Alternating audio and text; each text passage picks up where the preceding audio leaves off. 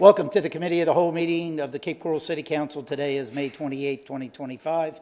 This meeting now comes to order. Please stand for the Pledge of Allegiance. I pledge allegiance to the flag of the United States of America and to the republic for which it stands, one nation, under God, indivisible, with liberty and justice for all.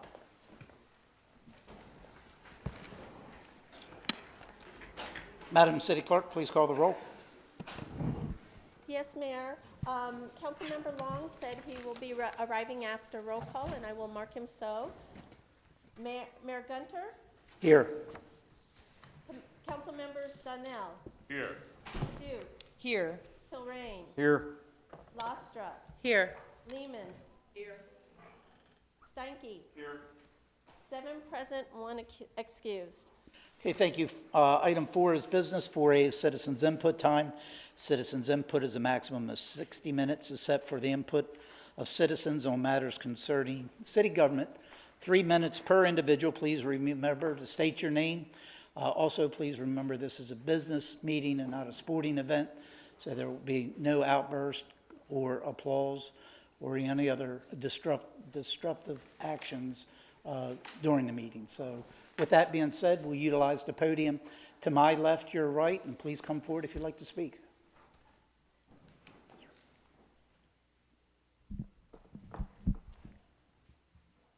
Good morning, Council. My name is Adrien Bray, a full-time Cape Coral resident and realtor.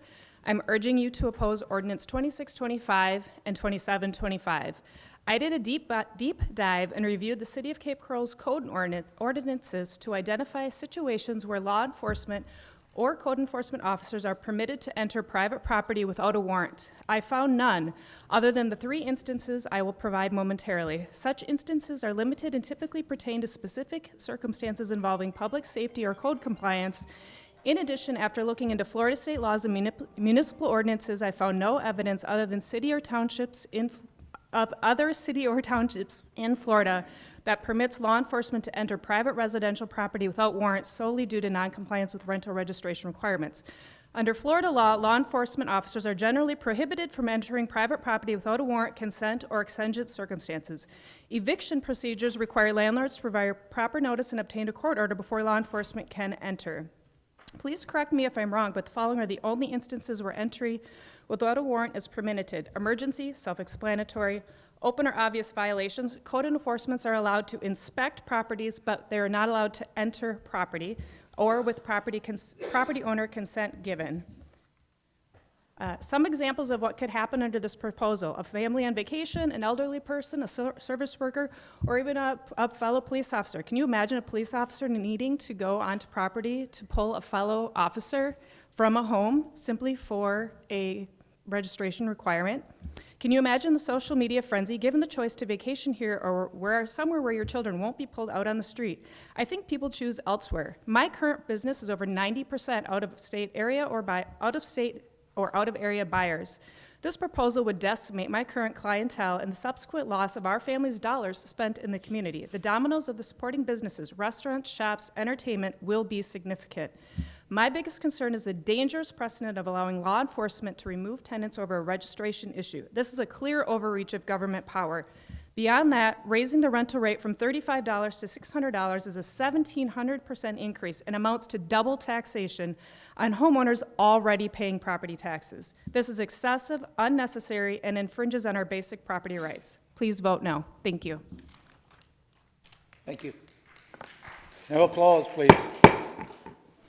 We'll take a break if that continues. Go ahead, sir. I'm sorry. Good morning. My name is William Carrigan. I go by my middle name, Tim.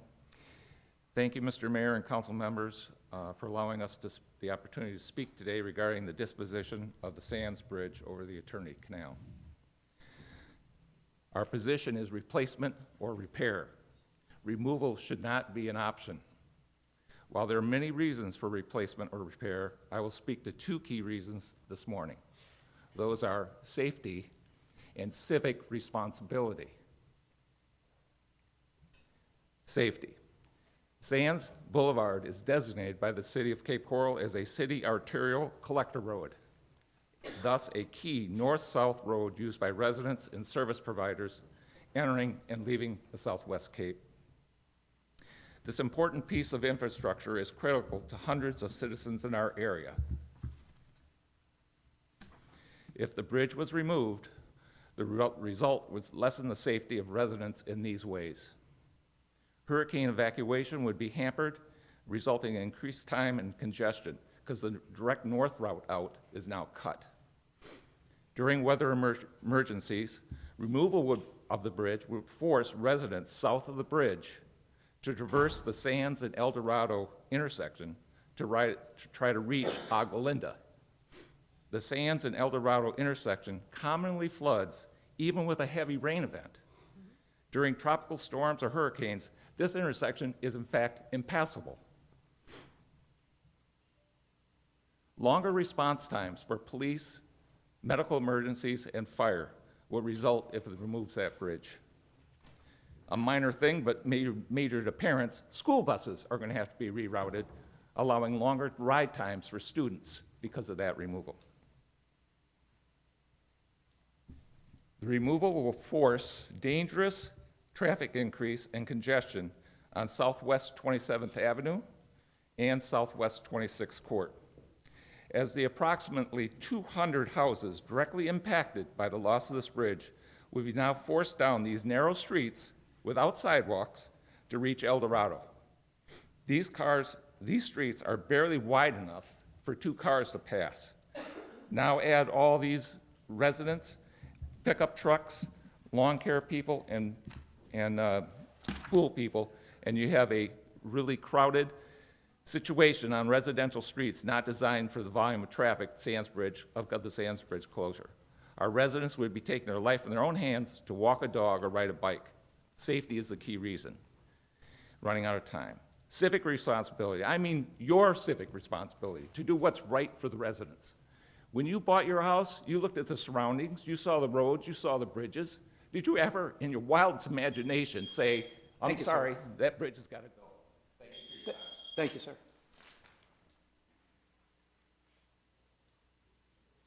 Morning, folks. My name is Neil Graham. I'm a 20-plus year resident and property owner in the city of Cape Coral. I'm here today to speak about my opposition to the proposed annual rental registration fee increase. Adding $600 plus to the annual cost of a rental will obviously be felt by someone. The added cost will have to either be absorbed by the owner or passed on to the tenants. Cape Coral renters are already cost burdened, which, as you know, means that the average rent for this town exceeds the average cost ability of payment to the average renter.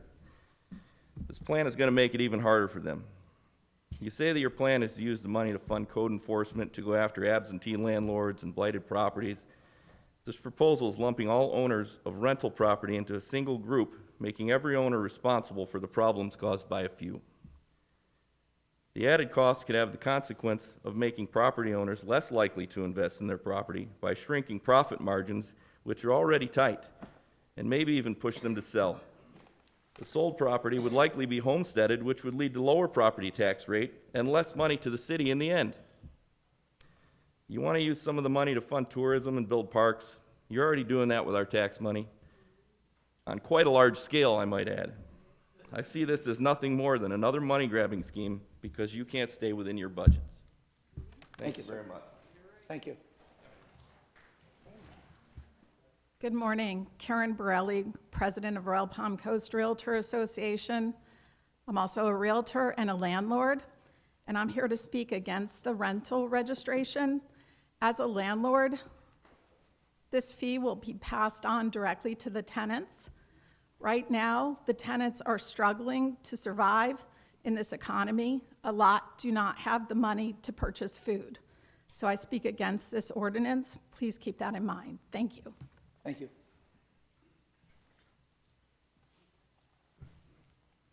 Good morning. Shane Spring, President-elect of the Royal Palm Coast Realtor Association. Thank you for the opportunity to speak on this important issue.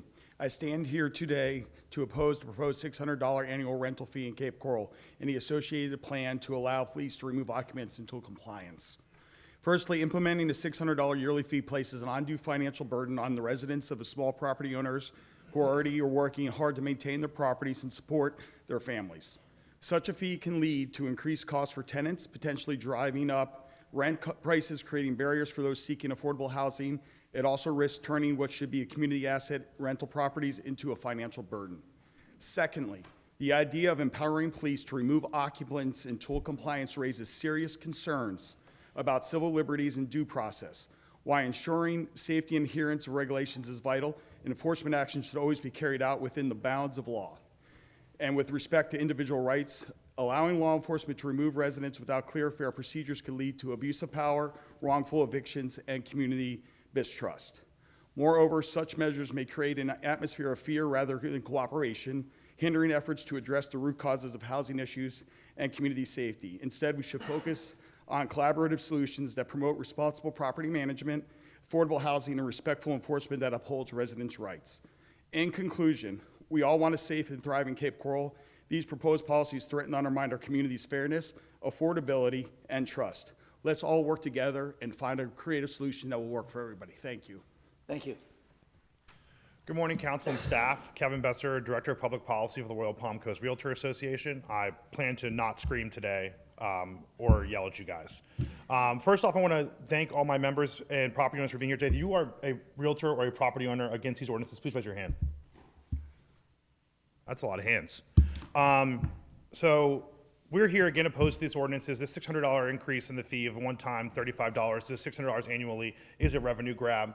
It is stealing from property owners who already pay property taxes to pay for these amenities that you guys want to add to the city's repertoire. I know the city staff today is going to present you a list of all of their wants and needs, but those should already be paid for by property taxes that these homeowners are already paying. They're also going to show you that all of our rental owners are making millions of dollars every year, and that every single house is full every single night, and that's just not true. You hear all the laughing in the background. Most of these homes are rented for 35 nights a year. Most of these homeowners who are renting short-term are probably maybe making $9,000 a year after taxes. My homeowners who are renting long-term are barely making enough to pay their costs. Insurance costs are going up, taxes are going up. This will only add to that. So in the end, you're really attacking your affordable housing stock. So those are some of our reasons why we're opposed. I think today that you all should vote both of these ordinances down and really stick with status quo.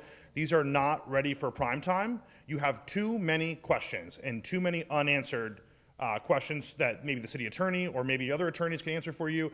I don't even know if you have the ability in the state statute to charge a tourist development tax, let alone create your own. So we are very happy with you to work with you guys on code enforcement and making sure that our homeowners and our renters and our landlords are following the rules. But this is not ready to go today. So I ask that you stop with moving on with these two ordinances, and we'll try again maybe at a later date. Thank you. Also, a lot of our members signed up to speak. I think that was what the process was supposed to be. So I don't know if you guys are going to call these names off, but you have quite a few lists of speakers today. Good morning, council. My name is Lisa Cohen, and I'm also a recall circulator aiming to collect 1,000 signatures to remove Mayor Gunter. And I am the owner and broker of Valor Property Management, a 2-time Best of the Cape winner. I stand here as the professional in the room, someone who will always fight for my rights and the rights of every Cape Coral taxpayer. Let's talk about transparency. The way Ordinance 2625 and 2725 have been handled is nothing short of deceptive. They were quickly removed from the agenda after public outcry, then only to my surprise, suddenly put back on the agenda.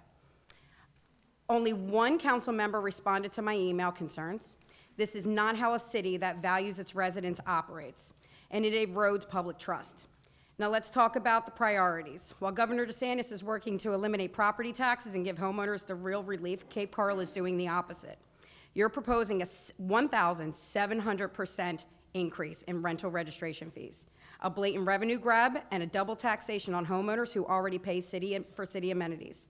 Meanwhile, our infrastructure is failing, we're in a severe water shortage, roads are crumbling, and the city keeps waiving impact fees for big developers, leaving residents to pay the unsustainable growth.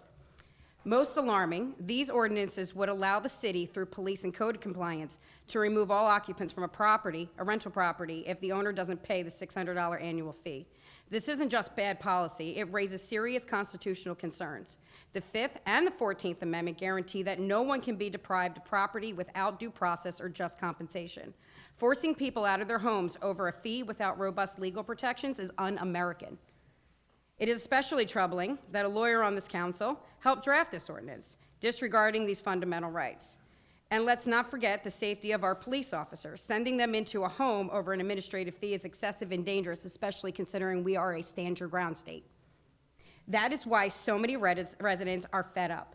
As a recall circulator and the owner of Valor Real Estate Services Incorporated and Valor Property Management, I am proud to offer our office as one of many official signing locations for the recall petition throughout our beloved city. People deserve a voice and a city government that works for them, not against them. The message from the residents and professionals is clear. Stay out of our pockets, fix what's broken, our water, roads, and essential services, focus on infrastructure and enforce impact fees on new developments so growth pays for itself. Respect our constitutional rights. Cape Coral should be following the state's lead, cut waste, respect property rights, and put residents first. The only thing we should hear from the council is a commitment to infrastructure and a pledge to stop new taxes and fees on our homes and livelihoods. Property must be secured or liberty cannot exist. John Adams said that in 1790. Thank you, and raise your voice. Thank you. And before you go, ma'am, anyone else that wants to speak during citizens' input? I know the one individual stated a sign-up sheet. We do not have that, so if you want to speak, you just get in line, and once your turn comes up, you can go ahead and speak. And also, just to let you know, we started citizens' input at 9:02. And it'll end at 10:02. Go ahead, ma'am. Thank you, I appreciate that. I'm Cheryl Trent. I live here in Cape Coral at 2850 Southwest 50th Terrace. Relatively new to the area, about 5 years in, and really enjoy it. I'm here today to talk about the bridge closure. Obviously, I live just up the street from Sands Bridge, Boulevard Bridge. And I submitted a letter to the city clerk. Unfortunately, I was a little too late to do the electronic version. I apologize for that. I also apologize that I might need to leave just a few minutes early before you talk about it. I have a plane to catch. But I want to briefly touch on the letter and then just sort of talk to you a little bit about my view in Cape Coral as maybe a newer member of your community. The letter touches on four things. You have a series of master plans and strategic plans and other plans that, as with most cities, you've adopted to try to plan for the future. Many of those would address a situation such as you're taking a look at with the Sands Boulevard Bridge. You have your multimodal master plan, which was just recently adopted. You have your bike pedestrian master plan, which was adopted a while ago but has been updated a few times. You have your strategic plan. You have the evacuation route. And there are probably more plans that I just didn't have enough time to research on your website. But they all touch in part on a possible approach for you all to consider. I personally am in favor of replacement of the bridge because one of the other points in the letter I submitted is the financial cost situation. My background is in city and county government, and I understand that some of these costs aren't complete yet, but it does seem to me that with a cost share, the opportunity for the city to replace the bridge might be more fiscally responsible to repair or replace than to remove the bridge. And I think maybe some of those costs on the removal of the bridge haven't been taken into full account in your cost analysis. And then, as most people have spoken about, there's a safety consideration. What I really want to talk about is the feel of the community of Cape Coral. The people in my area, my neighbors and I, use that bridge to walk down to the marina area to participate in the events that are held there, the music and the food and just the camaraderie. And that feels to me like sort of a core concept here in Cape Coral. We can be separated by these canals because they are difficult to drive around. I get lost every day. But I think the key to me that drew us to the community was this opportunity to share camaraderie in an area where you can walk and you feel safe, you can bike there, you can scooter there. There are ways to get around the community that make us feel smaller and more connected, and the bridge would hold true to that. I thank you very much for your time, and I hope you take the time to read my letter. Have a great day. Thank you.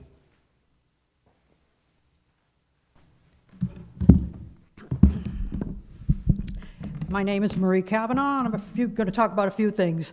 First, the Sands Boulevard Bridge. First, I think Mayor Gunter needs to recuse himself from any votes involving this bridge to avoid the perception that he wants it removed, so his property value will skyrocket and he will financially and personally benefit.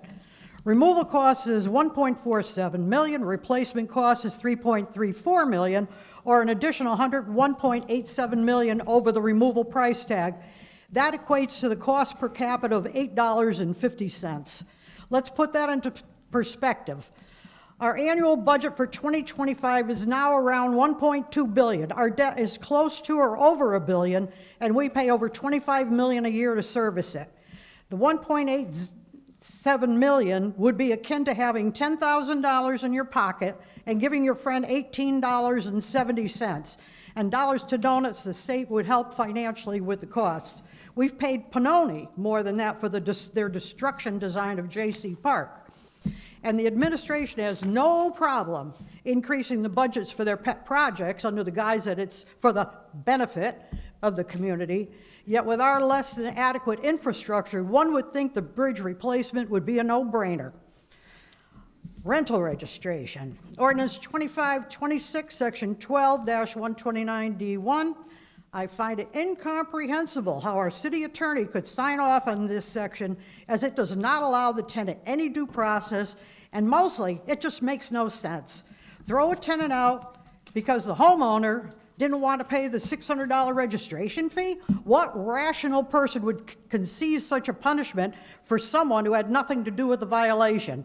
An authoritarian administration, that's two. And you're probably thinking, well, they can take the landlord to court. Duh, most renters do not have the financial resources to do that. But what do you care? They'll be out on the street. And now one of my favorites, the naming rights.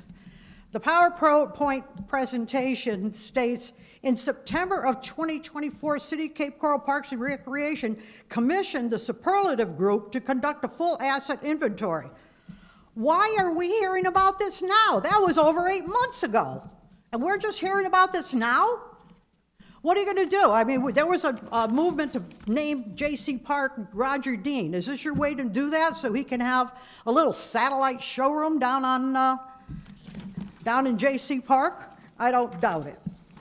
And now the boathouse. Personally, since it's burned down, I think the lease is probably invalid because I'm sure there's a performance clause in there. But for the benefit, I think it really needs to be put out for a bid. You can get more money than what you're getting now. Thank you. Good morning, council members. My name is Bonnie Deutsch, and I live at 2816 El Dorado Parkway West. I'm here because I want very deeply for you to consider repairing our bridge at, we've waited almost 3 years now, and we've been under all kinds of constraints in order to get to our homes and away in order to accommodate this bridge. I heard was considering taking down the bridge. And there is a whole community here who counts on that bridge. Not only do we do on El Dorado, but the street running parallel to Sands is Southwest 28 Place. And there are at least 40 homes there. So there are many, many homes that will be personally involved with losing that bridge. I would appreciate very much if you would pass the idea of getting rid of the bridge. I mean, that's such a crazy idea anyway, and get working on it as soon as possible because we all need that bridge. Thank you for your consideration. Thank you, ma'am.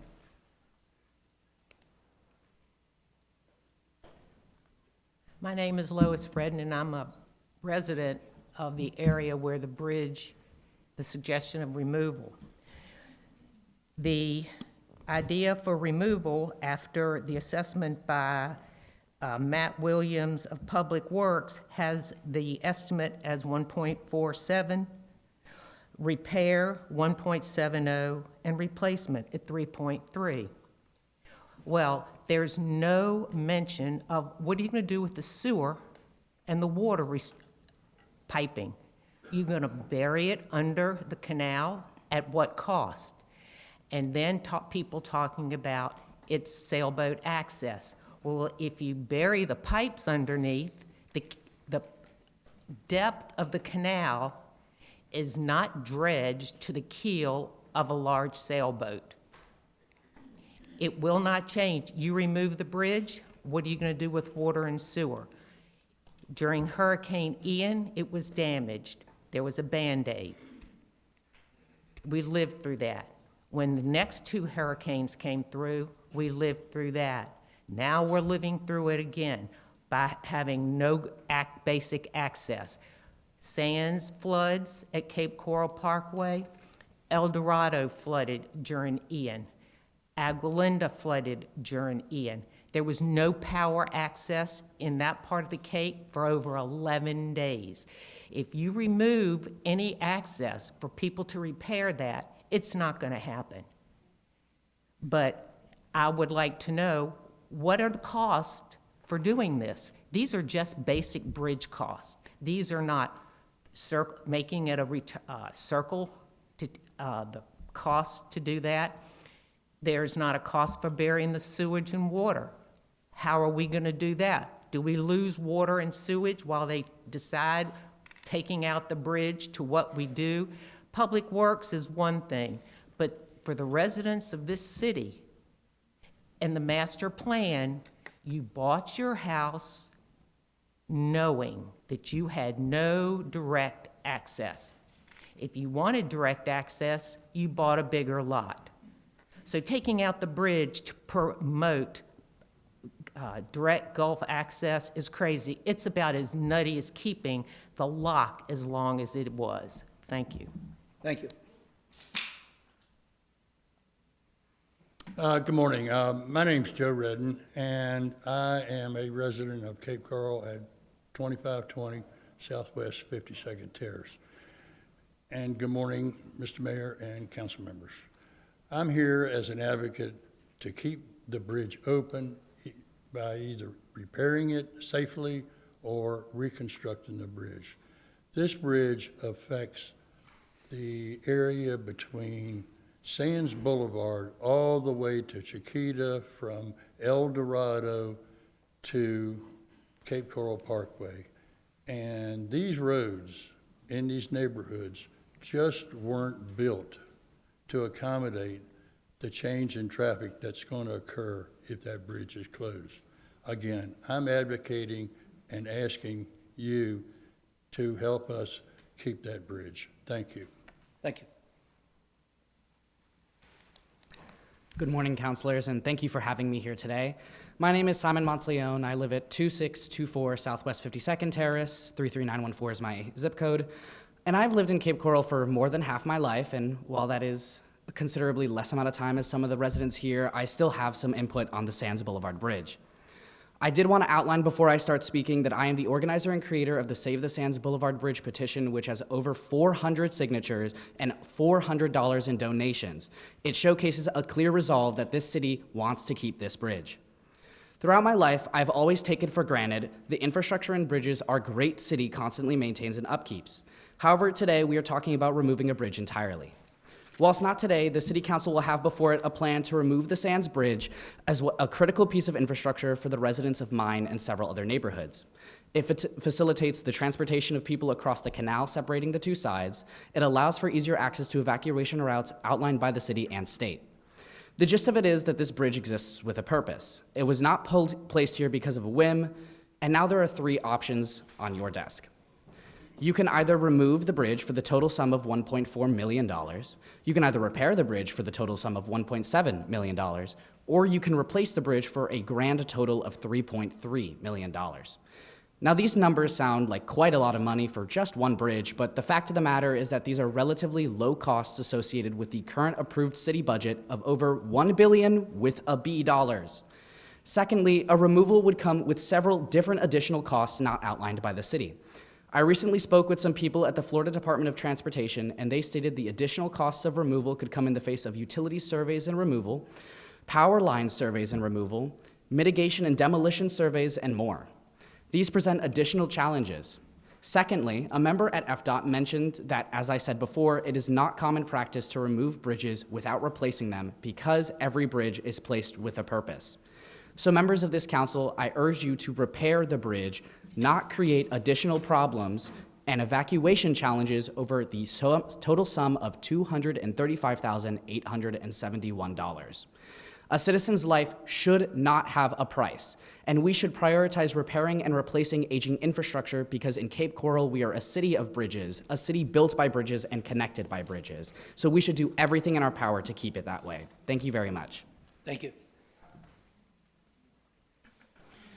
Good morning, Council. Good morning, Mayor. My name is Suzanne Sharer, and as a resident of this city for over 20 years, as well as a realtor who has sold this community, I am shocked by your rental registration ordinance. I've seen a lot of bad ideas come through this council, but this one actually scares me. The fact that you're proposing a 1,700% increase in this registration fee is outrageous. Imagine what it would have cost you to drive here if your gas prices went up that much. As having had rental property, this cost will undoubtedly be passed on to the tenants, as many other people have said. On top of that, we have tenants that would then be put into direct jeopardy of, due to no fault of their own, to suddenly, over the dinner table, perhaps be removed from their property. It's not the tenant's fault if the landlord forgets or it gets lost in the mail, and then for the tenant to be willfully removed from their home. Besides that, did any of you think the liability and the risk that this puts to our Cape Coral police officers? We are a stand your ground state. For the police to come in unannounced and just remove, and it's, I quote, D1 says, remove all occupants from the premises. What is this, 1937 Germany? Where the police can just come in and remove people from their home for no fault of their own? I think this ordinance needs to very clearly be scrapped and redrafted. The drafter of this clearly buried D1 at the bottom of the page, where people generally, after their outrage over the increase, would not read any further. I think you need to clearly remember the oath you took, which was to serve us, the citizens of Cape Coral. This, although you want the financial gain of it, puts every citizen that rents in this city, as well as your police officers, in harm's way. And with that, I respectfully ask that you scrap this, work with the Realtor Association, work with some of us that have long-term experience in drafting mutually beneficial ordinances, such as we did with the vacant property registry back in 2009 and 10. There is benefit in collaboration and looking at the needs of both sides. But this ordinance as it stands, is outrageous and should enrage everyone and will make this city less desirable to live in. Thank you for your time. Thank you. Good morning, all. I assume many of you know who I am at this point, but I'll state my name for the record. My name is Kyle Lamadoo, and I live in Northeast Cape Coral, and I am the chair of the Take Out the Trash Committee.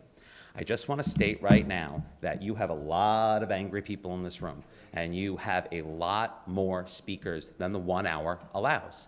You guys have the right, under the agenda rules of procedure, which you do not publicly offer online, to extend the 1 hour time. Does anybody know that? Does anybody want that today? Do we think we should go beyond an hour so people can speak? I want to know that. Does any of you up there even know that? I'm curious. Can you raise your hands? Anybody want to raise their hands if they think they should speak? Yep. Let's go. Okay, so here we go. I've said it before and I've said it again, and I know it offends certain people, but you guys piss people off. I don't know any other better way to say it, okay? So that's where I'm going to start. Then we went on, District Number 1 went on to the news and basically stated that, well, you can't just be mad at the mayor, you have to be mad at the whole council. I never said I was just mad at the mayor, and I don't know anybody else in this room who said they were just mad at the mayor. I know that everybody I speak to is mad at every one of you.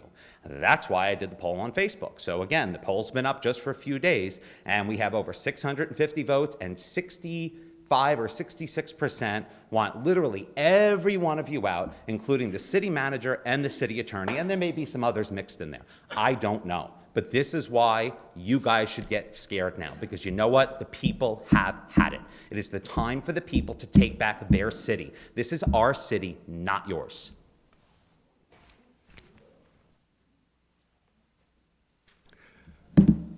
Good morning, Honorable Mayor, members of the City Council. I'm here to speak on the Sands Bridge. I'm not mad at you, at least not yet.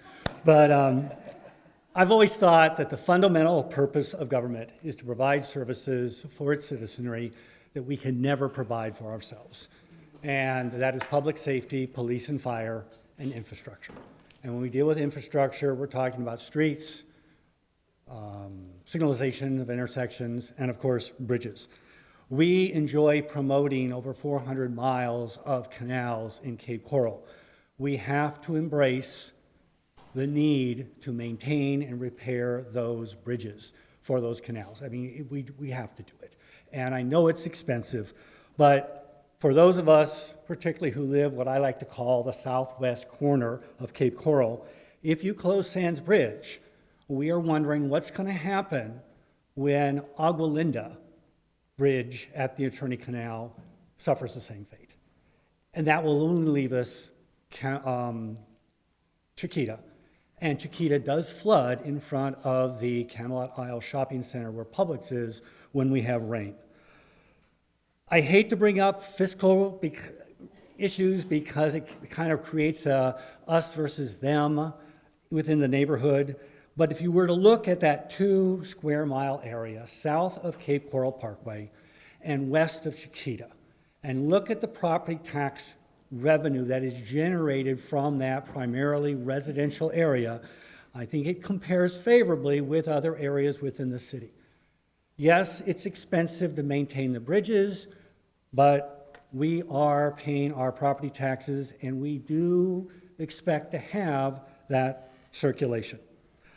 And my very informal survey by bicycle regarding trash pickup, I would guess about 30%, maybe a little bit more of our residents in that corner are seasonal.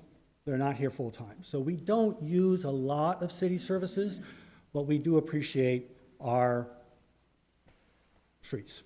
So please fix our bridge. Thank you. Thank you, sir. Good morning, Mayor and Council. My name is Chris Arnold. I live at 2632 Southwest 53rd. My uncle has a theory in life. Choose happy. So we'll start there. I'm here to speak against the bridge sands removal.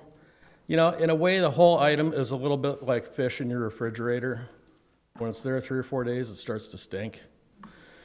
It's been a significant period of time since Hurricane Ian. Little has been done to stabilize and protect that infrastructure. That responsibility falls in your hands, ultimately. Little action to protect resulted in more degradation with Milton and Ian. Ignoring infrastructure will cost more. That is not a reason to remove the bridge. Removing the bridge is not necessarily the cheapest option. If you repair, let's use round numbers, $2 million under an 80-20 program with the state equals $400,000 cost to the city. It's a good option. It is your lowest cost option. Sands is a critical northwest artery. It was designed that way with a bridge for a lot of reasons. It deserves protection and repair or replacement. I had the chance to sit on city council years ago up north. And I had an older lady get up, and at the end of her speech, I never forgot it. She stated her item, which is, please don't remove the bridge. And her second statement was, please don't make me wish I had saved my breath to blow on soup. Please don't remove the bridge. Thank you for your time. Thank you, sir. My name is Richard Tomilevich. I live at 5422 Southwest 26th Court. I don't have papers ready or anything. I'm just a regular Joe. I've lived here since 2002. I've been buying property here since 1988. I seen a lot of changes. Not to offend anyone, but a lot of times in that period, I saw the city didn't care about the residents. I'm not here to ask you, I'm here to beg you. Do not remove the bridge. I have neighbors across the street from me. They are both invalids. Ian changed everything. I've been here from Charlie on. Ian changed everything. El Dorado flooded. Our street became a river. A river. I'll never forget it. You couldn't get across. That bridge is critical. Critical. You will lose lives. I know a lot of people here talked about, and I don't want to offend anyone, money with the realtor, you know, the rental thing, and I'm not here to talk about money. I'm here to talk about lives, saving lives. You have an honor to do that. Thank you. Thank you, sir. Good morning, Mr. Mayor, Council. My name is Tommy Santor. I'm a Marine veteran, 20-year-plus resident of Cape Coral. I'm here to talk about Ordinance 2625 and 2725. Many people have already spoken about the price increase, which I'm not going to reiterate. But my background before coming to Florida was a real estate paralegal doing foreclosures and evictions. And when I look at this statute or this ordinance that you have, where you want to go and give code enforcement and the police department the authority and ability to immediately remove people when the fee has not been paid, is an issue for me. Now, I'm not an attorney, so I don't have a law degree, but I did process my share of evictions. And whenever we did an eviction, you had to go to the courts, get a judge to give you an order, then get a writ of possession. Then, and only then, could you get a law enforcement officer, whether it be a sheriff or a police officer, execute a proper legal eviction. Now, giving it to the police department would be a concern because it becomes more of a civil matter than a legal matter when you don't have a court order. Now, maybe you do have it written in there somewhere in small print that you're going to go to a court, get a judge to issue an order, and then that might possibly be acceptable. And I'll extend on that in a minute. But to also give code enforcement that right, that's definitely a violation. Code enforcement does not have any legal authority to remove somebody in legal possession of a property who has a legal binding rental or lease agreement, has paid their money. They have every right to be there.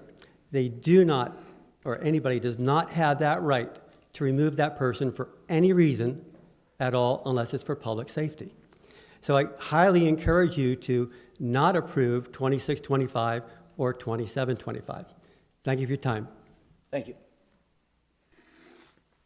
Good morning. Thank you for allowing us to speak and put the process to work. I'm J.J. Jones. I've been a realtor for 40 years. I am a property owner in Cape Coral, and I am a property manager of mostly annual property rentals. We ensure that our owners have paid their $35 registration fee, and they continue to pay property taxes, they pay higher utilities, they pay for services. They put a lot of money into the Cape, and they put some money in our pocket, obviously, and then I pay my property taxes, and I spend money in Coral, which is what we're talking about, money.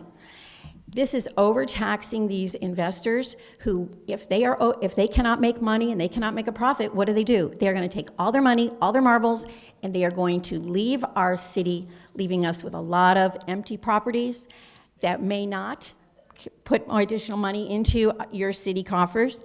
And then I won't have any money to spend in the cities and everywhere else here as well. It's important that we create an environment for all of our investors, our citizens, and our renters to stay in the city of Cape Coral and continue to enjoy all the great services that we have that you can provide without increasing things already. We pay park fees when we build, and there's a lot of construction going on. Let's keep the momentum going and keep city of Cape Coral the paradise that we all love. Thank you. Thank you. Good morning, Mr. Mayor. Good morning, City Council member. My name is Morgan Steiner, going by the name Morgan. So I'm also a broker owner here in Cape Coral, and my family and I chosen to be here as the place to be in Cape Coral So because we loved about everything about here in Cape Coral. So, and it's also as a realtor, I mean, I'm so proud being among so many responsible residents and also our association to be the voice of our residents in here. So most of the things has been already said, but I would also to add something to it. Actually, I'm here today to urge caution against increasing vacation rental registration fees in Cape Coral.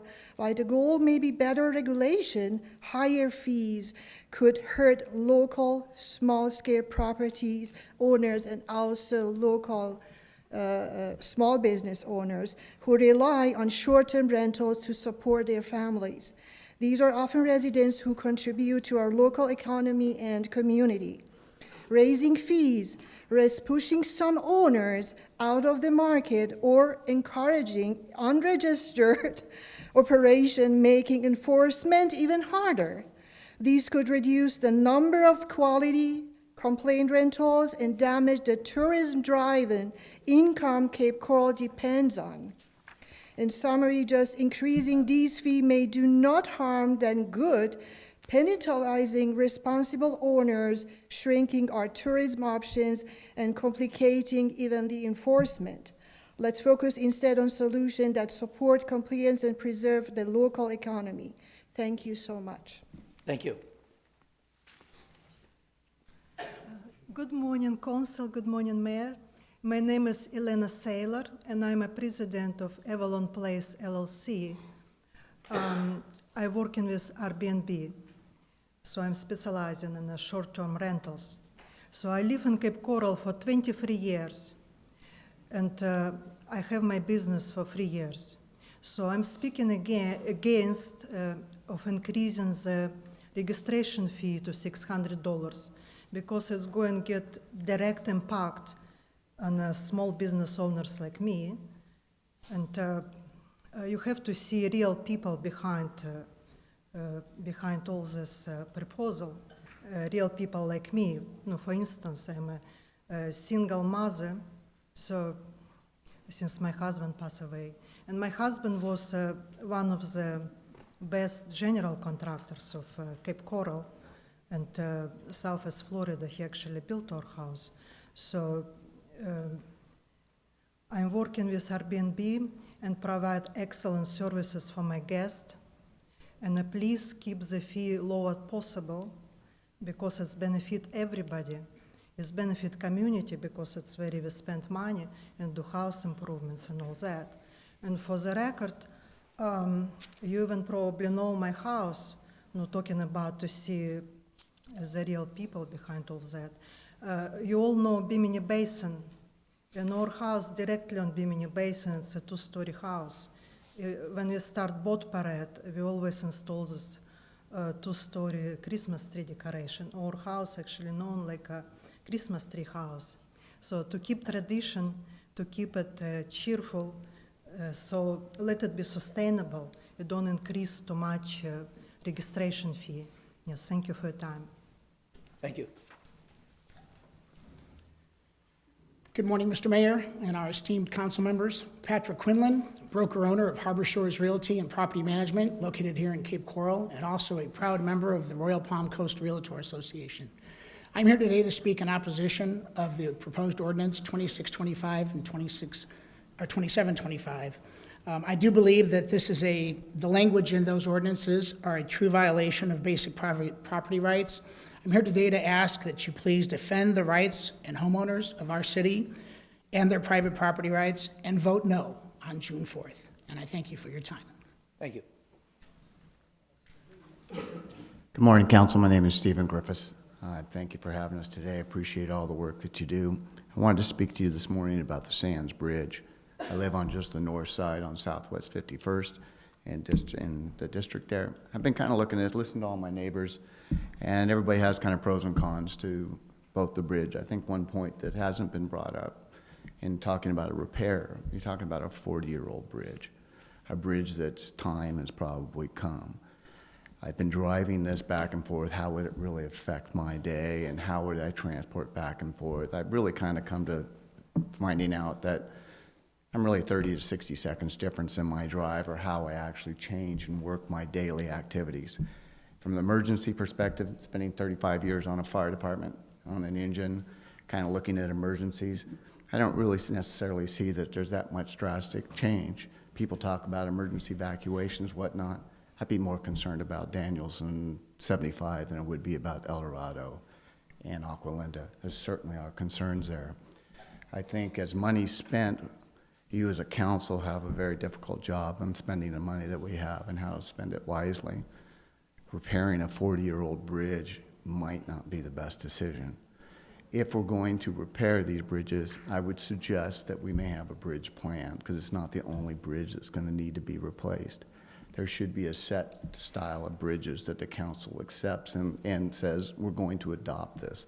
Whether it's a new building the city's going to build or something, going, this is our standard. The standard of 40 years ago is not the standard of 2025 in the next 40 years. So as you make your decisions on this particular bridge, I really ask you to tune out the noise.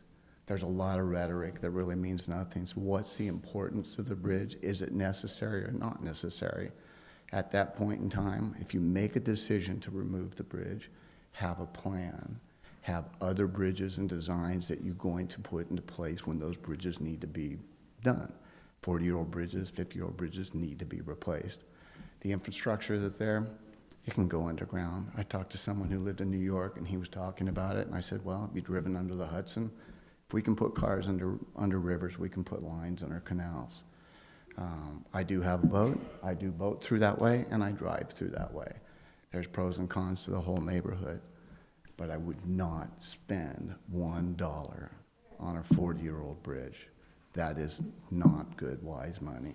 We have to do something. There's no question about it. It's what we're going to do.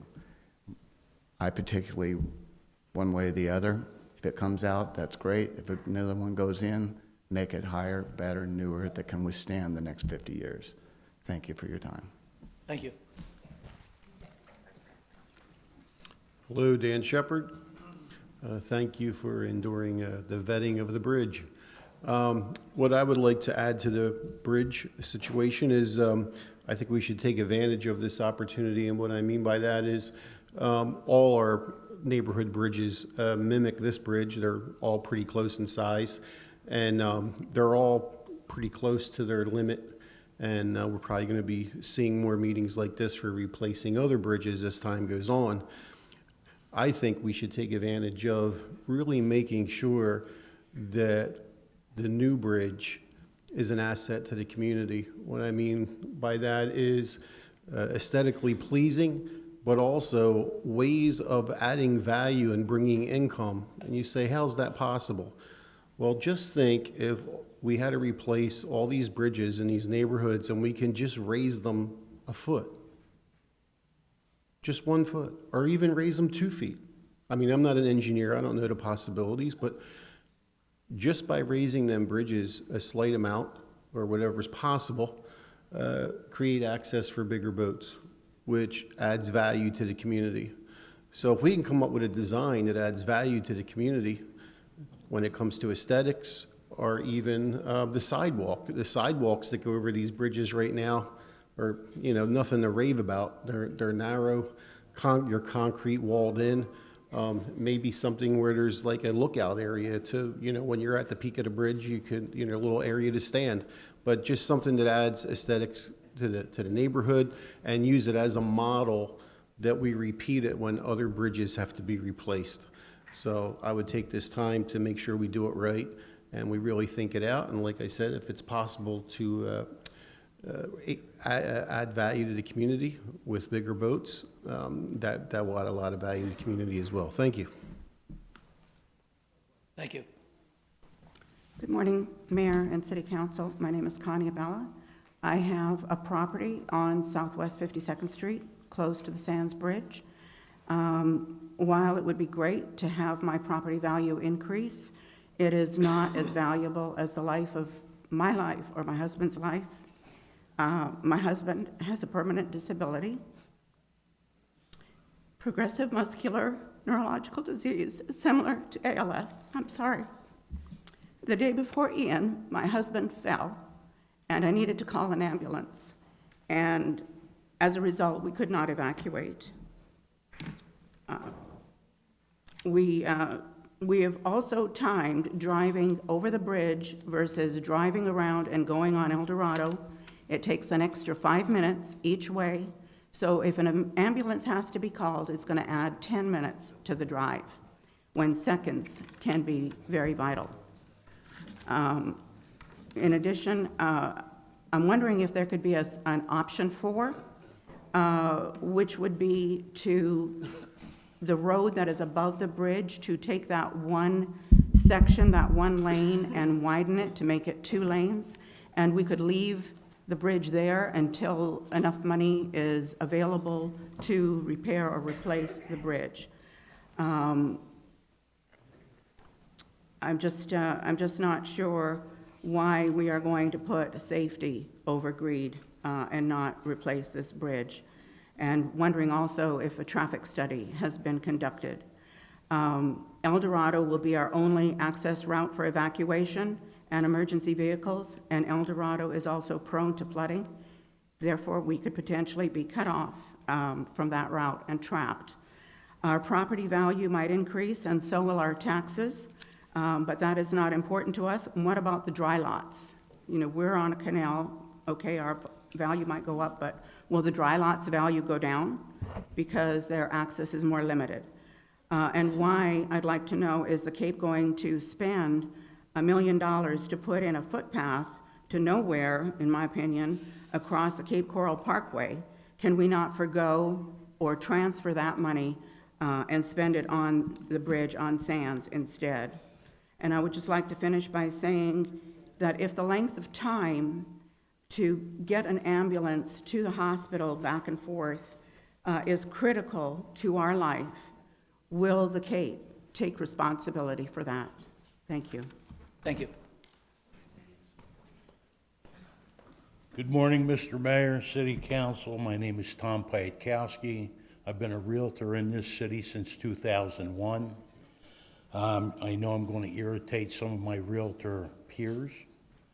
I'm in agreement with the $600, but I'm not in agreement with the annual rentals.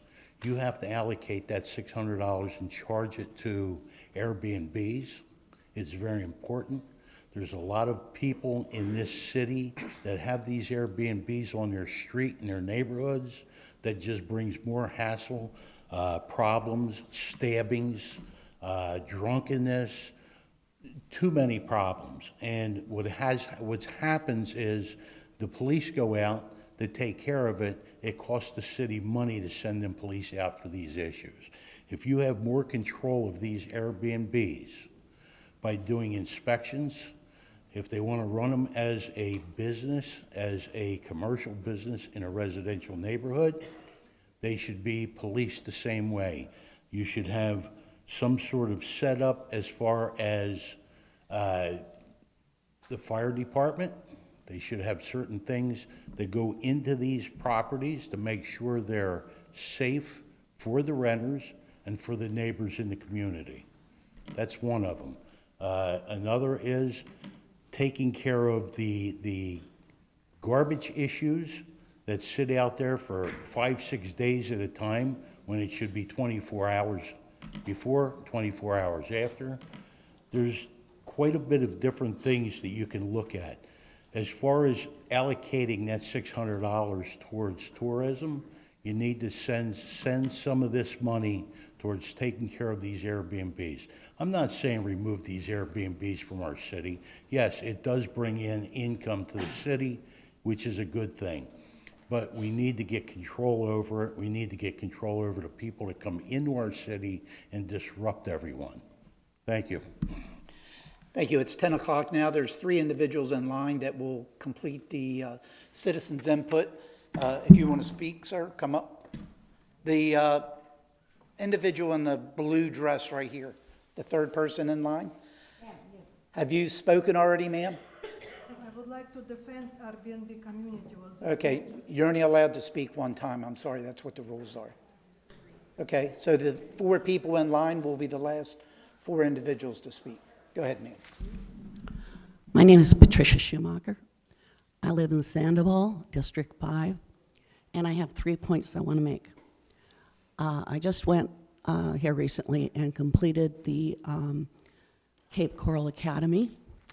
And one of the things that was covered was, and was provided from your staff, was the order of hierarchy of authority. Above everybody, the staff, the manager, the council, the people were at the top of the hierarchy, meaning you work for us. Our will be done, not thy will be done. So we have a lot of people here who have made very cogent statements about what their will is. Secondly, some years ago, it was decided to forgo the water infrastructure project in the north because it was too expensive. And I know one particular individual understands that issue very, very well because they were a party to it.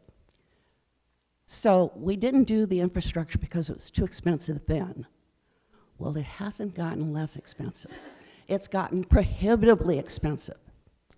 So if you forgo doing what's necessary to provide safe access via that bridge, you're only kicking down the road the can of the expense. It's going to be needed. It's needed now. The people want it. The majority of the people want it. Do their will. Thirdly, that community needs as many access points as it can get because of the canal situation. 2021, my son-in-law had a heart attack. It took emergency services 20 minutes to get to him. He was clinically dead. He did not recover. Thank you.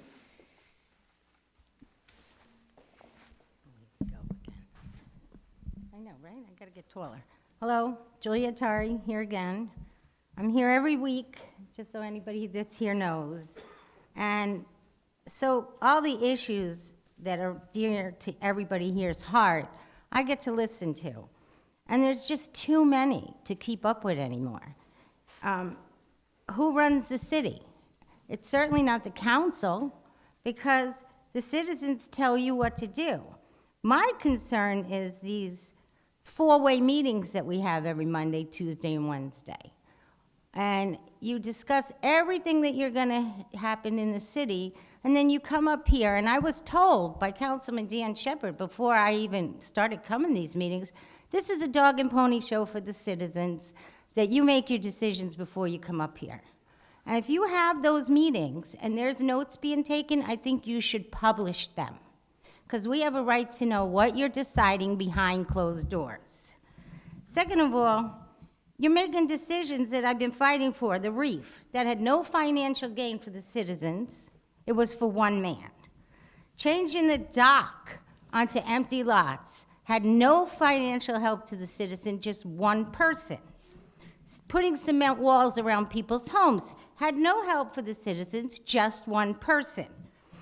The Doge, we were offered to have an investigation into our finances, and our assistant city manager wrote the governor and said no, with no information to any one of you or any of us. He just turned it down arbitrarily. Who gave him that authority? Nobody. No, none of us did. But we do need an investigation into our finances, because we're constantly asking, you guys are always asking for more money. Now we have a bridge. My problem isn't I looked, I called the Department of State yesterday. If that road is going to be impacted in a hurricane or evacuation, you don't get to make that decision. You need to call them. You can't just arbitrarily change an evacuation route. You need to talk to somebody about that. If you did, thank you. Let us know that they said okay. And I think she was right. Who's going to be held responsible when the EMS is late and someone dies? Are any one of you going to take the responsibility for that? Personally? No, you won't. You put it back on the citizens, just like you always do. Rental income, 1 to 4 families. How disgusting.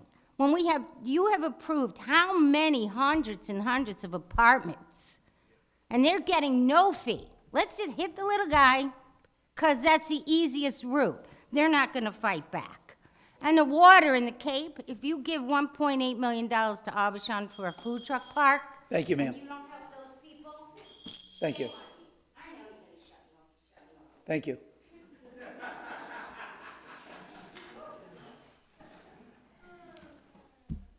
Good morning. Good morning, Mr. Mayor. Good morning, City Council. I'm here to speak out against the removal of the bridge. You heard the other neighbors. They're very concerned with the safety issues. 3 members have been out and saw that there are no sidewalks in Aguilinda, and only a quarter of El Dorado has a sidewalk.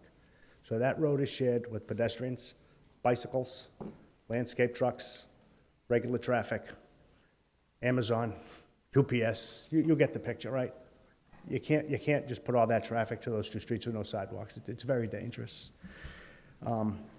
This wall became damaged in 2022, 3 years. Nothing's been done to even try to prevent the erosion that's taken place. Check your reports.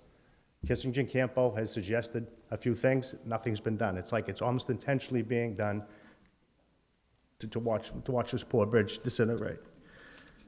Major safety concerns, maybe too many to mention. A lot of it is pedestrian traffic. A lot of it is response time with the police and fire. Yeah, it floods. I was here for Ian, and I watched that water come up Aguilinda, and before it got to Aguilinda, it had to cross El Dorado.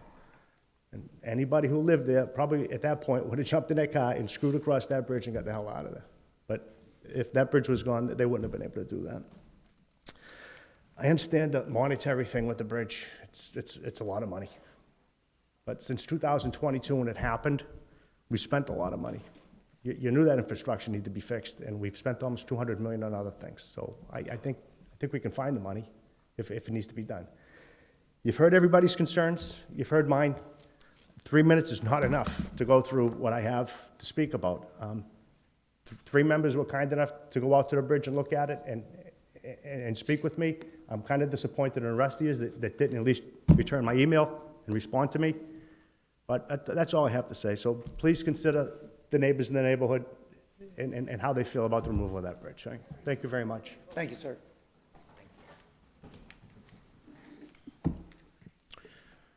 Good morning, Mayor. Good morning, council members. My name is Cohen Rollins. I'm the owner of Rollins Vacations here in Cape Coral.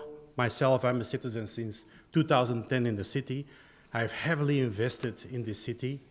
So have more than 400 of my homeowners invested too. I don't know if I can speak on behalf of more vacation rental owners, vacation rental businesses, but frankly, since we are the largest in town, I really think that the $600 is just a little bit too much.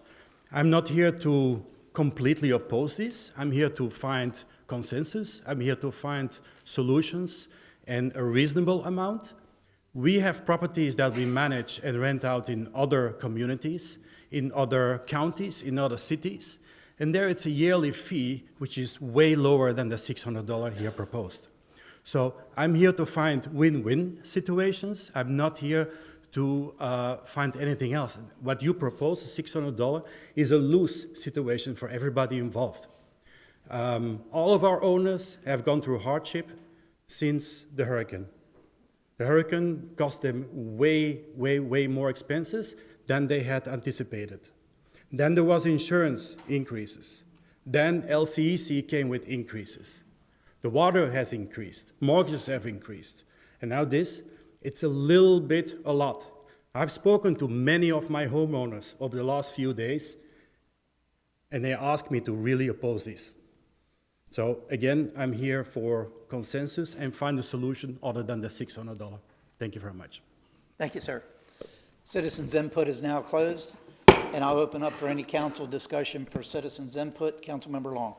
Thank you, Mayor. First of all, good morning. Thank you all for showing up here today. I apologize for my tardiness, especially so today, because I wanted to try to get ahead of everyone before public input regarding the rental registration ordinance.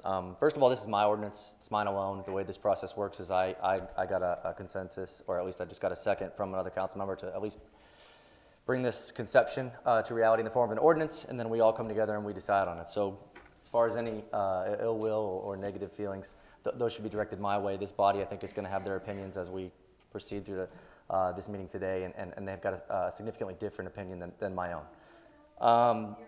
Two things that I wanted to mention. I understand. Ma'am, I'm 34 years old. I've been speaking one way my whole life. I can't change it because somebody asked me. Please. Then don't talk. I wish. Go ahead, council member. So, 2 points that I wanted to concede right out of the gate that I think got caught inadvertently in the net that was cast with this is that it was never my intent from the beginning to bring in annual renewals or annual rentals into this registration fee. This was solely intended to be geared towards short-term registration fees for short-term rentals. That was clear when I originally got a second to work on this from council. It was clear last week when I conceded that point. I understand that you could read the ordinance and it could be misconstrued to bring in the annual rentals. That's something certainly that I want to address right out of the gate. I don't think there's any support here for that. I think that this is going to be geared towards short-term registration, and then whether it happens or not is going to rise or fall based on that. The other point, again, and I'll fall on the sword, is the enforcement mechanism that was provided in there. Frankly, it should be a civil citation, just like any other penalties that are associated with violations in the city. I'm not going to go down the road of whether there was constitutionality involved or that. That's, again, I'm not going to throw anyone under the bus. I'll take the blame on that. But it's my opinion, and I'm sure shared amongst all of us here, that that's a throwdown right out of the gate. It's not something that this council would support. So, again, I was hoping to at least say these two things in the beginning so that I could direct some of your comments more towards how you felt about the short-term rental registration rather than the annual. So it's unfortunate, and I apologize again that I wasn't able to do that. But I wanted to make those 2 points because I do also see that this is at the tail end of the agenda, and I'm sure all of you aren't going to be able to stick around and listen to us go through the entire agenda to get to the meat of this discussion. But I wanted to make those 2 points clear as we proceed, so that you all are aware that was the intent, and that's where it's heading. I can't say for certain whether it's going to go beyond this meeting, but that was the intent, and I will own the fact that it didn't correctly convey that in the ordinance. Thank you, Mayor. Thank you. Councilmember Laster. Thank you, Mayor.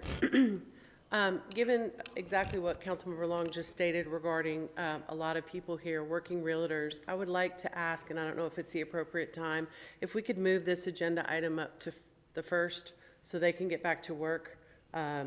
I think it's important. It's an important issue. The majority of the people are here for this issue, and I just think it's important that we hear it first. If I can get consensus from the rest of you guys, if you guys are good with that. Everybody okay with that? Okay, cool.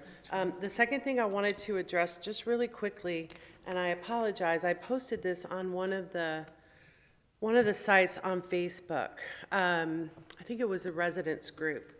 But just so you are aware, Ms. Atari, we had a third-party audit, right? We've talked about that in the past, and it's online. Like, you can look at it, and it's great. It's a wonderful online thing that we had that any resident can read, and I'm pretty sure I posted that with the link, but I'll double check. We did have a third-party audit. I know many people are questioning our auditing and having it be internal versus external, and this was an external third-party audit. The other thing I wanted to just address really quickly, and I know we addressed it our last council meeting last week, but just for maybe those of you that weren't here or aren't aware, regarding the governor's Doge. Hang on, let me find it. So we received a letter from the governor. All municipalities, counties received it. And in his letter, it stated that there were certain criteria for us to qualify for a Doge. And we don't qualify for those. And if you look at that external audit, you'll see why. We are a very fiscally responsible city, and we don't have any of the issues that the governor stated in his letter to us. And let me just try to find it. Hold up. Okay. So the governor sent a letter, and there were these criteria that he asked. Would you read the first paragraph of the letter? Yes, I will. Hang on one second, Kyle. Hang on just a second. My eyes are not very good. so it takes me a second. Derek, give this to Jennifer. Jennifer. Oh, thank you. I'm doing it from a photo. Yes, so dear local official, pursuant to Executive Order 2544, the Executive Office of the Governor has established an EOG Doge team, which will use advanced technology to identify, review, and report on unnecessary efficiency, maximize productivity, and eliminate waste in state and local government. These efforts are focused on ensuring fiscal responsibility throughout Florida. In addition to assessing your municipality's publicly available information over the coming weeks and months, the EOG Doge team is also stressing compliance with the financial management requirements set forth in Section 218.503 Florida statutes. This provision outlines the circumstances under which a local government entity is deemed to be in financial emergency or distress, triggering necessary corrective actions. To fulfill our oversight role in accordance with Article 4, Section 1 of the Florida Constitution, we respectfully request confirmation as to whether your municipality has encountered any instances of financial emergency or distress, including those listed in Section 218.503 Florida statutes, such as failure to pay short-term loans or obligations when due as a result of lack of funds, failure to make debt service payments on bonds, loans, or other debt instruments when due, failure to timely pay uncontested claims from creditors for more than 90 days due to lack of funds, failure to transfer taxes, Social Security contributions, or retirement plan contributions as required by law, and unreserved or total fund balance deficit in the general fund, meaning we don't have a balanced budget, or any major operating fund that persists for 2 consecutive years. Okay, so I want to thank you, Kyle, for asking me to read that.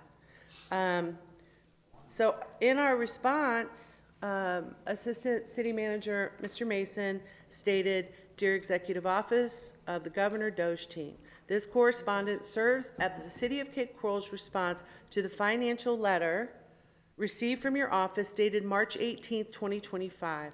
After careful evaluation, we confirm that our municipality has not encountered any conditions of financial emergency or distress, as outlined in the letter, since fiscal year 2018 and 19. Furthermore, the city does not anticipate any potential financial distress within the next 6 months. If additional information is required, please do not hesitate to contact us." So I just wanted to point that out, and if you go to our third-party audit on our website, you'll see we're pretty fiscally solvent. We don't have any of those issues that we can't pay our bills or meet our bond requirements. I just wanted to state that.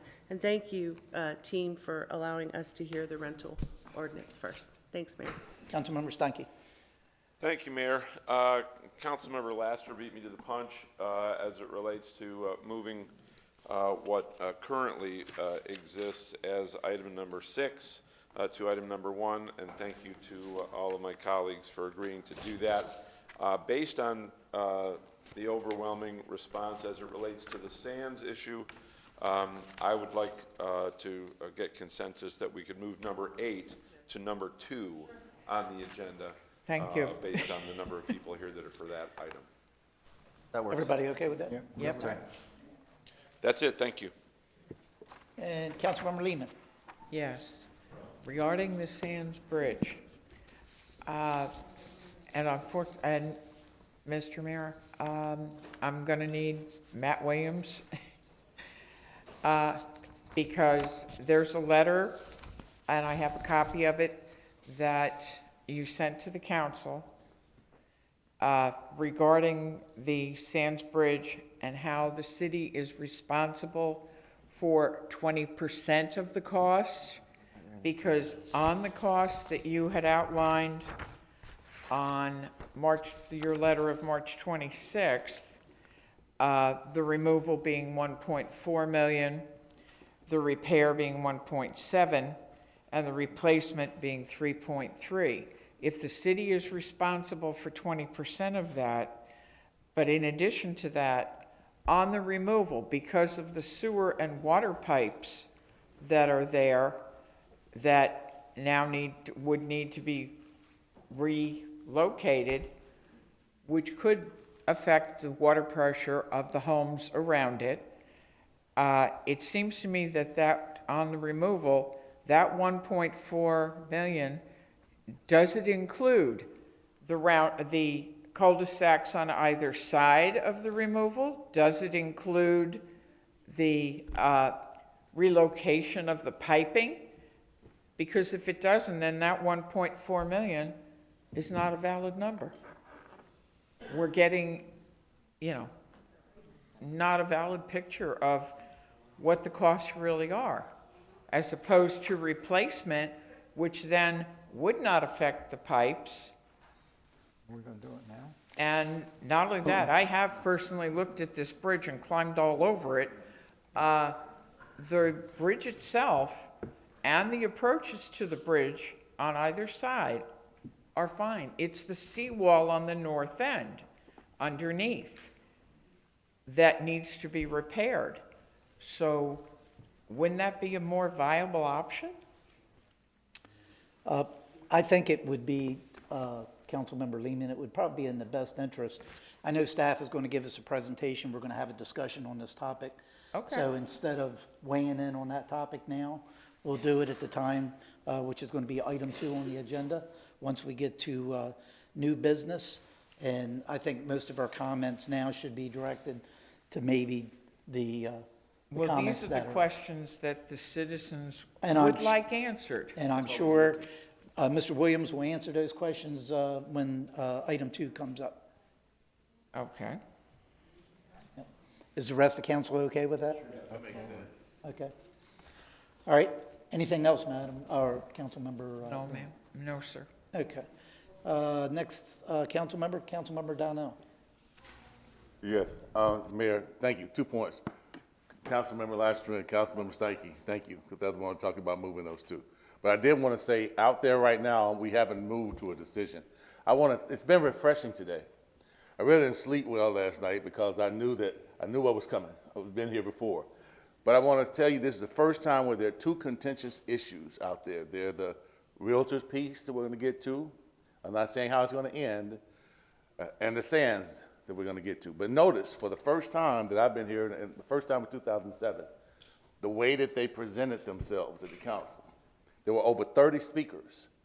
And on a contentious issue, what we've always talked about here is being professional, being respectful, and setting the bar for our community. So I just wanted to thank the vast majority of you all, because that's what we're trying to bring forward.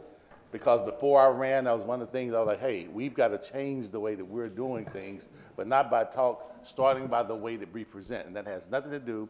I appreciate your passion. Thank you for moving. And as we get deeper into the discussions, that's really what I'm talking about. And I just wanted to say to everyone who spoke today, the vast majority of you all, thank you for that. And that's how you set a professional business meeting and start to build collaborative spirit as we move forward. And more to come, though. I'll have more specifics when we talk about the next 2. But I just wanted to say thank you. Thank you. Councilmember Kilrain. Yeah, my other councilman stole most of my thunder on this because I wanted to talk about reorganizing the schedule to bring up both the sands and also the realtor issue.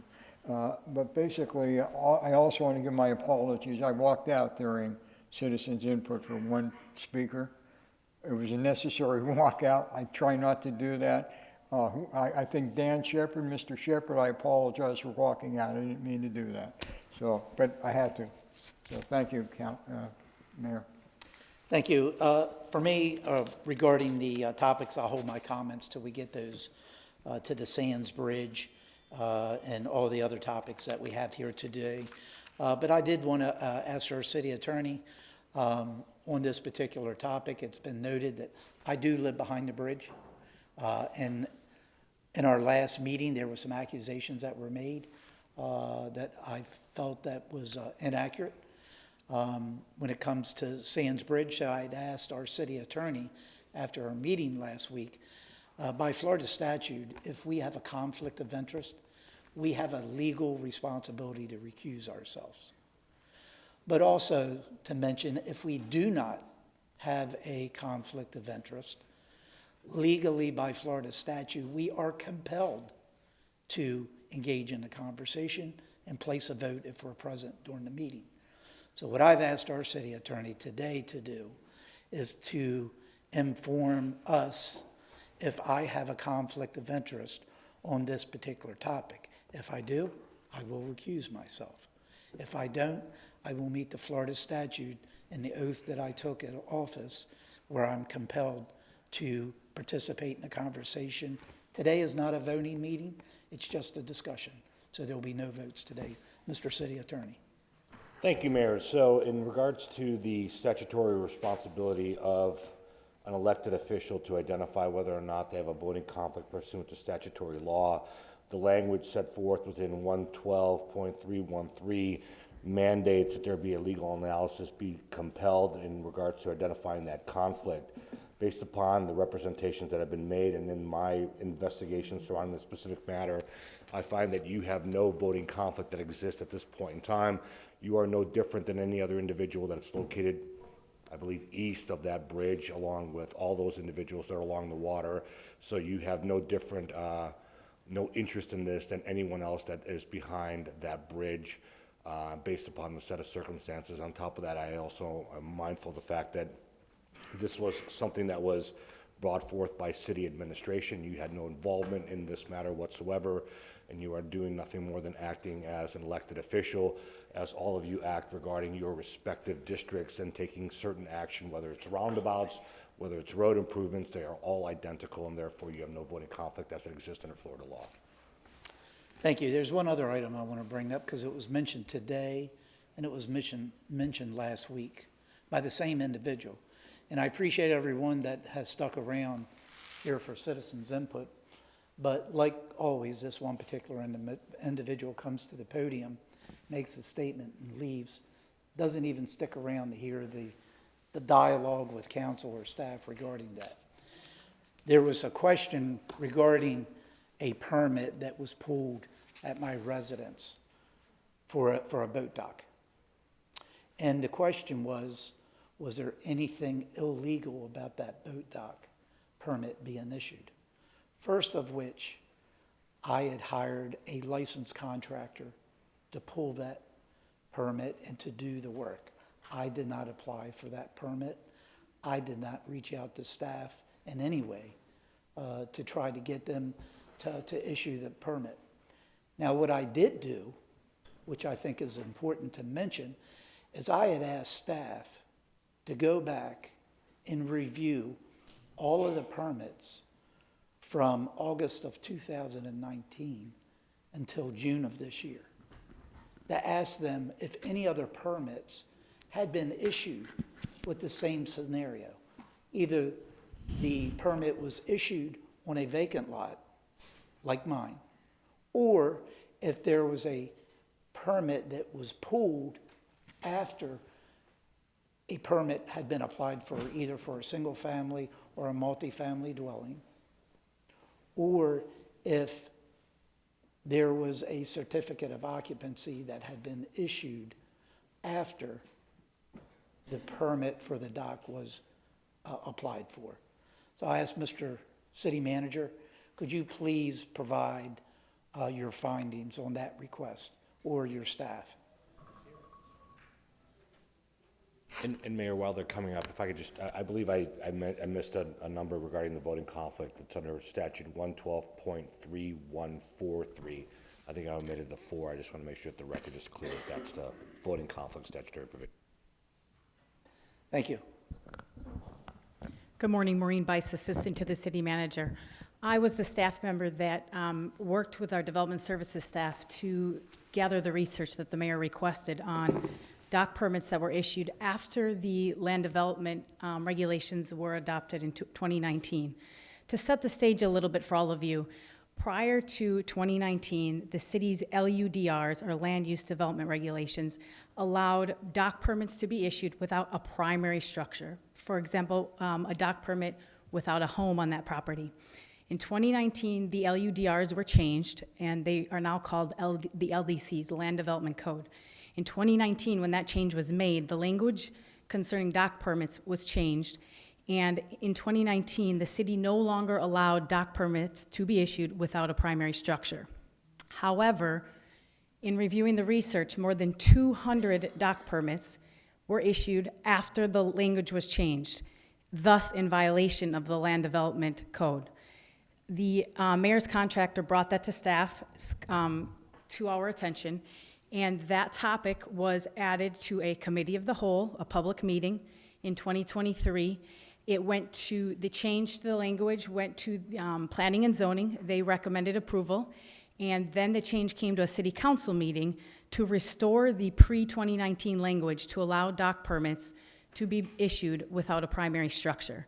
Looking back in that time frame when the land development regulations or land development code was changed, there were more than 200 dock permits issued without a primary structure on that property. Thank you. I thought it was important to make sure that you had the factual information. Just because someone comes to the podium and makes an accusation, I thought it was important that we make sure that we had that information, and that's why I requested that information from staff. So I just wanted to make sure we set the record straight.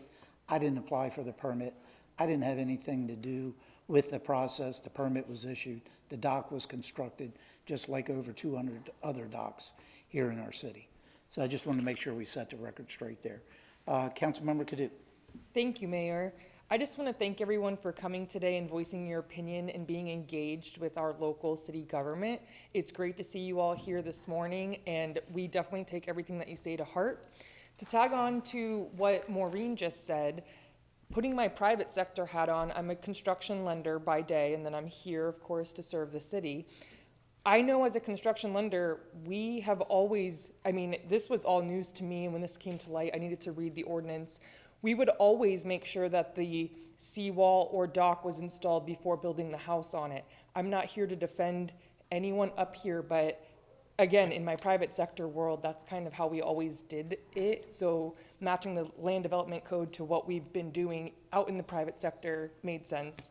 So thank you all for coming, and I hope you stick around to hear how this all shakes out.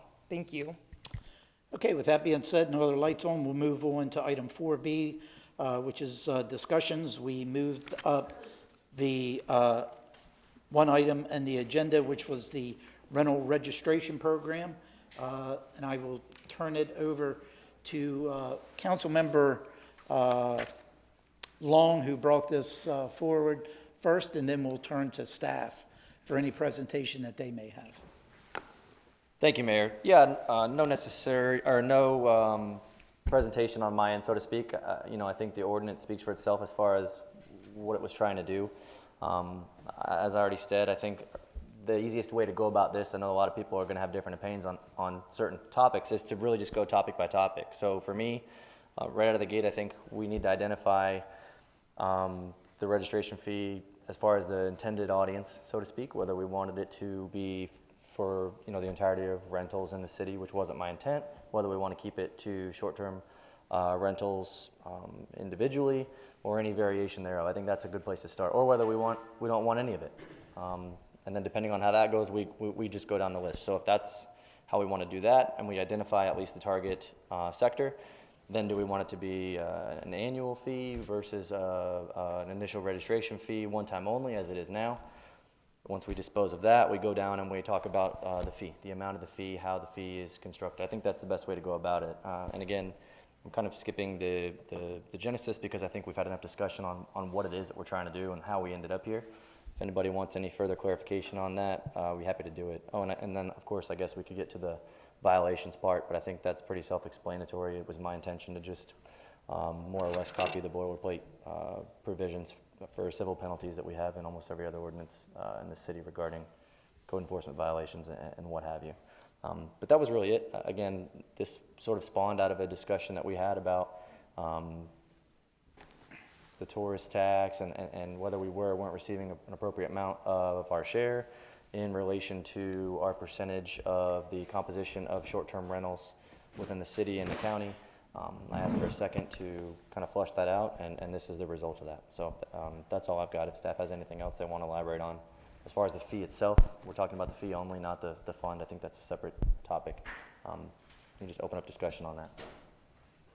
Okay, Mr. City Manager, I'll give you the opportunity. Do you have any presentation regarding, I guess we'll first of which maybe just discuss the first aspect, the first ordinance, because if there's not any desire to move that particular item forward, then the other one automatically dies by default. Right. So I think it would be, maybe we'll discuss the first ordinance first and then see where that lands, and then if that particular ordinance is going to move forward, then we'll have the second subsequent discussion. So, Mr. City Manager, any presentation by staff? The only thing I've been asked to discuss is how a fee differs from a tax, and so I will just explain that as we go through this, and then compare and contrast taxes that we have now on businesses compared to fees. So under Florida statutes and our state constitution, the state legislature has the right to control taxation at the local level. So if the state legislature does not provide for a specific tax, the city is not able to just create a new tax and levy that in the community. Taxes are compulsory. There is no connection between the service or the tax, and generally all user groups pay without any type of specific service in return. So that differs from fees. Fees are another method by which there is a direct correlation to services provided, and when governments look at shifting from taxes to fees, it is because there is an identifiable user group that is consuming services, and to fund those services out of a tax could wind up with significant subsidies from one user group to another who is a consumer of those services or goods. And so what we're looking at with the ordinance that is proposed by Councilmember Long is a fee increase. So currently today there is a fee already. The original purpose for that fee when it was created was to establish a registry, a listing of a property manager and owner, so that the city knew who to contact if there was an issue there. So the fee and the fee recovery was very limited, very focused on one specific purpose. The fee recovery and the reason for what is being proposed here is a much broader aspect and element as it is written. So fees, again, are not taxes. Taxes are limited to what the state allows us to tax. Fees are recoverable based on a tieback. Now, with that, we do have in the city of Cape Coral a business tax receipt. So any business that is wanting to operate in the city, regardless of the type of business, you pay a business tax receipt. Those taxes are authorized by the state legislature, and those do generate taxable income to the city, taxable revenue to the city. In the city of Cape Coral, we redirect all of those funds to economic development. So we take the taxes our businesses pay and we turn around and send them right back into the community to generate more economic development and keep our business sector and commerce moving forward. What we are talking about with this ordinance is a fee, and like all fees, unlike a business tax, if you have a business, you pay it. If you don't want to participate in paying this fee, then you don't participate in a short-term rental, or as was written, a rental. There is a mechanism out of paying these fees. It's you don't do that. That is noticeably different from a tax. And what is proposed with this fee, and we'll talk about that in the next presentation, is similar to what we do with the BTR. we send those business taxes back to the business community. And in this case, the fees that were going to be collected under 26, 25, were going to also be sent back towards supporting an industry that is written in this ordinance. So that's the only thing I have, is to kind of just outline how a fee is different from a tax, how their users groups are different, what they fund, and what the city of Cape Coral does with the existing BTR. Thank you. Okay, I open up for council discussion. Councilmember Kilrain. Yeah, thank you, City Manager, for that explanation, because I'll step off on that. Basically, I think that we got a little bit ahead of our skis on this one. And I think that a good practice is the relationship like we have with CCIA on permitting, that we have a similar relationship with the realtor groups and Airbnb to be able to communicate these type of things a little bit ahead of time. I appreciate Councilman Long's description of the intent of this and coming up front with that and opening up on it, and thank you very much for doing that, Keith. Basically, I think that it was originally intended that since we had the registry developed many years ago, and the fee being $35 being a one-time fee, that we recognize that there are certain costs involved in those rentals, and that possibly we weren't recovering a lot of that cost from those. And I think to the extent that we can define those costs, it was important. And certainly the fact that we do recognize that we have code enforcement and we have police calls, and some of those things really don't attribute the nature of that directly to a rental condition. It's very difficult to track and predict what they might be. But we know that this was generated as a result of a lot of issues, I think, coming about with just bad actors in the neighborhood. And we tried to discipline it and control it in that manner. And as we were looking at that, we looked at the fee component of it. So I guess, Mayor, if I would, I think that we were probably trying to address short-term rentals, first of all, and that what we were looking at, if I might suggest, is to make sure that we have a basis of fee recovery that reflects the cost involved. So I think that we got a little bit of homework to do on this one, to go back and make sure that we understand what those costs are. If there are ways of associating what we're incurring with respect to code enforcement and also the police calls in a better manner, and we account for that right now. And then also the administration of the process is another significant cost to at least recover those costs with it. Not necessarily looking as a major revenue generating area, because I don't think that's what was intended, although we certainly talked about it in the second ordinance, talking about things that we could do to supplement and promote business that way. So I think probably the first cut at this would be to make sure that we have an adequate fee, not necessarily $600 fee, of course, but something that's adequate to cover our expenses on it. And I don't know what that might be at this time until we define what those other expenses could be, the police and the code enforcement and just the overall administration of the program itself. I would at least be able to recover that, and it's probably going to be a lot more than $35, but a lot less than $600. And then talk about whether or not we want to have something to promote business beyond that. So, and I don't think we're going to come to any resolution today where we're headed, but I think that the fact that we're talking to realtors now and continuing that process would be very helpful for us. So, thank you. Thank you. Councilmember Laster. Thank you, Mayor. Councilmember Long, nobody disagrees that we needed to revisit this. We're probably going to have our first real fight. I'm going to recommend that we kill this, and here's why. I think that we just have a lot of work to do. Several of you who were here, I spoke to you, Ms. Cohen, Ms. Burt.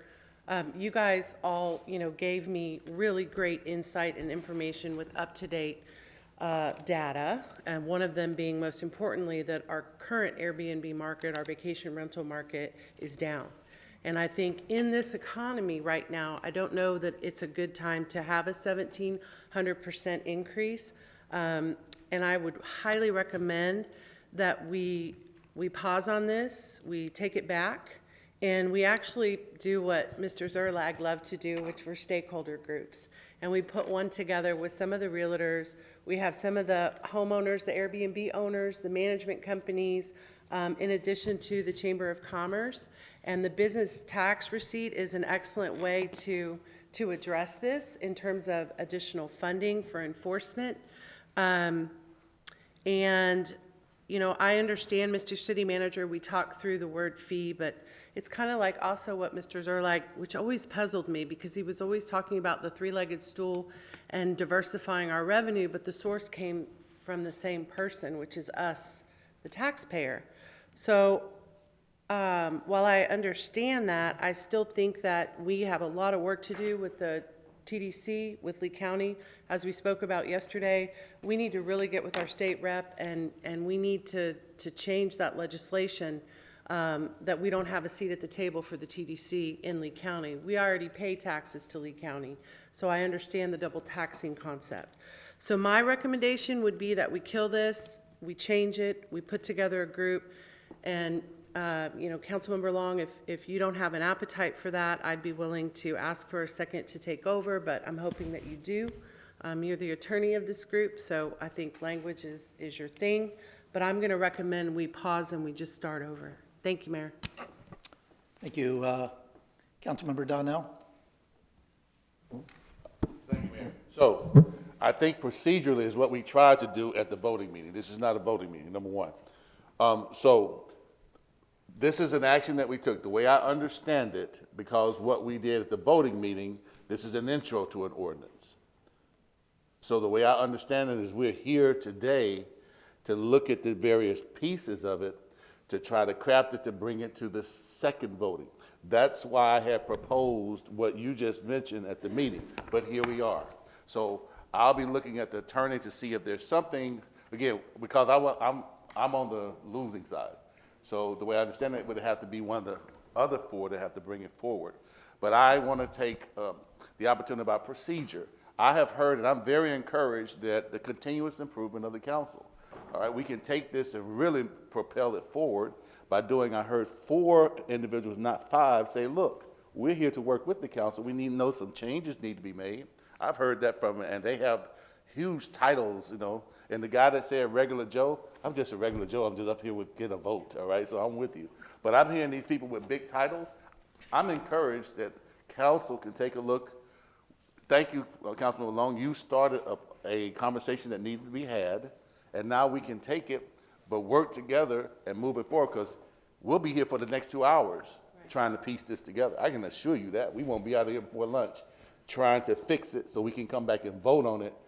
That's not, in my opinion, that's not going to, you know, that's not an effective use of time, and it's just not going to fit the bill. So I'm encouraging, I'm asking if that's how do we at least have the opportunity to vote on it? Well, we can't today. So we can bring it back and work with it and then bring back a collective piece. Mr. Mayor, if I could, I think I could dispel that pretty quickly without having to involve the attorney. That's what we're here to do today, was my understanding. So she says, let's scrap it, let's cut it. The argument that I had made last time to continue to move that forward was a procedural argument for future issues beyond this. Okay. My understanding was today was an opportunity for us to do just that, is to have everybody discuss the core components of it, at least give staff the direction that they need to bring something back, since we're all here. The individuals, the stakeholders, so to speak, are here to hear some of our critical points. I'll concede that's never going to a vote at the next meeting, because it's not going to meet the substantial change that we need in order for the discussion today to carry it forward to allow that vote. So for anybody that thinks that whatever we do here today is going to be able to be digested and then rewrapped for the meeting next week, it's not. So okay. And I understand why you would say that. So I should have clarified that at the front. But to say, oh, let's nix it, let's scratch it, that would actually be a waste of everyone's time, in my opinion, because there's only a few critical components here to dispose of, and then we have a hiatus. Staff can work on that. We'll bring it back in an ordinance based on our discussion here today. I understand. Thank you for the clarification. In closing, Mayor, I understand. That's not where I'm trying to go with it. I'm trying to literally, let's take what we have and get the people in the room and those beyond to work on something different and bring a totally new product back. That's where I'm going with this, just trying to get there. I don't know how to get there based on what we've already done. That's just one man's opinion. All right, so thank you, that's all. Councilmember Steinke. Thank you, Mayor. I too would like to see it scrapped, and we do so many things, and I'll use anything that involves building or construction in our area. We always involve the Cape Coral construction industry as it relates to that. And I see this as nothing else. It has a great impact in our area. We have a tremendous amount of tourism here, a tremendous amount of short-term rentals, a tremendous amount of annual rentals. We have a tremendous lack of affordable rentals. So a discussion around this and to make the changes that we're looking at, we definitely have to have some other stakeholders involved in the crafting of this, in my opinion. So I would certainly be in favor, and once again, I am not an attorney, but if there is a way to legally scrap it at this point where it's not coming up for a vote at our next meeting, I would certainly be a proponent of that. Because at that point, it's just a yes or a no. No matter what we figure out, it's just a yes or a no then, and there's just too many open switches right now that, at least for me, it'd be a no. I can already tell. I do disagree with a comment that was made that if the actual the $600 fee were to fail, then just by rote the tourist development fund ordinance would fail. I don't see that as necessarily true. I don't think that having a tourist development fund in our city is a bad thing. I think the way it's funded is critical. So how is it funded? And so when we look at that, let's call it the Tourist Development Fund, if that's designed to do things within the city that continues to feed tourism here, everyone in the tourism business, from hotels, restaurants, short-term rentals, everyone, cars break down while they're here on vacation, they got to get fixed. When people come here on vacation, everybody benefits from that. So those businesses that benefit from it should have an opportunity to contribute to something that the city is doing to attract people to their businesses. And we talk about the business tax receipts and whatnot. I believe, as I remember from my meeting yesterday, there's 260 different categories of business tax receipt. So if someone's in the business of taking care of our tourists while they're here, and the more tourists that come to take advantage of those things that we supply, well, that's a self-feeding mechanism then. And so I do sit on the Tourist Development Council at the county level, so we do have a seat there. The trouble is that it's not been a voting seat. And so relationships are important to make sure that motions can be made and support can be given towards things that benefit the city of Cape Coral. I have been successful in developing those relationships and never having a situation come about that we couldn't bring an issue to the table and it didn't garner support. Good Lord willing the creek don't rise, in June, we should get our voting seat. But so we are dealing with it at the county level, but that's nothing to say, if you've been to church ever in your life, you've heard that God helps those that help themselves.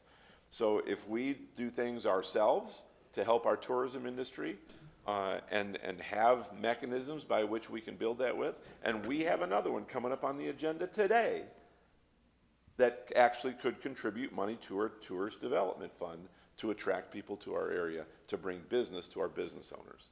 So I do believe it needs to be re-engineered, ground up. I don't think it's a matter of just making a decision on a couple items today. I have spoken with a representative from Airbnb. They have mechanisms available to us to help with enforcement, to help with collection. They have mechanisms to help the police department with enforcement. and with code enforcement, and they want to partner with us in this effort. I haven't heard a thing from Verbo, but it doesn't say we can't reach out to them and have Verbo involved with it too. But that's the whole part of getting a number of brainiacs involved to solve an issue like this. So thank you for listening to me ramble, but I would absolutely be in favor of scrapping this somehow right now, and let's go at it again. The intention is good. I think the initial direction was warranted. $35 one time, kind of silly when you consider the magnitude of the effect on our community by annual and vacation rentals. So that's where I would stand. Thank you. Councilmember Lehman. Yeah. I'm sorry, Councilmember Stanky, I don't agree with you or with Councilmember Lastra that it needs to be scrapped.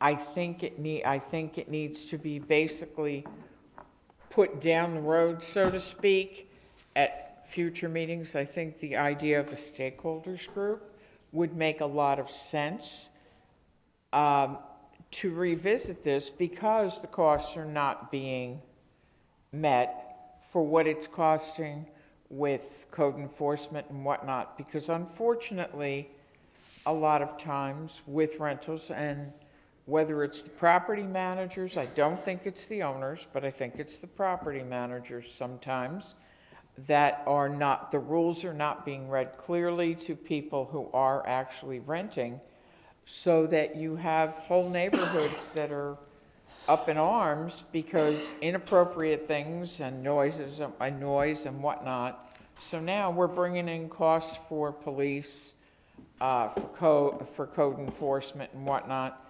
because things are just not appropriately being handled. So I think a stakeholders group would help this situation to hopefully then clamp down on the rules so that maybe we wouldn't incur the cost, so that then we're not talking about having to go to $600 annually. Thank you. Councilmember Long. Yeah, Mayor, thank you. I guess I mean, I disagree that it should be scrapped. I think for a couple of different reasons. I'm not necessarily all in on the discussion about just a fee recovery mechanism. I don't know that that was my intent. Just to tax for the sake of tax. We've had this in place for several years now at that rate, and if the idea was just to recover costs, then it should have been the case that we implemented that back then. The idea of this was it was a bit of both, which I think is where you ended up, is baseline fee recovery, and then we'll talk about whether we wanted to do anything on the top of that. I did forget to mention that this isn't something that's new. So originally when I got my second, I went out and I looked and I said, what other cities or what other communities are doing this? And so I think even some of the individuals that spoke that have addressed these issues throughout the state would acknowledge that there's dozens of cities in Florida that do exactly that. So as it specifically pertains to short-term rental fees, Bay Harbor, Cocoa Beach, Coconut Creek, Cooper City, Cutler Bay, Davie, Destin, Fort Myers Beach, Fort Lauderdale, Hollandale Beach, Alamorada, Melbourne, Monroe County, Palm Coast, Pinellas County, Pompano Beach, Sarasota, St. Augustine, Sunny Isles, Tequesta, Lauderdale by the Sea. The cheapest on that list is $350. Most expensive is $2,500. So we're not inventing something here that's out of the ordinary. In fact, what we have had in place for several years is way below that average in the customary. So certainly welcome the discussion, but there's data to show that we're not the boogeyman here. This is something that should have been in place long ago. Fort Myers Beach, for example, is $300 a year plus $100 a bedroom. So there's direct comparables immediately surrounding here and all the way throughout the state that would warrant further discussion. So to nix it is not something that I would support. And then also with regards to the fund, you could buy a new wallet, but if you don't have any money to put in it, then you're wasting space in your pocket. So the idea here was to create the registration fee, and then off of the commercial tax rate, or the commercial market, rather than the individual property owners and the residents throughout the city, which is typically not the way that we generate revenue to handle the needs of the city. So that was where I crafted that, and the desire that came from. To say, well, I think that the fund should stay, but the fee go, that just means that we're going to have to, more likely than not, fund it through sources that would come at the cost of all taxpayers rather than the commercial tax base. And that's not something that I would support. Thank you. Thank you. Councilmember Kadouk. Thank you, Mayor. So I have a lot of questions. In 2021, I believe, is when the $35 fee came about, and this was to gather the information of landlords, and that was to encompass annual rentals and any type of Airbnb. So the fee, the registration fee, was so that we had their information. Going forward, we haven't touched the fee, and I'm good with that. Councilmember Long, how did you land on $600? And it, you know, just a general baseline, you just listed a bunch of cities. Was it just an average, or? Yeah, it was an average. Like I said, based on all the data that I'm having here, that was sort of the middle ground. It was also with the understanding that you've got to have a starting point for negotiation. Obviously, there's no way this council wouldn't want to put their fingerprints on anything that's done, and so it was certain that that was going to be brought down to some degree. So that was the starting factor. I think we all agreed, which is how you got your second, that the $35 is too low. And I think we can still, and I think, by the way, for the record, I don't think we should scrap it. I think we should discuss this now so that we can give city staff direction. Right. And we can actually get this conversation going, and we should still create this stakeholder group, but we should get a temperature check of where we all are and why and how we can form this. I think $35 is too low. I'm not set on a annual or a one-time fee, but I do think that and the intent in 2021 was so that we can gather the information of these landlords. Some of them are overseas, some of them are in layered LLCs that you can't find, so that was the intent there. Now, do we want the fee to be for annuals and short-term rentals? Because in my humble opinion, growing up in Cape Coral, yes, Airbnbs can be a nuisance, but also so can annual renters. They don't take care of their properties, which is why the $35 fee came about. With that, what is the enforcement mechanism? I know that Airbnb can help with that, but how do we enforce our annual renters? And I have some on my street that I know are annual renters because I used to live in the house, and they aren't taking care of their properties. So what is the enforcement mechanism there? And then also, do we do a separate fee for annual renters versus Airbnb? And then how do we incorporate that? What does that enforcement mechanism look like? Finally, when does this go into place? Like, is it as soon as we adopt the ordinance?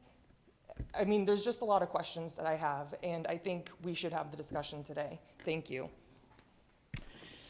Guess I'll jump in here real quick. You know, for me, when you look at this, first of all, when we vote on an item, we're voting on the ordinance and how it's written. Doesn't really matter what the spirit was in writing it. It doesn't matter what the intention was. When you're voting on an item, it's crystal clear in the ordinance what we're voting on, and that's a simple yes or no.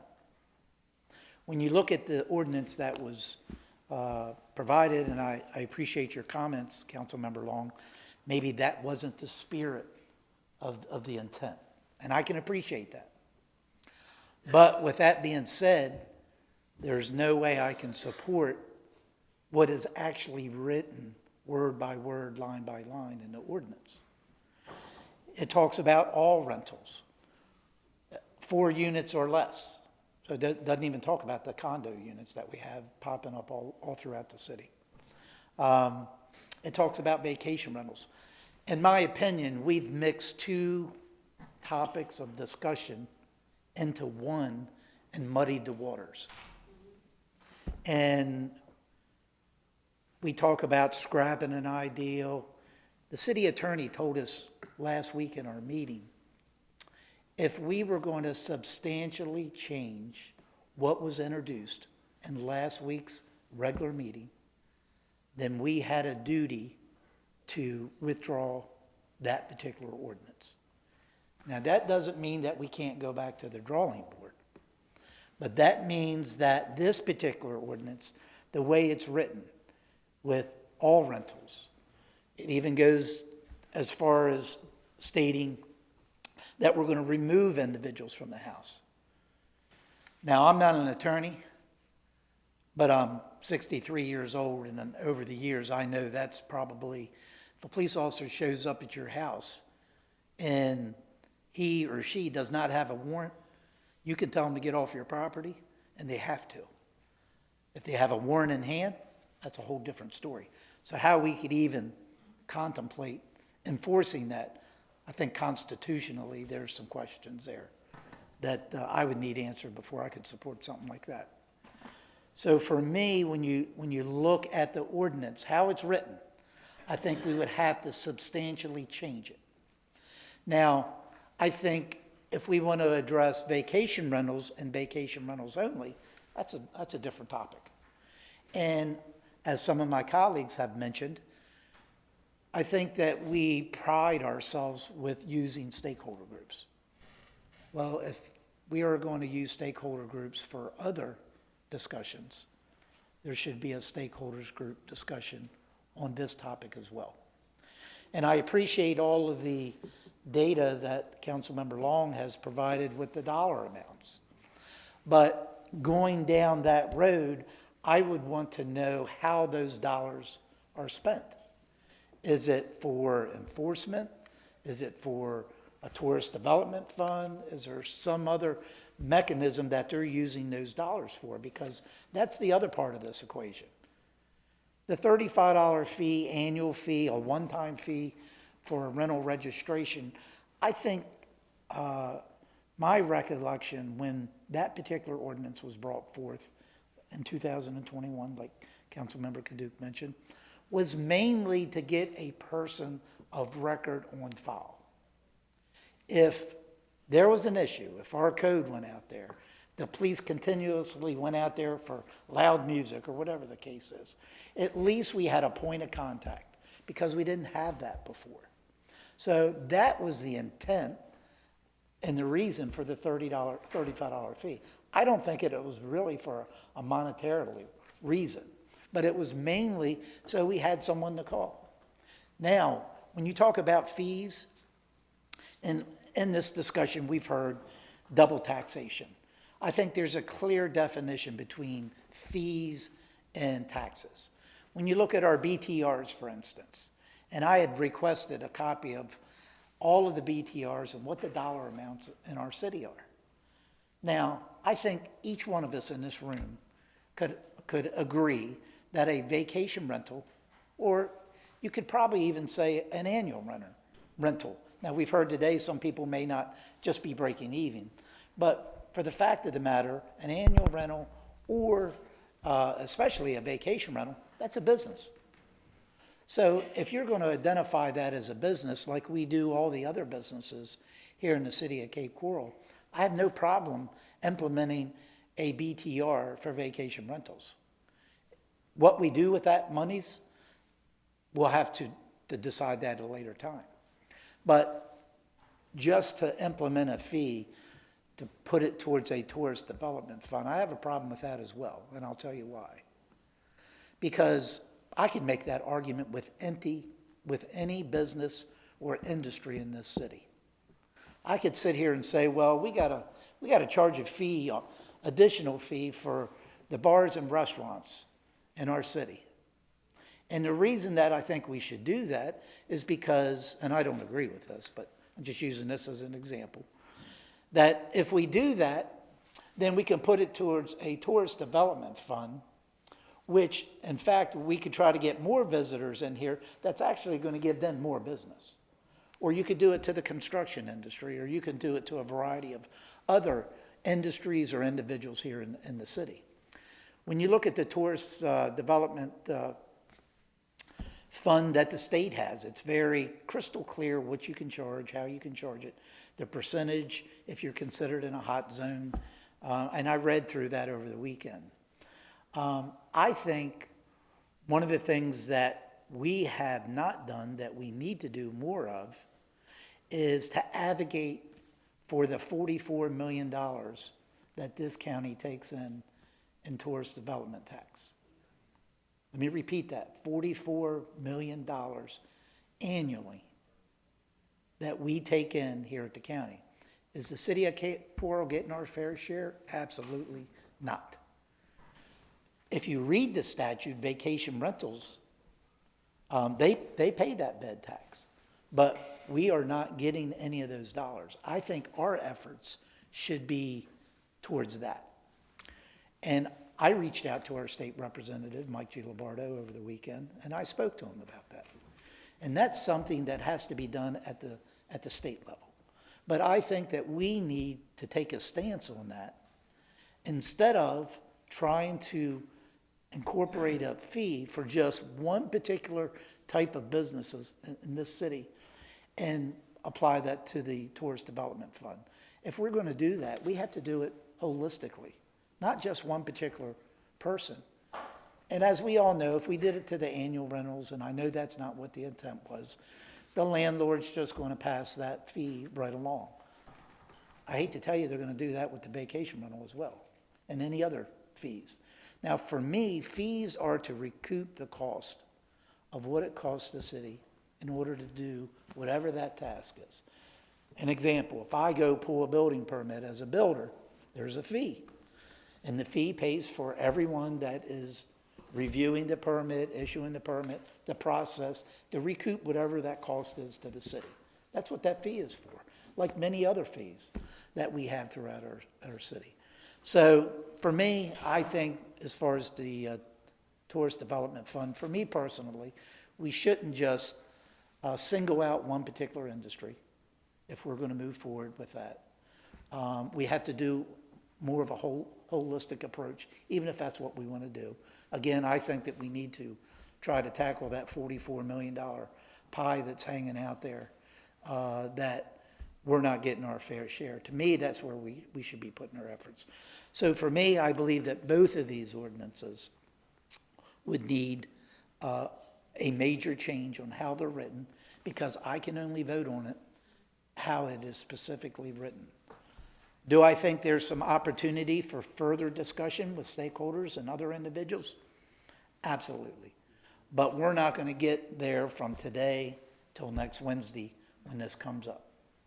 So for me, I will support not moving forward with either one of the ordinances, and maybe readdressing the concept, the spirit of the intent that Councilmember Long had mentioned, and involve some stakeholders, have that dialogue, bring that information back to council.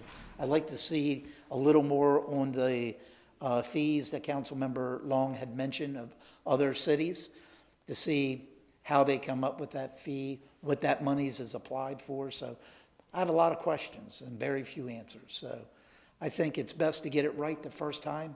If that means we got to take 2 steps back before we take 3 steps forward, and that's what it's going to take to get it right, because in this case, I think we got it wrong. So that's my position. No, that's me. Councilmember Steinke? Yeah, thank you. I just wanted to clarify, not all my words were being considered. I was not in favor of scrapping the idea. It was on scrapping the ordinance as it currently exists, because I feel the same way that the mayor just expressed. We're going to vote on the written word, and the written word requires too much work, in my opinion, that we'll be ready for it next Wednesday. So if we do this without involving a stakeholder group and reworking this, it's putting the cart before the horse. So my idea was not to scrap the idea, not to scrap the topic, not to scrap the subject. It was to scrap this ordinance, if in fact we could do that. And I believe what I've heard is we can, based on the fact that it would need to be substantially changed before it would be brought before us for a vote next Wednesday. And if in fact it needs to be substantially changed, then it would need to be reintroduced. And so if it needs to be reintroduced, let's wait until we get the stakeholders together before we reintroduce an ordinance that we would be expected to vote on. That's where I stood with scrapping, not the idea, not the topic or subject, but that ordinance as it's written. Thanks. Councilmember Kilrain. Yeah, very similar to what Councilman Stanky just said. I missed a couple things in my opening only because I wanted to get it up here and get it moved forward a little bit quickly. But I missed the whole property rights thing. And I think that we really overlooked a little bit of due process in that, and I certainly am against that. So, and my intent, just so people can clarify this, I feel that there's no value in pursuing the ordinances written, because I would not vote for either one of them too. And basically, I think that it's critical that we involve the stakeholders, including the property and maybe the VRB people, and also the property management people, and come up with a mechanism by which we could address both the fee portion of it, in addition to what's right, whether long-term or short-term should be involved. I like the idea of having the opportunity to pursue a fund that would be able to incentivize tourism, but we already have that. And I would also be on the same page of making that work better for us, since we produce 47%, I think, of the income that goes into the bed tax right now. Let's get our 47%, or at least a better percentage than we're getting right now, just as you had mentioned, Mayor, with respect to legislation that would affect that and be able to help us in that area. So I'm for scrapping these both, just to clarify that, and for coming up with, through the stakeholder groups, with something that would work better, that would solve the issue with the short-term rentals, and then work on the longer-term issue from a legislative standpoint. And if there's other mechanisms out there by which we could create a funding source to incentivize tourism, like the sponsorship opportunity we're going to talk a little bit later today, certainly not turn any of those things down. So, thank you. Councilmember Kadouk. Thank you. So, yes, just to clarify, I'm not for scrapping the ordinances altogether, and I think I said that. I just wanted that to be clarified. I think we should be working out the kinks of giving direction to staff and the stakeholders group, so that the stakeholders group doesn't come in and just say no, no, no, no, no, no, no. They work together with us and staff. I also had a question. Have we, even in 2021, have we ever asked the property appraiser for a list of non-homesteaded properties? Because I'm trying to find a way that we would even be knowing if this is, you know, what's a rental, what's not. Like, how do we go about that? We get that annually. We often run analysis on homes that are owned by non-real persons, and then the ones that are owned by real persons, which ones are homestead and non-home. We get that annually with our assessment data. In July? Oh, daily? We get an update. Yeah, we get a nightly update. Wow, that's awesome, and that's great news to hear. I think that that type of information should be used when we're thinking about how we go about enforcement, and I mean that in the staff level. Obviously, the stakeholders group can help come up with the fee. Is it annual? Is it one time? And for me, and I think I stated this on my last comment, is the $35 was to capture the information of people, whether you're an annual renter or a short-term rental, and I still think that that should be how it is. Whether that fee is reduced or greater, that's up to, I guess, the stakeholder group bringing that back to us. There are annual rentals that have problems as well. We can't just turn a blind eye to them and just target short-term rentals, in my opinion. Short-term rentals, both are actually businesses. I'm a loan officer. I stare at people's tax returns for a living. They're all on their Schedule E's. This is all a business. So the business tax receipt, I know you had mentioned that it goes straight back to the Economic Development Office. I don't know if that's a route that this can go, or this is specifically driving tourism, and the more that we put that money into the fund, yes, we have it at the county level, but we all know that we fight for those dollars and we barely get anything in return. This gives us our own earmarked funds, in turn creating more tourism, which in turn is now making more Airbnbs and increasing the rates and people having things to stay, play, and do here in Cape Coral. So yes, I have a lot of questions. I'm for scrapping it as it's written today, but I'm not for scrapping the ideas in general. Thank you. Councilmember Law. Thank you, Mayor. Yeah, look, I'm not married to the idea. I think all I'm doing here is trying to advocate for something that I got a second to work on.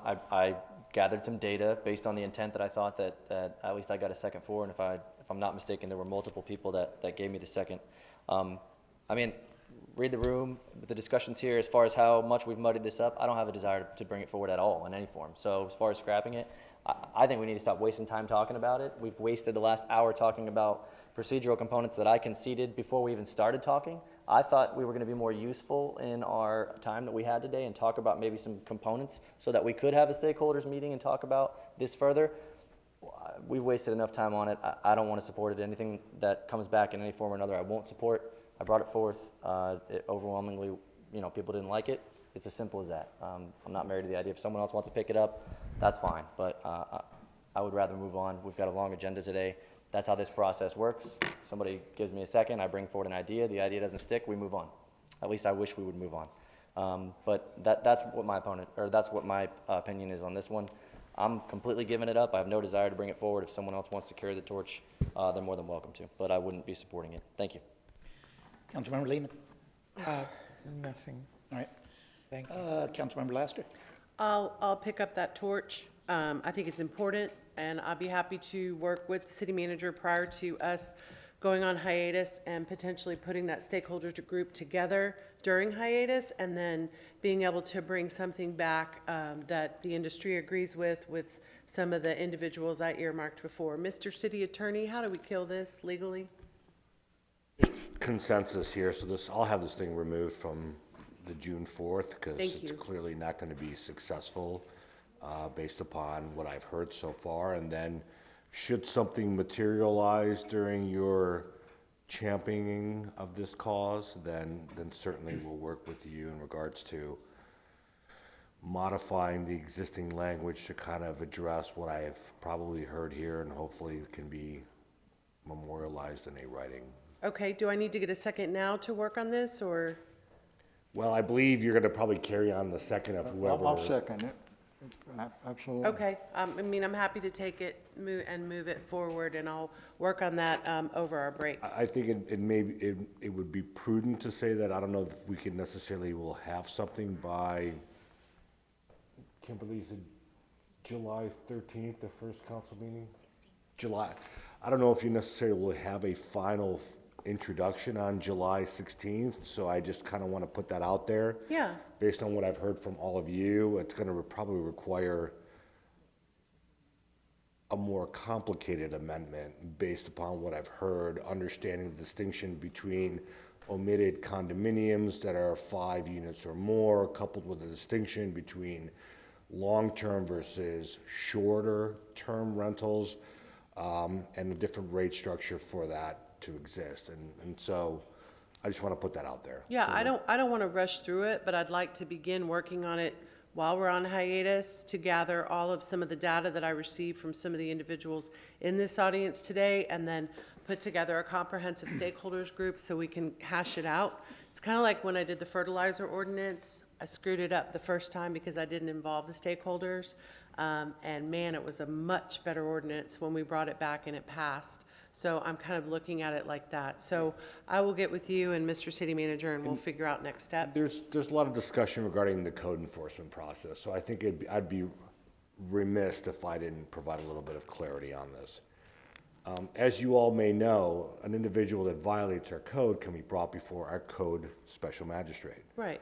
Pursuant to Florida statutory law, any order that is issued by that code special magistrate carries the force of law and effect, which means that once that order has been issued, it is the responsibility of the city by and through the police department to enforce that order. So I want to make sure that you guys all understand that. So the moment that that special magistrate identifies that an individual has failed to comply with something that the city has enacted, that carries the force of law in effect, which means that when law enforcement goes out there and enforces that order, they have the ability to ensure compliance.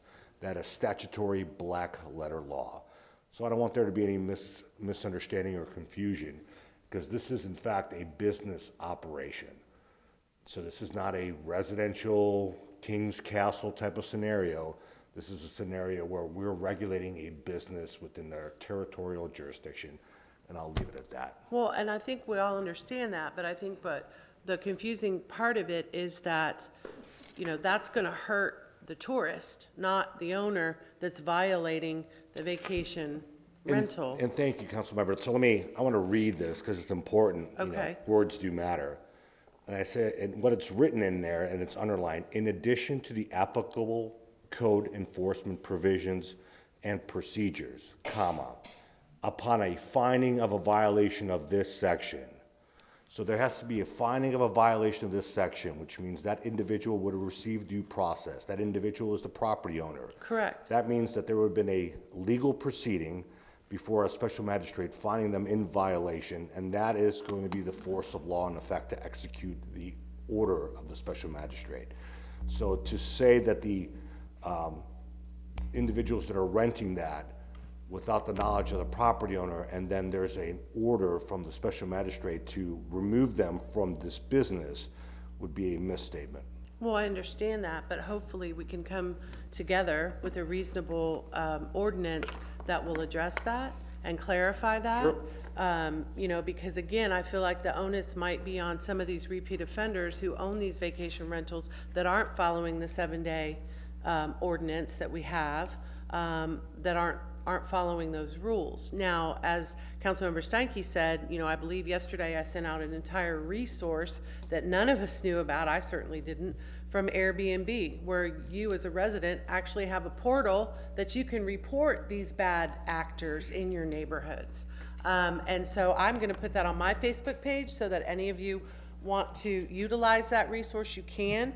And the other thing is that, you know, law enforcement, there's a law enforcement portal too. So from my conversation, they are willing to help us with the enforcement, and I just feel like it all needs to be clarified. So I will take that on, and I will work with some of the individuals here today and anyone that the city recommends as well, so that we can get this organized and straight. Thank you, Mayor. And to clarify, Mr. City Attorney, we're going to withdraw ordinance 26-25 and ordinance 27-25 from our agenda for next week. Is that correct? That is correct, based upon the consensus of the council as of today's meeting. Okay. All right, Councilmember Steinke. Thank you, Mayor. Just one thing for Councilmember Kaduk and others that may not have been aware of it.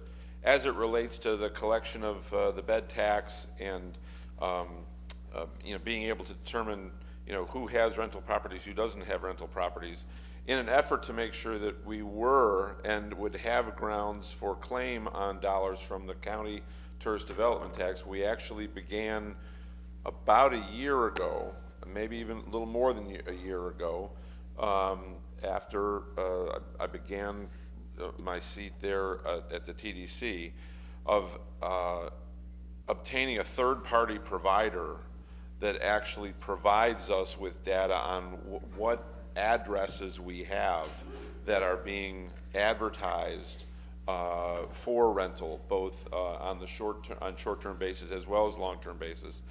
And it's that information that we're compiling, where we come up with the number of short-term rentals that we have, the number of long-term rentals that we have, and the dollars that are being created by that. We've actually got down to how many nights are being rented, check in, check out. So we've begun this process a ways back so that we can ensure compliance other than just looking at homesteaded properties versus non-homesteaded properties. And the other is, I would just serve up, you know, once again, going back to the black and white of the issues, you know, I truly believe that the two ordinances are separate. The problem that I have with ordinance 27-25 is the funding source. What the money would be used for, the fact that we would have a tourist development fund, I think is a good thing. The problem I have is the way it establishes how it will be funded. And we have another item on our agenda today that I believe could be a good funding source for it.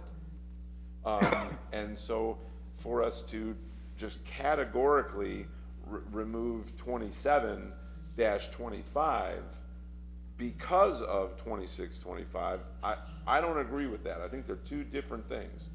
But the problem that I have with 27-25 is that it narrows down the way it is funded to those dollars that are created by 26-25.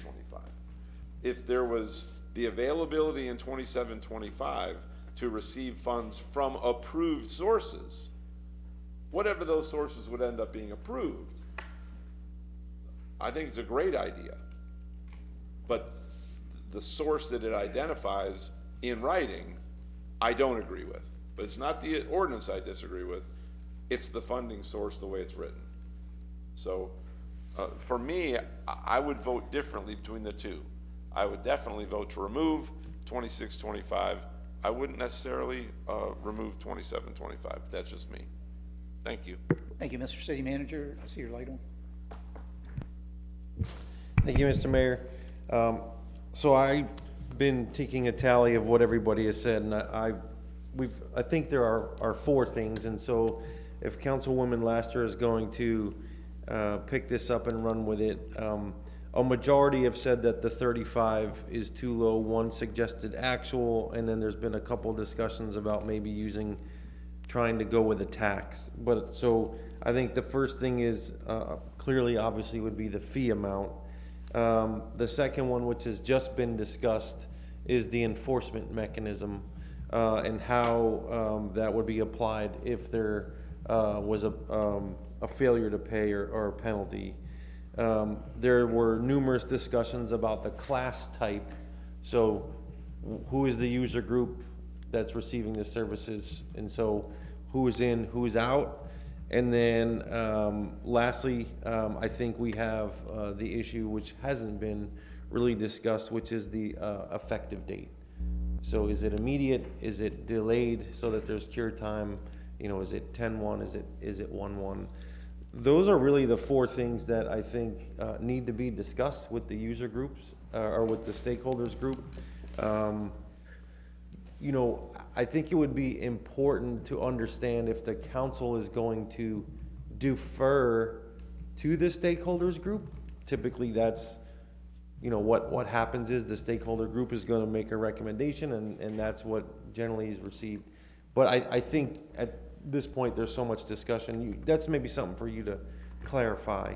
And then I will say this, you know, the responsibility of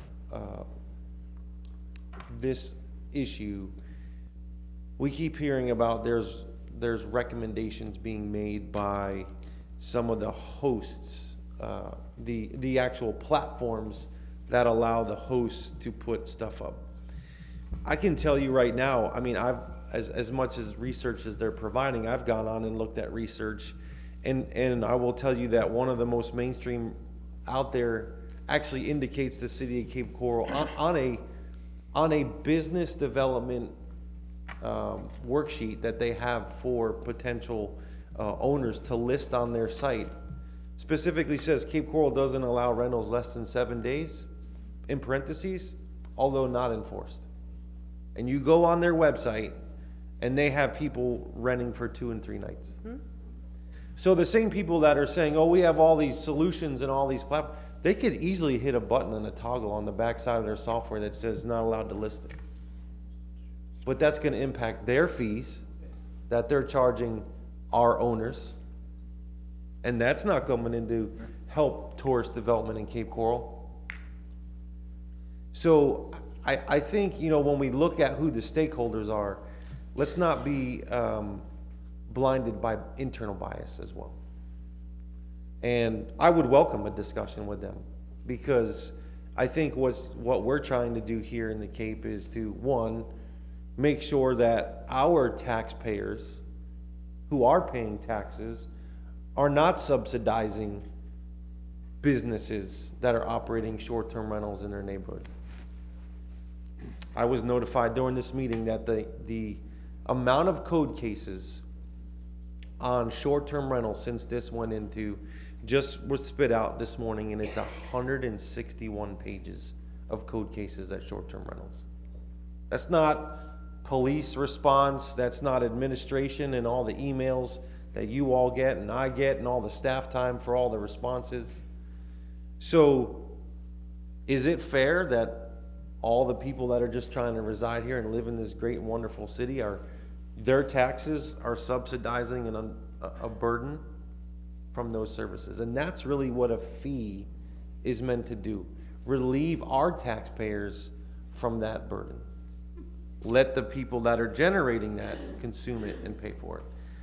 So I think there is opportunity for a healthy discussion. I think really the amount of items we have here is not unbearable. I think the group, whether it's the short-term rental group, the realtors, the homeowners, the taxpayers, the government, you all, I think that list of items to get to some consensus is not far away. And I think easily we can accomplish it by the end of the year.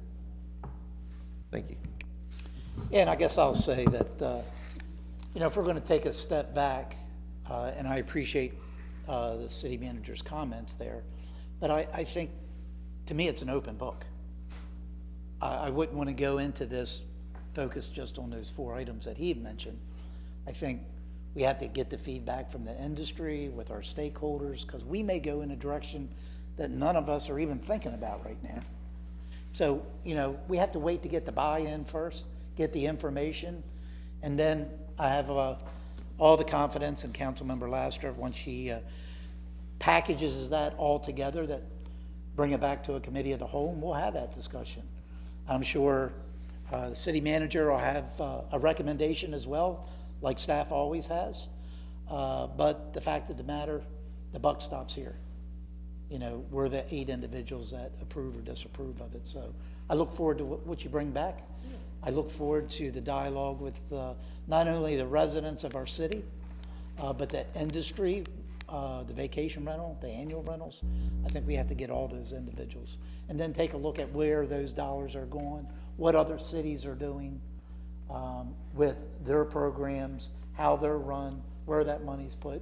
So I think it's a big picture here we got to look at. So, Councilmember Laster. I totally agree, and I sense your frustration, Mr. City Manager. We may have our second fight. I'm just kidding. And I agree. I agree with all of that. And we may come up with, I met with some of these property owners, or property managers who manage properties that don't follow the 7-day, right? And they told me, maybe the day isn't, maybe it's not 7-day rental. Maybe we go back to 5-day rentals. I don't know. But I say, I want to kick it old school. I want to bring everybody in a room. I want to do exactly what I did with fertilizer. I want to put up my Post-it charts, and I want to hit every single point that you mentioned, that they've mentioned, so that we make sure we have a comprehensive ordinance for all of us up here, my team, to review. And it's comprehensive, and we think about the enforcement piece. Airbnb, yep, you need to click that button. Why haven't you done it? They need to weigh in on it. They need to tell us. Now, what I heard from the gentleman that I spoke with former Councilmember Tate, he told me that he was following Lee County's ordinance, which doesn't clarify the 7 days. And then I also heard from a realtor yesterday who said state statute preempts city ordinance, which I was educated yesterday, no, it doesn't. So we have a lot of questions and a lot of misinformation, and my hope is we bring it all together, kick it old school, put everybody in a big room, write all the concerns on, and then hash it out. And it may take, 3 8-hour meetings. It may take 7. I don't know. It'll just depend on how big we want this stakeholders group. I have some ideas of individuals who I feel are experts, certainly Kevin Besser from Royal Palm, some of the individuals that contacted me that are not only realtors, but they also have property management companies. And then, of course, the people that own the Airbnbs, and then residents, because you're right. I don't have an Airbnb. I'm not that bougie. And, I don't have one. And at the same time, do our residents want to pay? Is it fair for them to pay for the Airbnbs? I don't think so, but I want to hear from them too. So I will work with you separately, offline. We'll talk about the stakeholder group. I will reach out, put my list together, you put your list together, so we'll meet somewhere in the middle, and then I'm happy to reach out to them and bring them all in and set up meetings throughout the next few months. Thank you, Mayor. Okay, I think we've gotten through that discussion. I know Sands Bridge is are going to be our next discussion. I know we've been here since 9 a.m. Why don't we take a 10-minute break, go to the restroom or whatever we need to do. We'll come back at 11:50.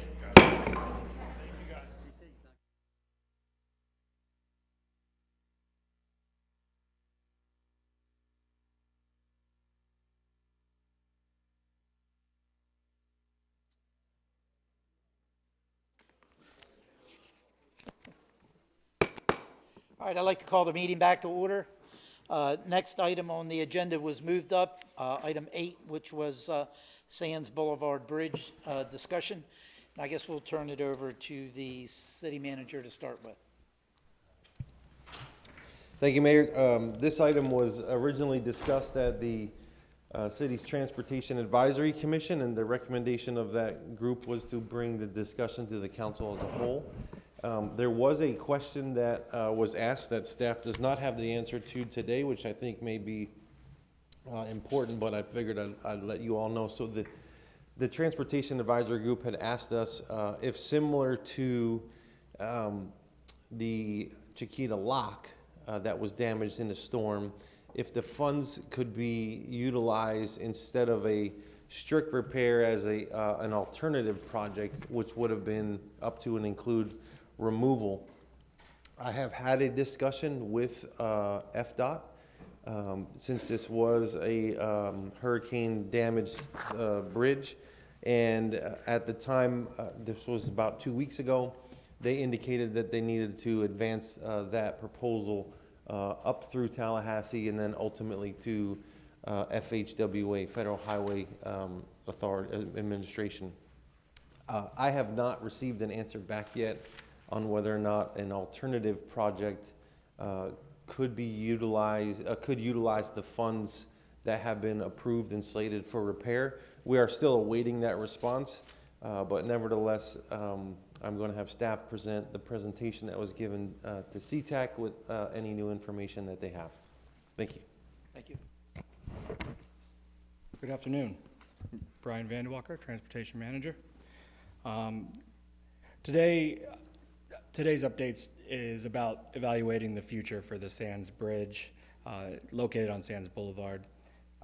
Staff has compiled some updated findings and for mitigation needs, cost options, and to help council support a decision on whether to repair, replace, or remove the bridge.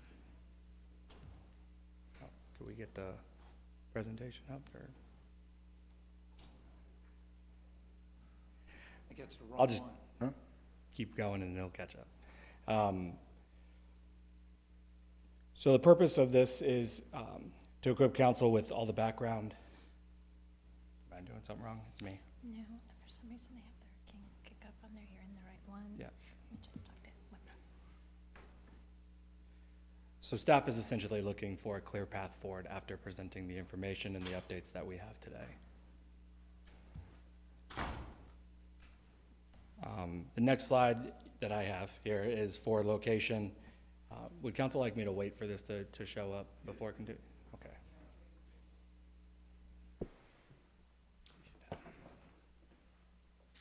Okay. Mr. Mayor, may I have a question, please? Sure, go ahead, sir. Mr. City Manager, at the conclusion of this presentation, the purpose of it and what you're looking from us is to? It was requested by CTAC that the presentation be given to the council for input toward the city administration on information that you all will ultimately need to make a decision moving forward. I will tell you that one of the people that came and spoke during citizens input mentioned a whole-scale analysis of our bridge. I can tell you that I think 2 or 3 years ago we did start and conclude a bridge master plan that looks at the life cycle of all of our bridges. They are inspected every other year by the state, and so we know the current status. We've been budgeting money for repair or replacement or removal. Removal, I think this may be the second time removal has come up in my history in 24 years working with the city. The first set of bridges that were discussed for removal were those on Old Burn Store. And at the time that discussion happened about a decade ago, we did not have the new fire station on Burn Store Road right in the middle of kind of that service territory. And so the responding units that would have been coming from Embers or all the way on the north had indicated that there would be some significant delays in public safety response. So that at the time was deferred. removal is an option that we have always considered applicable for any of the bridges in our city's bridge network. There are some bridges that, this one, Sands being one of them, that may only service 1,000 homes. There are other bridges like those on Del Prado, Chiquita. You take some more major bridges, Diplomat, that may be serving 20, 30,000 cars a day. And so we have always kind of approached our bridge maintenance and bridge master plan with removal being an option that could and may make sense as we move forward, approaching the end of life for our bridges. So I don't know if the community knows that. People come and go, some people move, but there are bridges in our network that serve a very small population and don't necessarily serve a critical transportation need, but more a localized convenience. And so those are the ones that we would really look at. Does it make sense to reinvest or rebuild as opposed to just removing? So in conclusion, I'm hearing you say that this is just information purposes today only, and at some point down the road, whatever that point might be, council will be tasked then with making a decision. I think that is the intent. I wasn't at CTAC, so I'm not sure what the intent was to bring it to the full council. I can tell you today, if the consensus from you all is to repair, there will be no more discussions about remove. Conversely, if you all tell us the consensus is to remove this bridge, we will take that direction. So, administration always stands by for direction. But I believe the intent from CTAC, and I don't know if maybe you all want to clarify what the reasoning was, but I think it was, this is much bigger than just a CTAC discussion. Maybe we need to have a larger discussion. So I think that was what the intent was. Thank you. Thank you, Mayor. Do we have all the data today to be able to make that information or make that decision? I can speak to that if you. You have the data that we have available. I know CTAC specifically asked a question about whether or not we could redivert federal funds towards removal. That question is pending. It's already been put before FDOT, and they told us to get an answer. They'd need to go through Tallahassee, up to FHWA, and then back. I don't believe we have that answer yet. Correct. So that was pretty critical. That was a piece of information I know that committee asked. There may be more, and if you all would like to let us know, we can continue the discussion. So a meeting about a future meeting. Essentially. Wonderful. Thank you. The idea was to hold out and wait for those answers to come back. No, I understand that. That from was the staff's state. position. So, but with the temperature of this topic, staff decided it would be a good idea to get out in front of it and get out at least the information that we do have, allow the remainder of the council that does not sit on CTAC to be informed. And so that is the main purpose of being here today. So on the screen now, we have the location. This is the Sands Bridge over the Eternity Canal right at Southwest 52nd Street. A little bit on the project background, just everything that brought us to this point. We originally entered into an agreement with FDOT post-Hurricane Ian. The city was responsible for 20% of the cost for the design, which is about $22,000. And the rest was federally funded, and the goal was strictly to restore the bridge to the pre-storm conditions.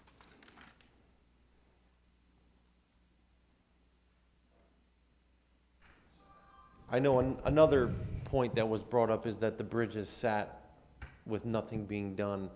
I would like to call out, you look at item number 4, we didn't even receive an authorization from FDOT to begin that design work until June of last year. So it wasn't that nothing was being done. I will tell you the regulatory burden in order to receive federal dollars and do repairs, if it is not considered an emergency, takes time. And this, the community, I think, some of them had made statements that, we had a responsibility to perform that work, and I want to reassure them that staff has been working on this since Hurricane Ian. It's not that this has not gone anywhere. What was done was there was an immediate inspection. There were divers sent into the water. The bridge was inspected. It was not deemed to be an emergency, and so it went into a permanent work repair process. and that just takes a lot of time. And so, if nothing else, the community should know that we always take life safety and emergency repairs serious, but once it clears regulatory thresholds to not be that, we fall into a different process that must play out. Thank you. Mr. City Manager, real quickly, with regards to item 4, can you provide a follow-up? I know you don't have it on hand, when we would have requested that work authorization from FDOT? We can provide that follow-up. Thank you. Thank you, Mr. City Manager. Continuing on with the project background, the project was progressing on schedule, but 2 things changed that. The first being the permitting needs beyond the original scope were identified, as well as new physical damage was discovered during a March site visit that forced us to reevaluate all of our options. So the March inspection showed that the seawall had deteriorated further. What was originally a repairable condition now requires a new approach, and the articulated concrete block fix, which was originally slated for in the design, is no longer viable, meaning that a repair would require a full redesign. Into the current status, we have closed the northbound lane to reduce traffic loads and ensure safety. Our consultant has also recommended that some interim mitigation be implemented to prevent more erosion while permanent plan is finalized. There's some pictures there of the current status underneath the northbound bridge. Moving into the options and cost comparisons,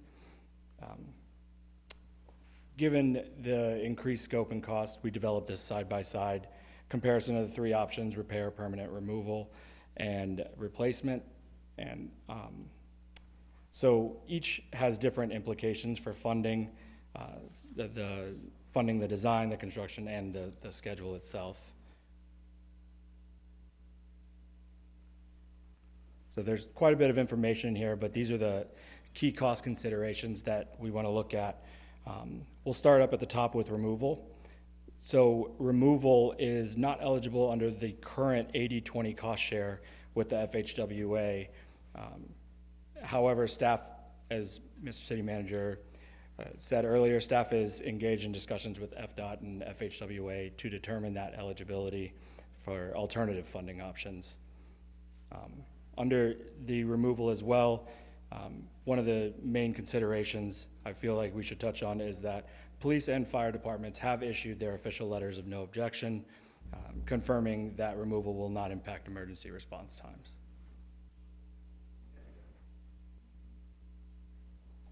Moving down to repair, the repair is eligible for the current 80-20 cost share. However, an amendment to that agreement would need to be made to encompass the full redesign and the increased costs. Under replacement, funding support may be considered, but only up to the level approved for the repair scope. So I don't know if that makes sense the way I worded that, but essentially, under the agreement that we have, the 80% of the repair would be covered. If we were to replace, that same dollar amount could possibly be attributed to the replacement. So the implications of that and what that does to these costs, I've kind of laid out. For the removal option, we're not quite sure yet. We're still waiting on that to come back on what that cost share would be and what alternative funding options the city has for the removal. On the replacement, with matching the repair scope allocations, the city would be looking at a total cost, just bottom line of this, the city would be looking at a total cost of about $2 million, $1.9 million. The repair option is a total city cost of that 20% equals out to $341,000 for that. So that's some of the updated information from what we have received. Again, that's not a full picture of everything, as we're still waiting on some information and come back on the permanent removal option.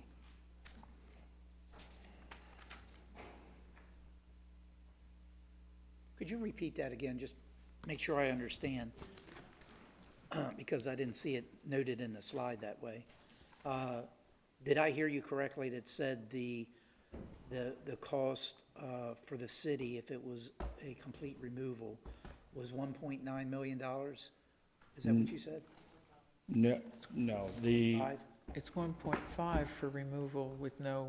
The removal currently, we can't speak to any cost allocations or cost shares. So the amount there, is 1.4, 1.5 is what we have that we can stand on right now. I'm sorry, I thought you said 1.9. I was trying to figure out where. Sorry about that. I can go back through. Removal is at 1.5? Nope. I know the 1.5. Okay.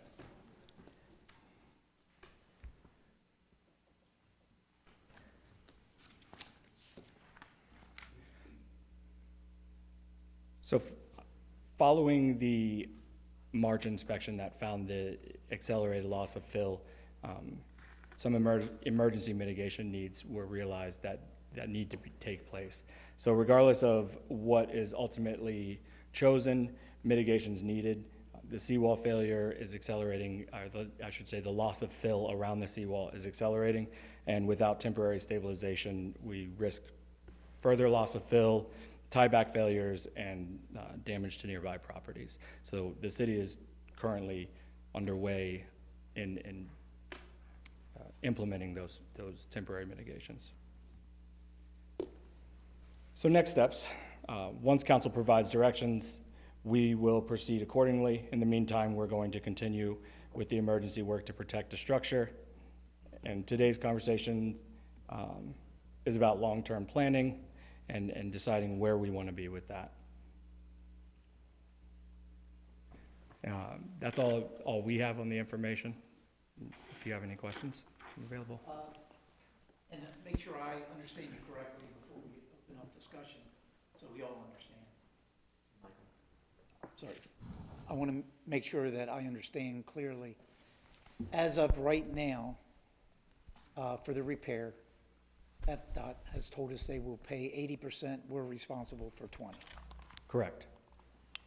But there's been no determination whether they'll do any cost sharing, whether it's replacement or removal. Is that a correct statement? Partially. There has been conversations leaning towards, yes, it would have to be an alternative funding agreement, and what that funding agreement would be and where it would come from is what we're currently waiting on and what the city manager spoke of before the presentation. Okay, and I think it would be important to mention, because it wasn't in the presentation, I know CTAC had a discussion. Was there a recommendation by the members of CTAC, and if so, what that recommendation was? There was. So during that CTAC meeting, the committee voted, and their recommendation was for removal. And so that is why the recommended is there on this slide here. Okay. Is that all of the staff presentation? Excuse me? That's all the staff presentation at this point? That is. Councilmember Kilrain? Yeah, just a couple of questions. Could you go back to the slide that shows the utility runs there? Probably the first slide. What size what utilities are going up there? What size are those casings? I believe it is. So there's a 10-inch water line and a 16-inch irrigation line. Okay. So if we were to replace, we'd have to bore? If we were to replace? Yeah. I don't know. No, I'm sorry. If we're to remove. We'd have to. Remove would include a transition to subaqueous lines, yes. Like Okay, going what kind of casing would you run in that? I don't have that information. Okay. What size did you say those were? 10-inch and 16.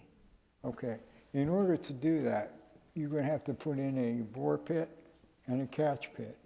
And you're gonna have to go back up pretty darn far to be able to transition the angle you need to get underneath there, because you're probably talking about, what, 6, 7 foot draft on the water line. The bridge is probably 12 feet, so, and your utility lines, how deep are they now in there? I'm just trying to figure out how far back you need on the repose. I can find that information for you. Has any of that been calculated in consequence into the no total removal part of the cost? Has all of that been calculated in? Yeah. It has. We spoke with utilities and measured it against similar projects for subaqueous lines from UEP and other utility projects. Okay, I didn't catch your answer though on the borings. Have you talked specifically about the borings? How they would accomplish those? How they would accomplish it? Yeah. We just were in discussions on the cost and gave the exact location and what was there, and the utility department everybody that we spoke with determined all of that. So, I mean, that can be a significant portion of the removal cost. and those costs, I mean, our estimate is in there. There's also, worked into every estimate that we have here is a 20% contingency for these unforeseens that you're mentioning. Okay. Is there a detail around that's available on what that estimate was? Because I haven't seen that detail. We can send that back out, I would yes. love to see that. If you Yeah, wouldn't we can mind, send it to please. council out, the actual breakdowns. Current condition of the bridge. The inspection occurred in March that found additional damage from the other 2 hurricanes, correct? Correct. So we know that we lost a bulb on the seawall deck, and we know that the tie rods are coming loose on that seawall? They're being bent, yeah. Yeah, so your mitigation procedures from a further deterioration standpoint, what are you doing? Putting in fill, or are you putting in rock? What are you anticipating doing on that? So we're working with a consultant to get an engineering design for this. The idea is to not mitigate the wall itself from moving, but to mitigate the amount of fill coming in and being lost. And the initial discussions were adding in sheet piles to block parallel movement of the soil and further erosion, and another sheet pile in between the bridges as well. Okay. Did the repair contemplate vertical walls? And you're going to vibrate those in, pound them in? We haven't gotten all the way in, but I'm sure that's... Okay. Have you taken a look at a concave seawall? Only because if you did a concave seawall, it has energy dispersion capability that would be greater than a vertical, and it would help support the bridge abutments. Have you looked at any of that? There has been no reason to look into that until now. We can definitely, depending on the direction that council gives us to proceed, we can look into replacing the seawall with the concave seawalls and those options. Getting back to the 80-20. 80-20, the repair estimate was based on up to the damage caused by Eon. Has it included any, or is it more recent? The 80-20 cost that I provided is 80-20 of what the current repair, design, and construction would be. An amendment would be needed because we are in a current agreement for a much smaller scale design, and so we would have to submit an amendment to our reports from the consultant, but we've spoken with FDOT and FHWA, and that's all that would be needed. We would amend that, and the 80-20 cost share would be applicable to the updated costs. So the updated, that incremental piece would also be applied to the 80-20? Okay, so we're talking a little bit more than 341 then for repair, right? I'm not following you. The incremental piece would be added on? Yeah. What incremental piece, sir? I'm sorry. Okay. All right, thank you. Yep. Thank you, Mayor. All right, Councilmember Lehman? Yeah. In the when we're talking about the repair estimate, and you're gonna have to tell me, because I'm not that great with bridges, and yes, I've looked at it, wouldn't it be easier to replace than to try to get under it, because you have the damage to the abutments also? So to repair the abutments and also try to repair that north seawall that's collapsing, wouldn't replacement make more sense? Because then you're not, you're not worrying about cul-de-sacs, like with the removal. Are the cul-de-sacs included in this Yes. cost of removal? Yes, ma'am. The cul-de-sacs are included, and the relocation of the pipes and the additional dredging Yes, ma'am. are all part of that cost. But with the removal, the city is going to basically incur the entire cost, whereas with repair and possibly... That is still to be determined. That we have ongoing conversations with FDOT and FHWA about alternative agreements for cost share and funding. Cost sharing funding on repair or replacement, And correct? removal. The ongoing discussions that the city manager spoke of prior to the presentation were in regards to the removal of the bridge.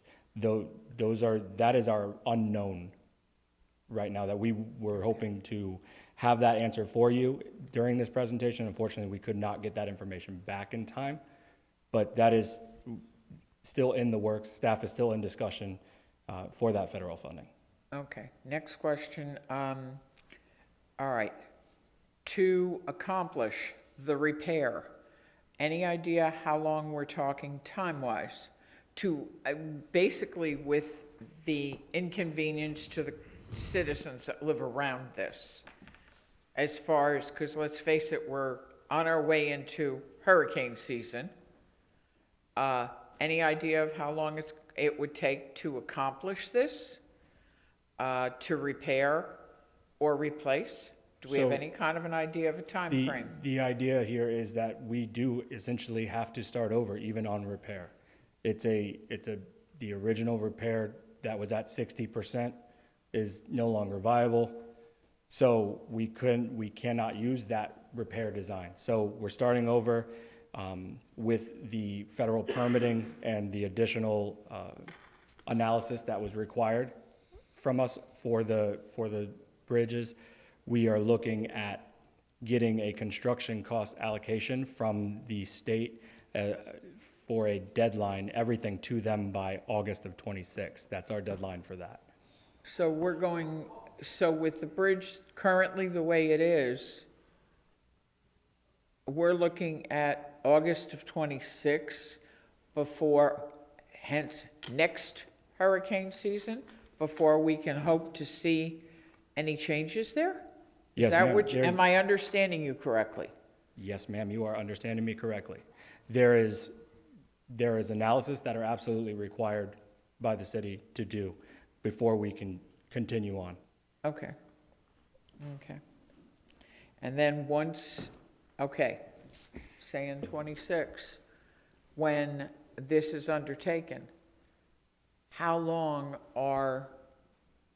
would it take to accomplish this, to either repair or replace? Well, and frankly, I'm sorry, it's not that I know a lot about bridges, but logically it seems that replacement makes a hell of a lot more sense, because it is a 40-year-old bridge, and bridges are slated to basically be viable for 50 years. I mean, it doesn't mean they're not going to go further, but to have the optimal situation so we don't run into this nightmare again and repeatedly and be spending more money, it would make more sense to replace. And now it's, if I understand you correctly, it's a matter of waiting to see if they will do the 80-20 match, correct? For the removal. For the replacement. Forget the removal. Well, I'm just saying the 80-20 is for repair. For the replacement. The state has said that there are available avenues to receive the same amount of funding that would have been given to us for the repair. Okay, because I'm sorry to my manner of thinking, and I had many, many citizens email me, call me. Removal's not even an option. It's either repair or replace. Okay. Just to let you know, what's the out whole there reason on the street is repair or replace. Yep, the whole reason that we are here is just to provide the information and receive the No, feedback, no, so thank you very much. I understand, and I appreciate that. I appreciate all your input on this, and I appreciate you answering my questions. Thank you. Thank you, Councilmember sir. Kadir? Thank you, Mayor. Can you please go to slide 10? Sure. So, under removal, number 4, police and fire departments have issued official letters of no objection confirming that removal will not impact emergency response times. I want to publicly state that I'm not necessarily for removal, but our police and fire departments have said that this isn't an issue. So I want to be very clear here. Now, when it comes into our 80-20, I sent these questions, and I know people in the audience that are trying to hear this aren't sitting here doing public records requests on every email that we receive. So I'm going to read this into the record for you all. I asked city staff, does or would FEMA, FHWA, or FDOT pay up to 80%? For repair, yes, under the existing emergency relief local funding agreement with the Federal Highway Administration, up to 80% of the eligible costs for restoring the bridge to its pre-storm condition are reimbursable. The city is responsible for the remaining 20%. This still applies even though the scope has increased. The city would need to submit documentation showing the increased repair needs, and the existing agreement would be amended to reflect the increased amounts. That is for repair. For removal, permanent removal is not eligible for cost shares under the agreement and would require the city to reimburse already expended federal design funds. However, FDOT has indicated the potential for alternative funding sources. This is what we're waiting on from FDOT currently. Replacement. FDOT and FHWA have confirmed that some elements of a full replacement could qualify for the 80-20 agreement, but only to the extent that they match the approved repair scope. Public Works is currently engaged in discussions with FDOT to identify if additional funding opportunities exist to address the replacement costs associated with scope outside of the repair scope. Now, I think it's important to note, and I'm going to read this next question into the record. I asked, how long does permitting take, and do we need an Army Corps of Engineers permit? We all know how long this took with the yacht club, so I think everyone should know this. Permitting timelines vary depending on the type of work and scope complexity. While the original repair scope was already in the permitting process, substantial changes now require resubmittals. Therefore, regardless of the option chosen, there will be minimal variance in the permitting timeline. A permit from the U.S. Army Corps of Engineers will be necessary regardless of the chosen option due to work within the waterway and the impact of navigable waters. I think it's important that everyone that's here for the Sands Bridge know those aspects of this project, and that yes, we have lots of other bridges that need different types of work, but none of them are currently at the same level of emergency mitigation that this one is. Thank you, Mayor. Councilmember Long. Thank you, Mayor. Are you able to determine now, are we going to require an Army Corps permit if we go forward with removal? Or under any of these circumstances, is it required? Yes. Every one of them? Yeah, just about all three of these options have impacts to the waterway. Okay. So Army Corps would be required. Yeah, for me, I mean, we're waiting on a couple data points. I think that would be helpful. I appreciate at least bringing us up to speed so we can inform residents when they reach out, since it is a hot topic. On its face, for me, I'm leaning towards a repair for a couple different reasons: funding, cost share, feasibility. The removal, while being cheaper on its face, I think Councilman Kilrain tried dragging us down into the seaweed here a little bit on the piping, but I think he was on the right track. So when we have this figure, this 1.47, 1.5 for removal, I believe based on his line of questioning and your response that your statement is that you guys did incorporate the ancillary costs, I guess, or the inadvertent costs of repiping and dredging underneath, or going underneath the? Correct. Those larger numbers on this slide have all of that worked into that. And we worked with consultants on those cost estimates. Okay. I mean, you guys would know better than I would, but I just want to make sure that this wasn't just being stated literally, that the removal itself, the demolition is the 1.5, and then here you go with the piping and the dredging and everything else, another $1 million plus, because that's what I would imagine it would cost.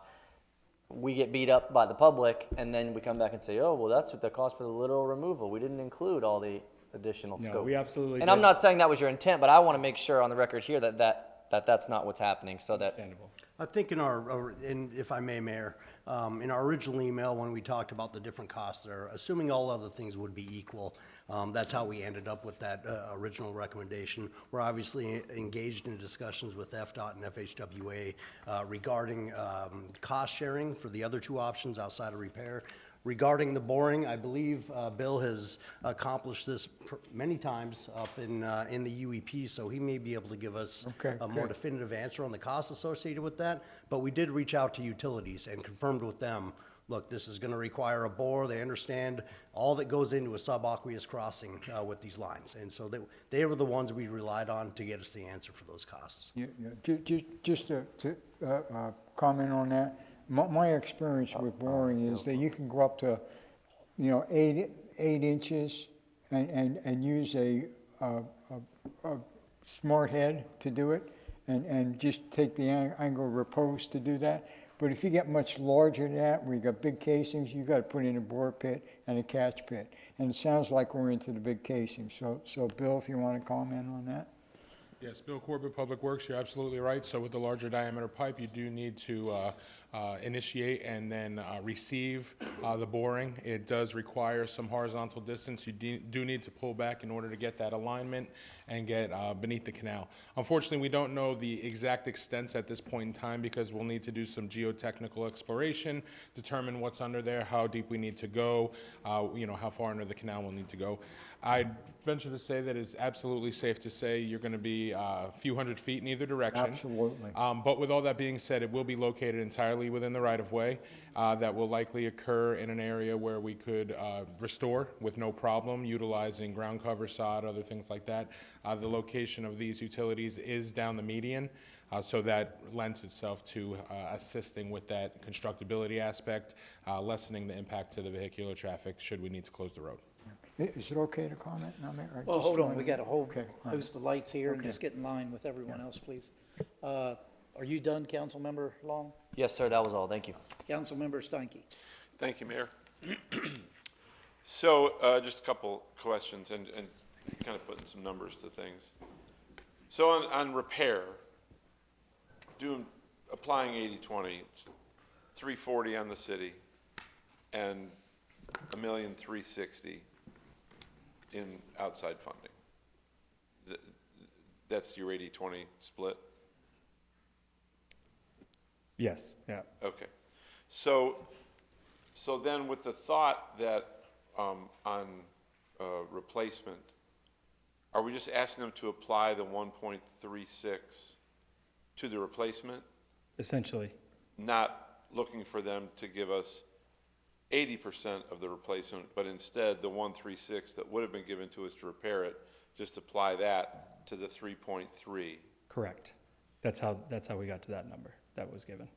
Okay. All right. And then the last is, as it relates to date, it sounds like when we talked about repair or replace not beginning until August of 26, due to the fact that we've got water involvement and an Army Corps permit that is required, it would sound like removal would have the same start date because of the water involvement and that Army Corps permit. Correct. So is the Army Corps permit, in all the component parts of, hey, when can we start, is that the most distant hurdle that we have to get through? Or could something else take us longer than it would take to get the Army Corps permit that makes that 8/26 the start date no matter what our choice? The 8/26 start date that was our submittal deadline for our cost, or construction cost allocation from the state. In order to qualify for that, we have to beat that.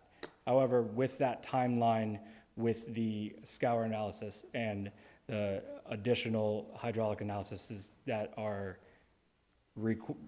now required of the city to complete along with this project, submittals through FEMA and the Army Corps, yeah, that area there of the project is definitely the longest.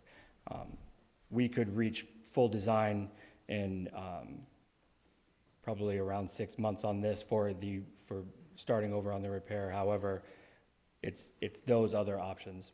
I should also add in that because we were already at our 60% design and we were already engaged with the Army Corps on these permits, and essentially a full resubmittal would have had to happen regardless. But we ran into almost no issues with them from the initiation. It was about 4 months that we were looking at to get to the point that we were at with the Army Corps. And so we're not anticipating further hurdles than what we've already experienced. Okay. And one last financial component I don't think we've talked about at all, and that is the maintenance of a bridge. So for the 40 or 50 years of useful life of the bridge, there are annual and ongoing maintenance costs to a bridge that obviously if removal were the choice, there would be no more bridge maintenance, if you will. Could you or some member of our staff shed some light on what the ongoing cost to maintain a bridge that exists is that we impose upon ourselves if in fact we repair or replace, then we set ourselves up for an expense that if it were removed, we wouldn't have that expense over time? I did not work those numbers into my presentation. I can look those numbers up and get back. Obviously, when we receive information back on the cost sharing, I'll bundle more information and the requests here into that presentation so that we have answers to all of that. If I may, Matt Williams, Public Works Director, typically yearly maintenance on bridges is in the thousands. So you're not talking about a high dollar amount. Crack sealing, joint repair, painting of guardrails, stuff like that go on. Paving the deck there to make sure that it stays, that prevents water from getting underneath into the substructure there. You're talking about 10 to 20,000 maybe a year, and that would be on the high end. But what you're doing is you're extending the life of that structure through this yearly maintenance program. Like with anything that has a lifespan on it, you're looking at the original cost, the maintenance that goes into it, how the lifespan starts to drop off, and then replacement at some point in the future, because it will have to happen. At some point, that substructure will end up failing, and then you're in for a full replacement at that point. So the ongoing yearly maintenance, not substantial. It's something that we do with all of our bridges. But at the end here, we're looking at a full replacement of a bridge at some point. 50 to 75 years is the general lifespan of a bridge. Okay. And is there any subsidy on that annual maintenance? Is there any FDOT involvement? That's all on us? Yes. Okay, thank you. That's it. Councilmember Donnell? Thank you, Mayor. Mr. City Manager, you might throw your light on here because I'm going to ask a few questions. But I wanted to ask the CTEC. I noticed in the presentation you said that the CTEC recommended. Does anyone know I have an idea of who the voting members are on CTEC. Who are the voting members at this meeting? You were there? Okay, those two. Well, all wait right. a minute, there's five. There's five. So let's put our hands up. Yeah, there's 5 of us. 3, 4, who else was at that meeting? 5, Councilmember. They get to Lasker. vote? Do we have to vote? Okay. Yes. I was curious about that because, so am I correct in making an assumption, you all weren't the only 5, there are others there. Am I correct in my assumption that the reason why the committee voted for removal, because looking at the county, it was the least expensive to? No, there wasn't enough information to really conclude it at that time. The direction we gave was that at that time, if removal looked like it was going to be the optimum position, we would support that, but we needed more information. That's the way it was. And I'll jump in too. That is one of the main reasons that the exact same slide that was shown to the CTAC is on the screen right now, so that the remainder of council can see what they saw and what the information they made that vote on. And even still then, to Councilmember Kilrain's point, that they knew at the time that they did not still have the full scope of information, and the vote was essentially to bring it to a cow, and there was the discussion on more support towards removal. But it's nothing set in stone or anything like that. It was just, that was that day, and then the vote to bring it to the cow. I know I saw something here that said CTAC recommended. Am I just thinking something? Did I not see that? Yeah, that. And so could you repeat what you just said about, that's what I'm talking about right there. Right. So how does, what you just said, help me understand what you just said and how it squares with this. So during that CTAC meeting, a couple of votes were held, and a longer discussion took place on this. And essentially, there was a vote on which way the committee was leaning, and that recommendation was for removal at the time, based off of these numbers alone, not the cost share information that I gave today. So it was based off of these numbers alone. Okay, well, I won't beat that, but thank you for that. Number two, Mr. City Manager, in my head, I'm thinking of we have some type of a bridge master plan, because the lifespan of a bridge, is that somewhere that we have a data that says that, you know, this is the point at which it has its lifespan, and then we look to replace it? Is that somewhere in a bridge master plan? Because this came up, ladies and gentlemen, you all remember there was a national push on this 15 years ago or so about the bridges that were failing. That's where this is arriving from. So can you help me with the bridge master plan for the city? Yes, the city does have a bridge master plan. We do have estimated useful life expectancies for those bridges. We have bridges in our system that are functionally obsolete. So we have an entire master plan. It may even be on the Public Works website. So with specificity to this bridge, where does that fall into? What, in the lifespan of the Sands Bridge, with what you just stated, where does that fall in now with these three options? I don't know I'll have to look it up, because the date of that study may have been pre-Hurricane Ian, and then with the impact that Ian had, that would change the status. But I'll look at it for you. Oh, that's later. Well, I mean, I'll get it and send it. Okay. Two more, Council, just two more. Now, I moved here in 1995. Curious, to anyone who's here representing the Sands, does anybody have a property, just by show of hands, you've been there at least 35 years and that's down by that Sands Bridge? Okay, that's not a negative. Why do I bring that up? Because now we have these options, and one of the things my dad taught me was about throwing good money after bad. I remember that area quite clear when I was here. There was nothing there. So the bridge was built for that particular point in time. Now you fast forward 30 years later, now we have people there, so it doesn't make much sense to me, getting to what Councilman Lehman was getting to talk about repairing a bridge that was built for that particular point in time. So Council, I'm definitely leaning more towards the replacement of it for today and moving forward as to rebuilding it back. And last point, it only makes sense to me, again, you know, common sense, if they're going to give whatever they were going to give for the repair of the bridge, it would just make sense, and I think someone read that they would apply those funds, whatever they may be, to the replacement. So that's where I am on it, and I just wanted everybody to know. All right? Thank you very much.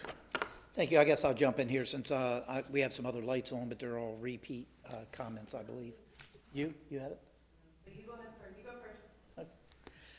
To me, it's pretty simple. For me, you know, when you take a look at this, I don't think we have all the information. You know, the FDOT already said that they would allocate $1.3 million towards the repair.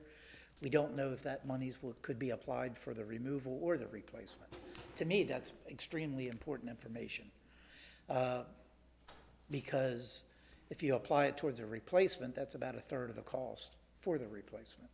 I think the other thing that's important for me personally, Mr. City Manager, if you could provide the bridge master plan that you spoke about, make sure that all council has a copy of that. I'd like to take a look at that. This isn't going to be the only time this topic comes up. This is as a result of damage, but there's going to become a point in time where bridges are going to need to be replaced in our city. I know a majority of our bridges were installed in a close proximity, probably about a 10 to 15-year window. And I know we have over 100 bridges.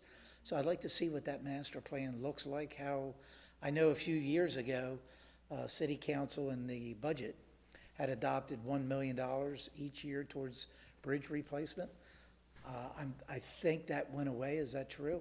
No. Or are we just holding at that $1 million? So that bridge money that you're speaking of is allocated towards that master plan, essentially, the repairs and further down the road replacements. But that was a one-time $1 million. That's not something that's reoccurring. It's recurring. It's recurring based on the plan and the allocation needed for that plan to be completed. However, with emergent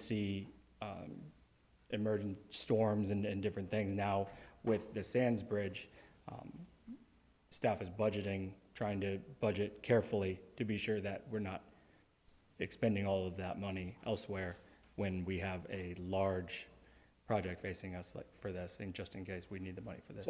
So to make sure I'm crystal clear, I think we implemented that $1 million 2 to 3 years ago.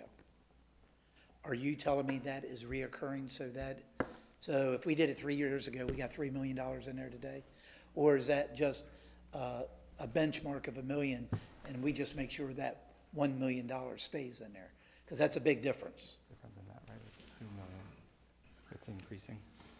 Bill Corbett, Public Works. So we actually presented the Bridge System Master Plan about 1.5 years ago to discuss the budget implications moving forward and how we fund those replacements and major rehabilitations in the future.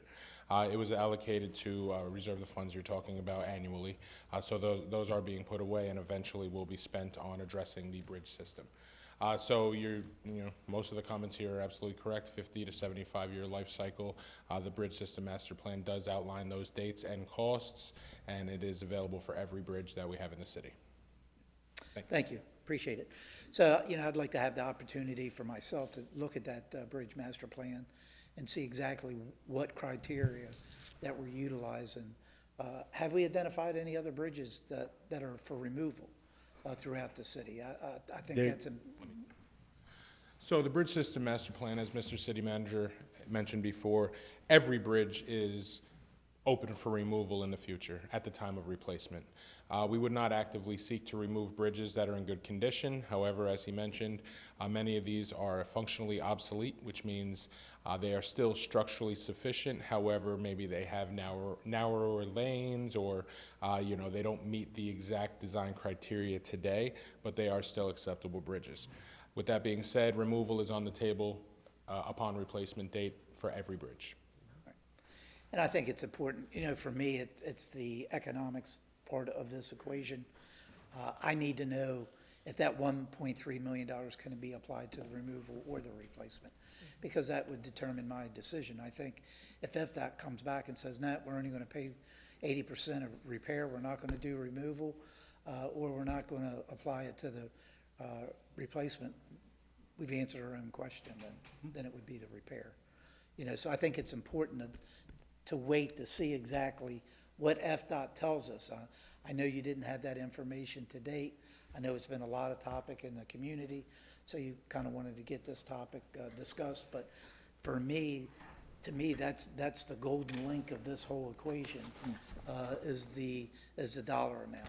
Because if they say, no, we're not going to apply it for repair, then that's a definite no for me. I'm sorry, for the removal. If they say, well, we'll apply it for the repair, or we'll take that same 1.3 and allocate it towards the replacement, but then that opens up a different discussion.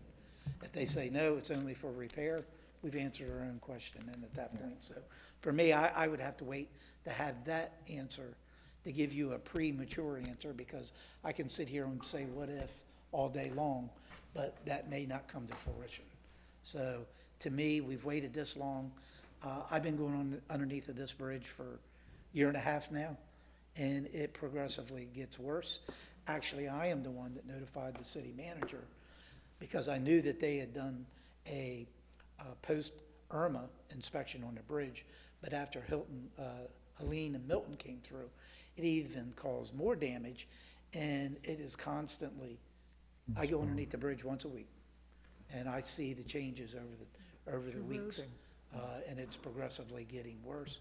That's why it was closed down, opened back up because the diver said it was structurally sound. I told the city manager they better go out and take another look at it. They looked at it again. Oh, it's worse than the way it was, so we're shutting it down again. You know, so whichever direction we go, as soon as you say Army Corps of Engineers, boy, we know we're going to be along for a ride for a while here, unfortunately. So for me, let's determine the financial aspect. Hopefully we can get an answer by the time we come back from hiatus, hopefully. And then we could probably, as a council, give you a better definitive answer which direction to move forward. Thank you, Mayor. It's about 12:50 now. I see a few other lights on. I think that we may want to break for lunch and maybe pick this conversation up. We only have about 10 more minutes for the cafe to be open. Is that what everybody wants to do? Do we want to continue? Not break for lunch, so there's a... Why don't we continue and put the Sands Bridge to rest. Okay. Before we break. That'll just mean we'll probably have a longer break, but that's okay. A longer break because we'll have to probably go off-site. Is everybody okay with that? Continue to Sands Bridge? Sure. All right. All right, with that, we have Councilmember Kilrain. Yeah, Wait, I haven't spoken yet, Mayor. Oh, yeah, that's right. Oh, I'm sorry. Council. Sorry. Don't beat me up too bad.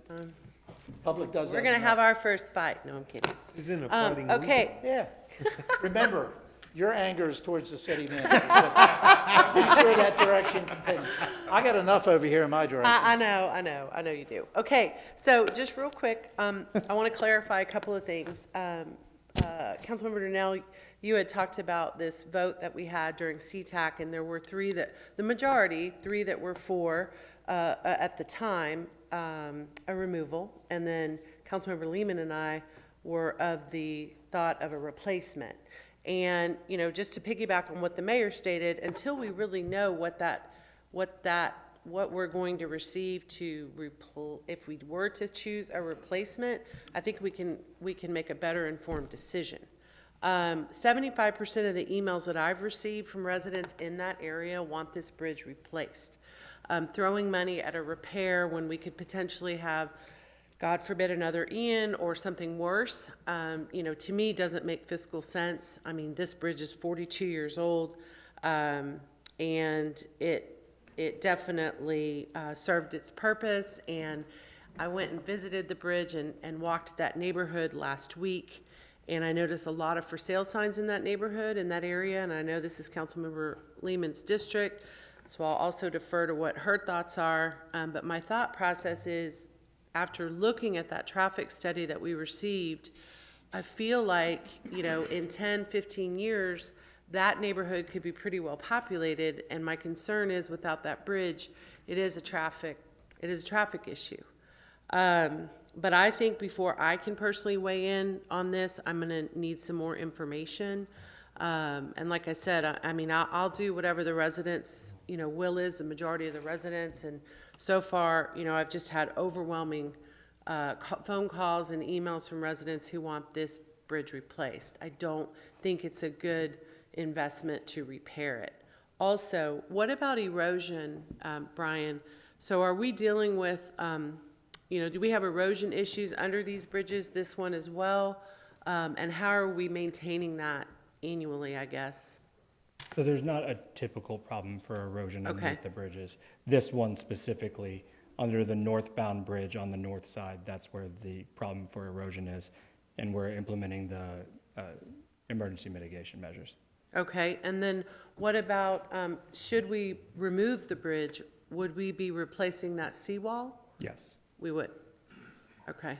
And then in terms of the utilities going underground, I think one resident stated about the dredging, you know, it wouldn't be deep enough for a sailboat to go through anyway, because that's the biggest, the residents that want this bridge removed, that's their number one thing. They want to be able to bring their sailboats through it, which I think is then, you know, the increase in property values and all of that. But would that happen anyway? If we were to remove it, would we be able to bring sailboats through that area?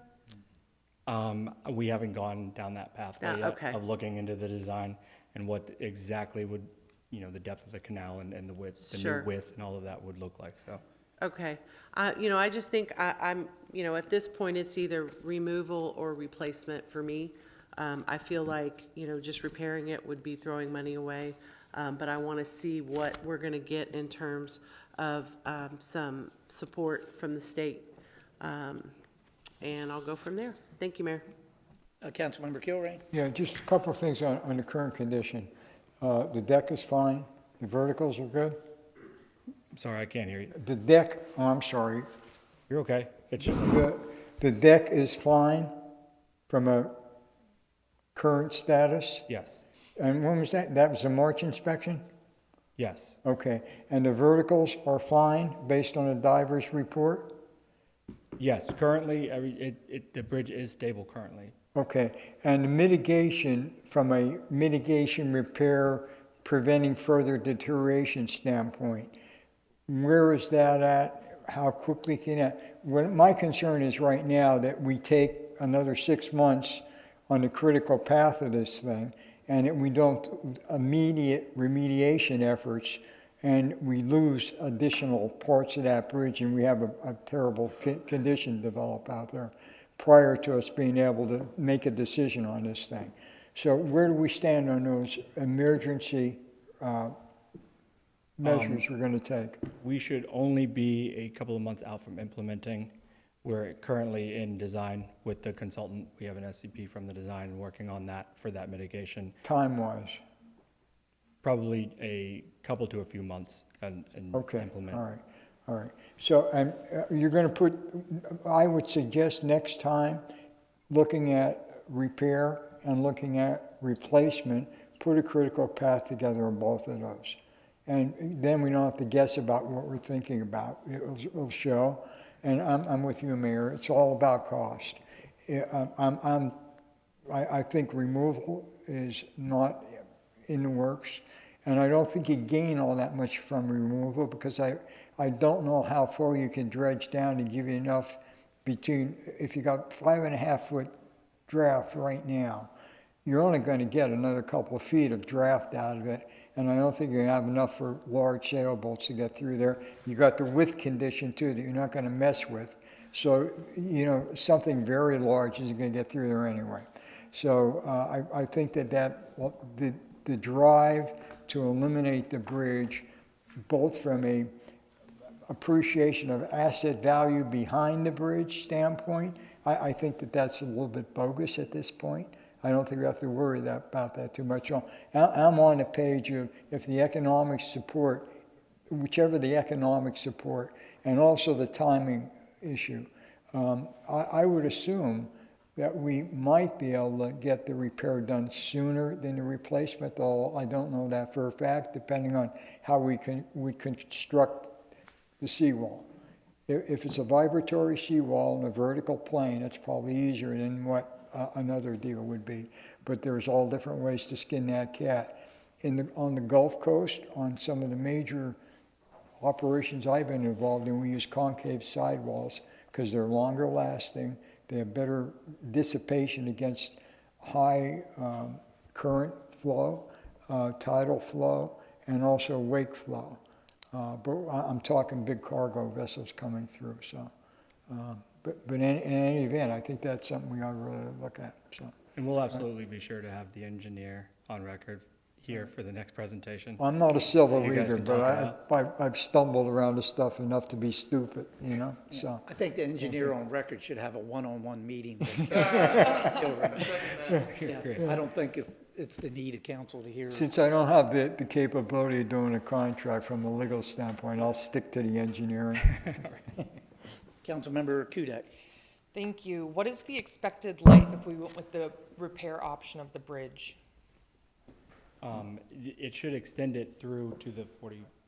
Yeah, we had to ask that. I'll have to look back through our records after the repair.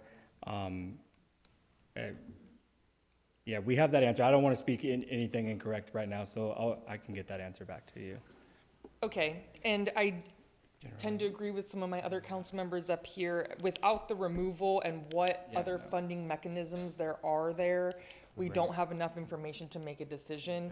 With what we have been presented currently, I lean towards replacement because I just asked this question and it doesn't seem like it just starts back over. You know, we're still gonna have a life expectancy on this bridge. So I'm leaning towards replacement until we have those two answers from you. Thank you. Councilmember Lehman. Yeah.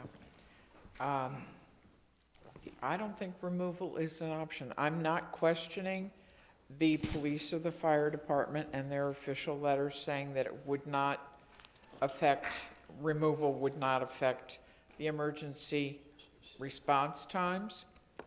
Personally, I'm sorry. I'm not about to jeopardize my family member or a loved one in an acute situation to find out if that's really true with removal. I think replacement's the only option. But again, I agree with Councilmember Kudak. We need more information as to whether repair or replacement is the way to go. But I think removal is completely off the table. Thank you. Councilmember Laster. I think that's from previously, Mayor. So you heard my 2 cents. More information, and either we remove or replace it. Repairing to me is not fiscally responsible. Thank you, Mayor. Councilmember Donnell. Yeah, just the speaker, the residents here, well, they are here because the one thing that's on their plate is, are we considering removing it? So at least, if nothing else, even if we don't make a decision, and staff needs to know also, is that a player? But I'm thinking that we're just more information. I don't know if we're at a point. Well, I'll just go on the record. Removal is not on there. I understand there's going to be an economic piece to it, but that's just not, there's much more I will say why it's not there. But just to give at least one person, you can know, for calm and have some direction, that's just not going to play no matter what the numbers flesh out to be, because we can figure the numbers out. So I just wanted to give that to the people that came from one council member, and however we'll go, we're fine, and that's all. Thank you. Councilmember Steinke. I agree with the need for the additional information. It is a huge money difference. For me, I'm with Councilmember Donnell that you taught as a little kid, you don't throw good money after bad. Not that the first money was bad money, but in this case, it's putting a Band-Aid on a fracture. And so for me, the only choice that's off the table right now is the repair piece. I think it's a matter of we either replace it or we remove it. And when you look at the financial consequences of that, assuming that we can apply the same 1.36 million, then we're only talking about a $440,000 difference. The removals, 1.5 million, applying the 1.36, it puts us to 1.940, and quite frankly, for the $440,000, for the potential addition of public safety, for the convenience of people that want to go north with a bicycle or pedestrian traffic up to the park and whatnot, I would say that the $440,000 at that point is worth it to replace the bridge. If the money's not there, I quite frankly would kind of lean a little more toward removal. Okay, Mr. City Manager, sounds like the consensus is basically to wait to see the other elements as far as the financial aspect. Yes, that's kind of what I got out of this conversation. I do not have enough direction to remove from the list. I heard very clearly 2 council members. I heard some referring or deferring to the other 2 options, but I do not have a consensus to actually take that out. So we will await further information and go from there. So once you have the financial component from FDOT, what they are going to do, you're going to bring that back to council? Because what I heard up here is we still need that information to make a decision one way or the other. It will absolutely come back. Okay, sounds great. All right, we'll take a 45-minute break. We'll come back at 1:50.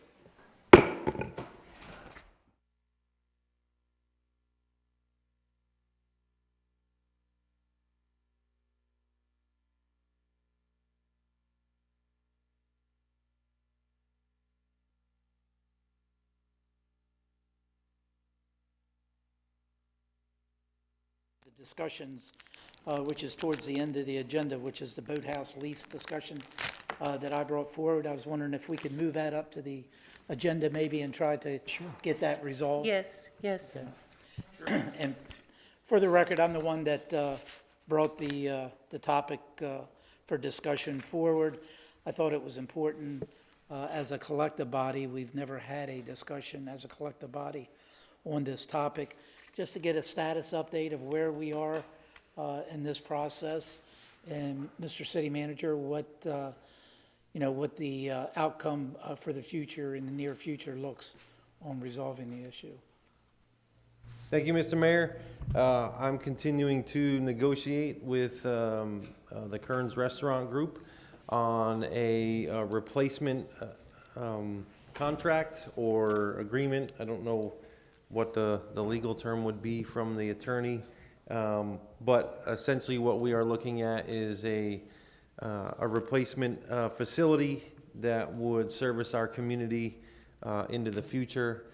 It would involve a total reconstruction of what is there now. And from my perspective, what we are looking at is all of the items that I individually met with you all on, and on what you all thought were the needs. I have been taking those and utilizing them to get to a new agreement. I have shared those items. I know Zach is here.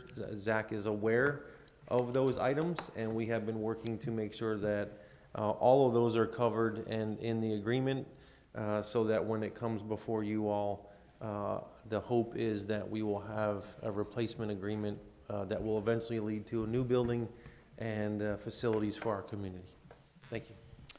Yeah, and for me, I'm not necessarily have a desire to get into the specifics of the lease today. It was more so an update, and two things that I personally have a concern. Number one, we're 223 days in since the fire of October 17th. And I know that the city manager and Mr. Kearns have been working through the process of trying to develop a lease. I think for me, and I was an advocate when the city manager came to each one of us on our one-on-one meetings to either try to negotiate lease with the present tenant or to possibly move out and go out for an RFP, and I stand by that particular recommendation. But now that we're at 223 days, I personally have a caveat to that. I think as a body, we need to have a discussion. Do we want to set a specific date and time? Since we're already 223 days into it, do we want to pick a date in the future that gives the city manager still the latitude to work through the process with this lease? Because right now it's open-ended. We could be here another year. I don't know. Hopefully not. So I think it would be important to have that discussion. Do we want to set a specific date for the city manager to come back in the future to give us an update, either to provide a lease or give us an update at that point? That's one item that I thought was important for us to discuss. The other item was, I have a concern with the brittle structure that is still partially erected at the yacht club going into hurricane season. Yeah, absolutely. That is a big concern for me, because God forbid, here we're going into hurricane season, demolition hasn't occurred. That particular structure could be a liability.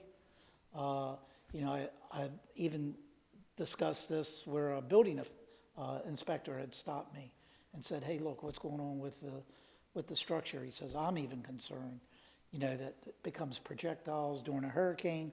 So I think we need to try to address that in some fashion moving forward as well.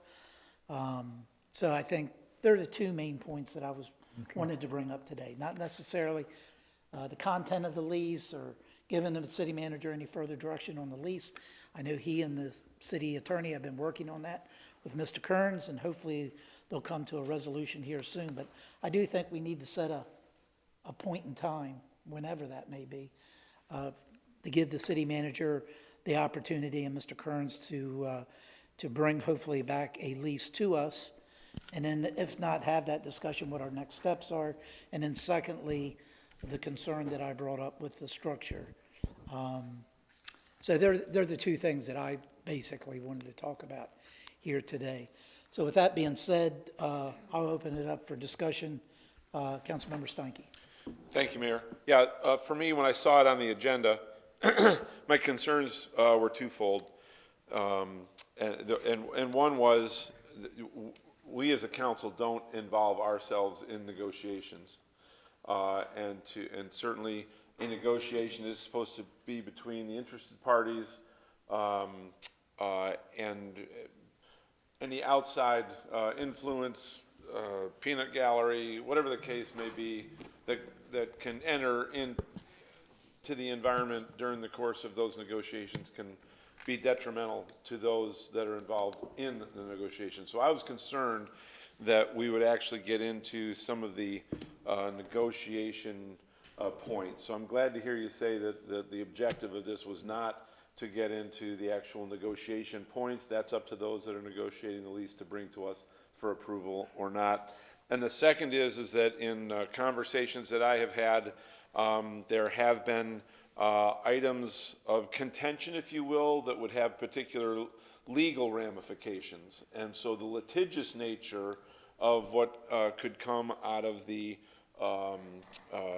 establishment of or lack of establishment of a new lease to deal with the potential of a litigation in the future by either party, to have open conversation at this point could be disadvantageous to that situation as well. So, you know, what was said here today, I thought we needed to be very careful with what was done at this meeting in public forum for both of those reasons. And lastly, I do believe this has gone on too long. So a date certain that says, hey, we either come to resolution or we use this date as a date where we realize that we're never going to come to resolution and we have to change the parties with which we're negotiating with. It's that simple. I too wanted to remain with the Kearns Group. I thought they've done a great job. They've been in our community a long time. They do a lot for and with our community. But you know what? You either reach an agreement on a negotiation or you don't. And so, you know, the two factors that concern me most are the potential projectiles that would be created with doesn't even have to be a hurricane, just a strong enough wind that it starts ripping what's left apart and throwing it places is a liability for us and for our citizens. And last, to get some type of accommodation for our residents there that make use of the beach, some type of beverage service, some type of food service, which I know was something that I've talked about both here as well as in my weekly one-on-ones, that we need to get something out there for the citizens that go there to enjoy the park. And I know that was a piece of the negotiation as well. And so as long as this negotiation goes on and on and on, the citizens aren't gaining any ground with their ability to enjoy the yacht club, at least at its limited availability now. And we also put them at risk based on the debris that would be moved. So what I'm hopeful of is that it would be a consensus that, hey, we need to establish a drop-dead date that says we are either in a new lease arrangement, and that structure, what's left of it, is coming down, and we've got some type of temporary facility for our citizens there, or we open up the negotiations to other people that want to negotiate. That's where I stand on it. Thank you.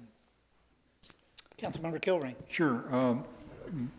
Councilman Stanky hit several of the points that I was going to make too. I'm glad that we really are on the perspective today that we're not going to be talking deal points up here, because all of those can get pretty hairy, and I don't think we want to risk blowing a deal and or putting ourselves in a place of some kind of litigation going forward. For those who don't know this, I've actually had 5 restaurants myself at one time, and so I know that there's great value in having a good operator in our midst, and I was in favor of the Kearns, negotiating with the Kearns brothers too. And basically, though, at this point in time, the concern is the timing.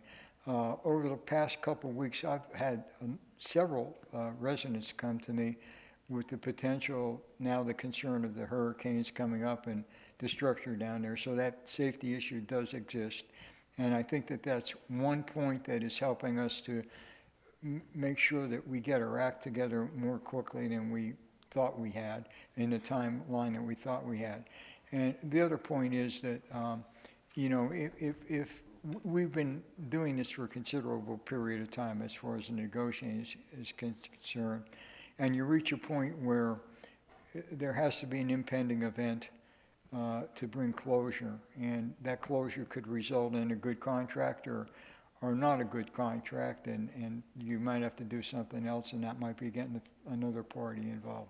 So an impending event, setting up a date is very important. I'm all in favor of it, and I think probably the sooner the better. I know that the public is really looking to be able to operate, utilize, and enjoy that wonderful space we have down there. They love the boathouse, and to be able to make that even better would be very important. But at what price, Glory? And if we can't reach resolution on that soon, I'm just as well ready to set that date. So having said that, I'm pretty much in agreement with what Councilman Stanky had said and the mayor had said. Thank you. Councilmember Donnell. To your point about that, setting a date, I'll have to lean on those of you all to have that experience. I don't know, being professional and reasonable about how do we go about setting a date that falls within those parameters, but I'm on board with it. Also with getting those projectiles taken care of. That's something, again, making it professional and reasonable with our expectations. So I agree with those 2 points, and that's all my comments. But I just need some guidance as to help us make something that's realistic. And that's all. Thank you, Mayor. Councilmember Kadook. Thank you, Mayor. I started bringing this up during our regular council meetings because we had people coming to citizens input asking. We're 6 months and days after, we haven't been presenting any type of lease agreement at all. And when I asked the city manager on the record, we were told May, and we're at the end of May, and we still haven't seen anything. I understand negotiations need to happen, but if it were me, my vote is July 16th, as soon as we come back from hiatus. I think that's plenty of time. I mean, we're pushing up to a year of just a demolished building. And well, actually, not even a demolished building. We still have to get the demo permit and clear the grounds and do something. So the sooner the better for me. Thank you. Councilmember Lehman. Yeah. I think the big question is, Mr. City Manager, how long would it take, do you feel that you need to get organized with a new lease, you and city attorney? I mean, it's not a matter of having it next week for the council meeting. If Zach would just agree to my terms, we'd be done.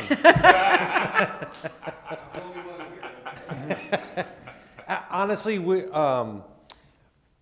down to one item, and it really, and let me just kind of give you the lay of the land. It comes down to the return on investment for what they have to build, and is that going to be front loaded, where they make a lot of money up front? Is it going to be level loaded, kind of spread out evenly over the term, or is it tail end loaded? And so what we are discussing right now really is the timing of the revenues and who participates when.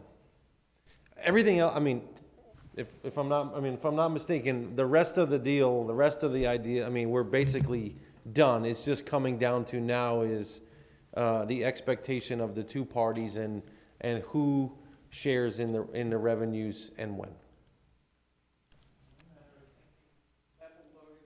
I don't, and just so you know, I don't have any problem with July or even sooner to give you an update, like through the middle of, I mean, I think we're really close. So, I mean, it's just a matter of.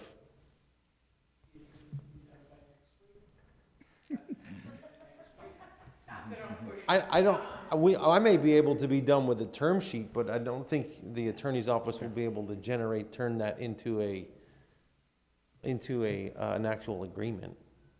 But I don't want to speak for him. But if the idea is come back to us, you know, in July with the terms and the deal, I have no issue with that.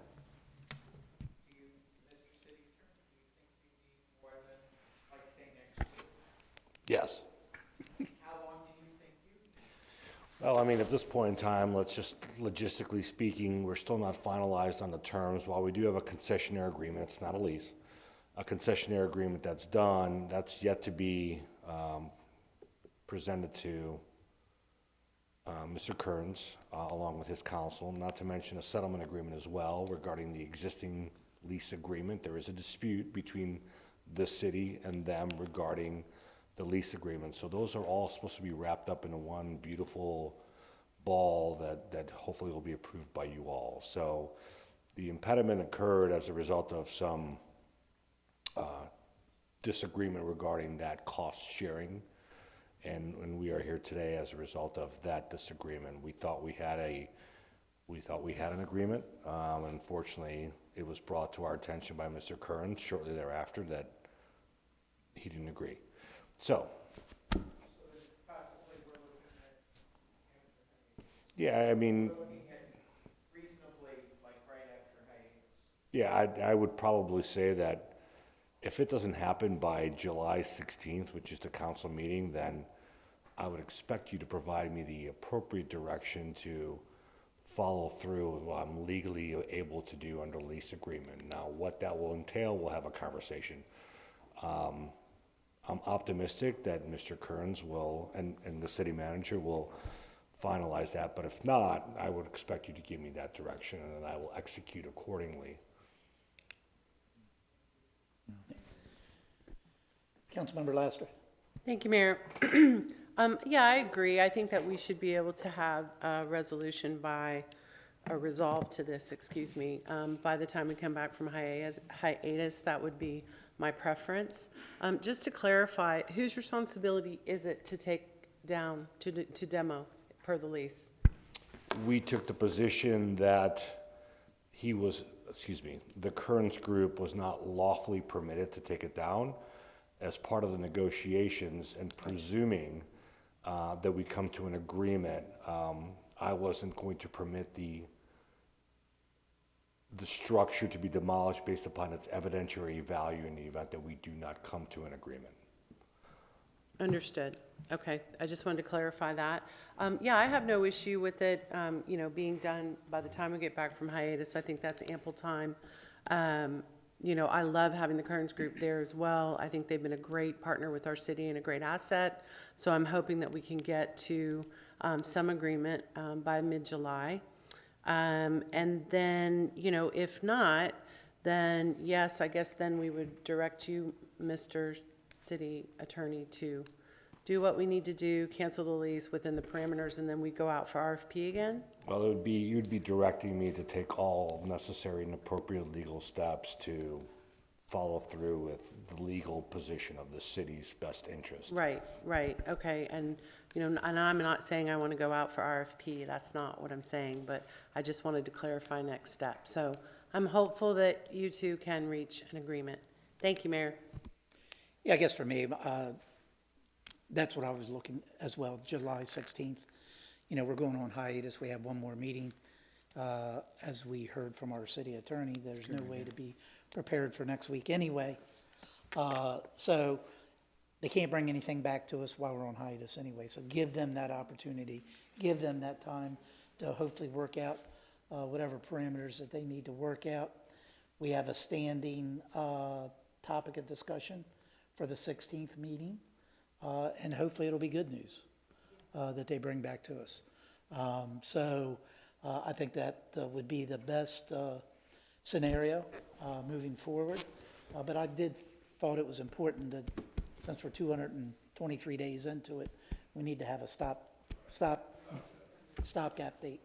But let's talk about the removal. I understand the concern that you may have, Mr. City Attorney. We know there's a process with permitting, the demolition.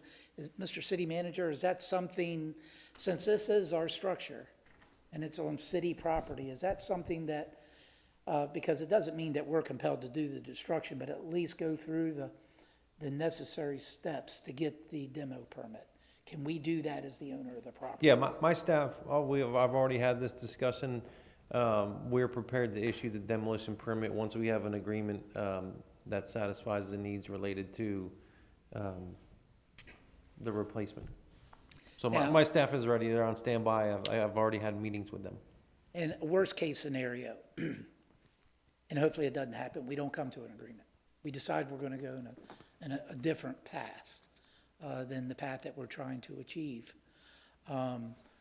As far as the demolition, is that something we have to put out for an RFP? Because I know that's a process. So if we cannot come to terms, and we are the ones that eventually will do the demolition, is that something that we can do? I know council can characterize it as an emergency, like an emergency purchase. Will that apply to the procurement laws where we don't have to put it out for maybe we just get bids, we take the lowest bid? Or, I'm just trying to think, because we're into July. If we wait to the 16th, time you wait for permits and stuff, you're into August. We all know August, October, we're in the height of season then. Yeah. And I got in the Gulf last week and it was already 84 degrees. So it's not looking good for the year. So my question is, what's the worst case scenario if we don't come to an agreement? Sounds like we can issue the permit fairly quickly, but I'm more concerned on getting it demoed. If the worst case scenario is there's no agreement, it's going to depend on the expediency of the court. I mean, it's going to be evidence in a court case. So, it will be determined on how fast that process moves forward. So what you're saying is that process through the courts takes precedent over the health, welfare, and safety of our community, because that's how I see this. If I may, I don't want to necessarily go down, there's ways to document the evidentiary value of it. And that's something that we would accomplish in that endeavor. But I will extend the offer that I've extended to Mr. Kearns right now publicly, that if they acknowledge the cancellation of the existing lease, I will authorize him to demolish the structure. Unfortunately, despite my attempts to get that concession from the Kearns group, they have been disinclined to do that. And unfortunately, I'm unable to demo it because of the position that I've taken on behalf of the city. So, to answer your question, there's ways to preserve the evidentiary value stemming from what I have identified within the structure that exists right now in order to facilitate our ability to successfully handle a litigation matter in the event that we get to that point, which hopefully we will not. But if Mr. Kearns right now wants to recognize that the lease as it exists right now is hereby canceled, I will immediately prepare the settlement agreement. That'll come before you on the 4th, and we can have this thing well on our way. But unfortunately, I think that there's been a little bit of reluctancy in going on that path. Okay. All right. And I see 2 more lights on. I will give Mr. Kearns an opportunity to speak. We got 2 more council members to get through first, in case there's any comments you want to make, since you took the time to come here today. Councilmember Steinke. Thank you. My light started flashing before I could turn it off, but I just want to make sure I understand.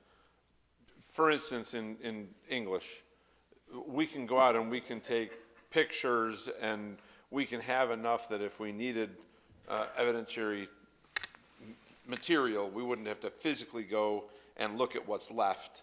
We could somehow have that documented, that it could be used at a later date. There's a legal mechanism of securing there's legal mechanism of securing the things that remain there that have enough evidentiary value that I don't have to maintain the entire premises. So as long as we had that capability,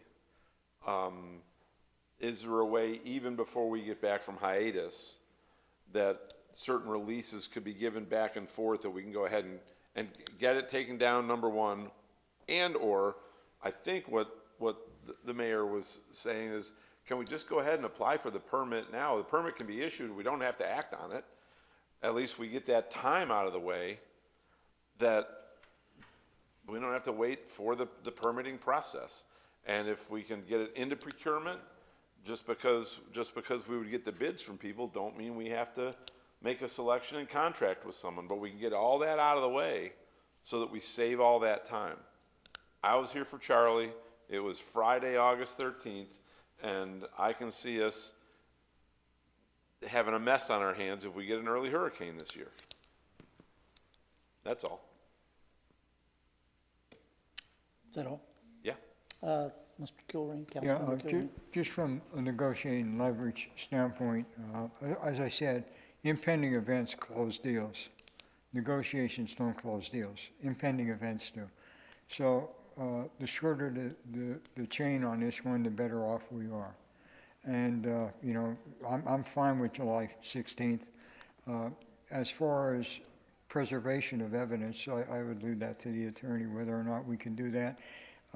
I would not want to see the irrigation liability issue from material getting spread that's on that site work to our disadvantage. And it could work to our disadvantage if in bad faith, someone was using that to prolong the negotiation period and forcing us to cave on terms that we didn't want because we wanted to get it cleaned up. So I would hope that we could come up with a mitigation procedure in which we could preserve evidence and allow us to go ahead and do whatever we need to do to get the hurricane projectile reduced. So that's it. Thank you. All right, seeing other lights on. Mr. Kearns, you have anything you'd like to say today? Again, thank you for everyone's time today and hearing your side of this. I do feel confident with the timeline you guys have outlined that we can come to an agreement within that July timeline. You know, this has gone longer than I think any of us have wanted. To the destruction or demolition side of it, we did apply for a permit. It was not handed down to us with our existing lease. We wouldn't be in a position to terminate our lease without a new deal in place, you know, because again, we value what we've had with the city for 10 plus years now, and we don't want to give that away to then open up the doors to negotiations. So I do feel confident from what we've started with at that property 10 years ago and what it's evolved into, that we've proven ourselves. We can do this. We're more than capable, willing, and able to do it.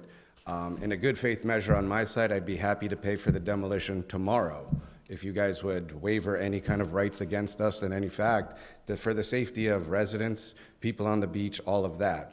We've applied for it. It wasn't handed down. We do hold insurance there as well. The liabilities do extend to us as well as subrogate back to the city on that property. So that's a conversation you guys can have. But, you know, again, I look at it as the safety of what it needs to be. But I am more than confident with what Mike and Alex have said that we will get a deal done. It's gone back and forth. It's been a little bit of a learning curve with an existing lease structure we've had before to now structuring into concessionaire agreements, which is different. So, you know, it's taken time. There's been holidays involved and all that, but we are going past, you know, we're up to almost 8 months now. And we want nothing more than this thing to be back in business and servicing the community. And we're excited for the growth and redevelopment of the yacht club. So that all being said, I am more than confident, as I said many times now, that we will come to an agreement, and we're excited to do so and be there for many more years to come. Okay, thank you. All right, sounds like we got July 16th will be added to the agenda, and hopefully we'll be hearing good news between now and then. All right, let's move on to next item on the agenda is hurricane season kickoff. which was item 1 on the agenda. And I will turn it over to Mr. Lamb. Good afternoon, Mayor and Council. Ryan Lamb, Emergency Management Resilience Director. It's that time of year again. We're preparing for hurricane season. We've done an internal hurricane kickoff with our staff. We'll continue to get focused there, but wanted to go over this with this body. As I look around this council, nobody's new to hurricane season, experiencing hurricanes here with the city. So run through just a couple of slides. I'll be brief in the presentation. While we're talking about hurricanes today, we want to make sure that we use an all-hazards approach. We're looking at everything from droughts and floods, pandemics, natural and human-caused disasters, all types of hazards that are threats to our city, and we want to be prepared for all of those. Emergency management is full service, so we're looking at preventing, mitigating against, preparing for, responding to, and recovering from all sorts of those disasters, with resilience at the center there, making sure we're covering all of those. Our EOC runs under 4 levels, so normal operations is level 4. Enhanced monitoring, when we're watching something as it comes off the coast of Africa. In the case of a hurricane, we're a level 2. Partial activation is a level 2. Level 3 is enhanced monitoring. Level 2 is partial activation, and level 1 is a full-scale activation when there's a large major disaster facing our city. Hurricanes bring with them primarily 3 types of hazards. You have wind, rain, and surge. Of course, we get tornadoes that spin off, like we saw last year. Hurricane Milton was approaching the west coast, but the east coast got a number of tornadoes that spun up on that side. So wind, rain, and surge are the things that we predominantly look at for threats from a hurricane. Ingredients for hurricanes: warm temperatures, right, in the Gulf or bodies of water. Fortunately, right now we're cooler at this time this year than we were last year. We're warmer. We'll continue to watch those sea temperatures. We look at thunderstorms or low pressure systems, and then we want to have a stable atmosphere where there's limited shear, where the wind comes through. If you think about it like a snowman wants to stand up nice and tall. If you get wind shear, it starts to push over the snowman, and that tears apart the hurricanes. Saffir-Simpson scale, Category 5 is the worst to a Category 1. And of course, tropical storms, even though we may not be in the exact path of the eye wall, that cone of tropical storm force winds and surge can still affect us, as we saw last year with Helene and Milton. Storm surge, this is based off of median sea level. We also are affected by lower high tides, and then the storm surge, the low pressure system pulls up a hill of water, and then that creates about 10% of the storm surge. About the other 90% is by wind-driven waves as they push onshore. Again, worst case scenario for us with a counterclockwise rotation of a storm would be a powerful storm that hits just north of us, similar to Hurricane Ian, where is the opposite in Hurricane Irma that hit to the south of us. You get that counterclockwise, it pulls the water out. As far as quadrants, the northwest quadrant of a hurricane has the strongest thunderstorms, most likely chance of tornadoes. And so depending on the angle of approach will also affect the surge, so we'll continue to watch that. As we say, we run from the water and we hide from the wind. Our homes are generally built to a strong enough condition to withstand the wind. The surge is what kills people in one of these scenarios, and the overwhelming number of the 72 deaths from Hurricane Ian were related to surge and drowning. The University of Colorado State came out with the forecasts this year. You can see the average there were slightly above average, similar to last year.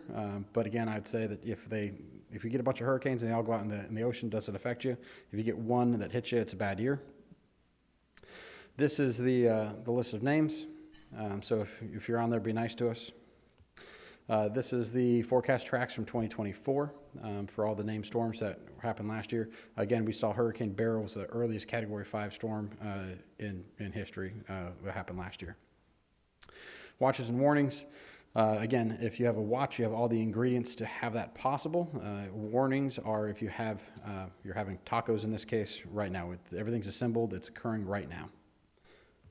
So before the storm, just working through this chronologically, we want to make sure everybody stays informed. We have all of our social media platforms here as a city. We also push Alertly. We have the ability to message out to our residents through that. It's a directional push that we can push out to residents to keep them informed. Also, if we run into a scenario where we lose internet and cell connectivity, we're going to be able to go to B103.9 primarily, but the Beasley stations to be able to get information out to our residents. And then we're also convert all of the fire stations into information stations in that scenario. We have our updated hurricane guide for anybody that would like to look at that. For council, this body will be getting flash reports as we start watching things come off, and we're going to try to refine them a little bit more and give you some interpretation on them. We're going to have the current weather and updates because that for the day, because that helps our crews as they're out in the field.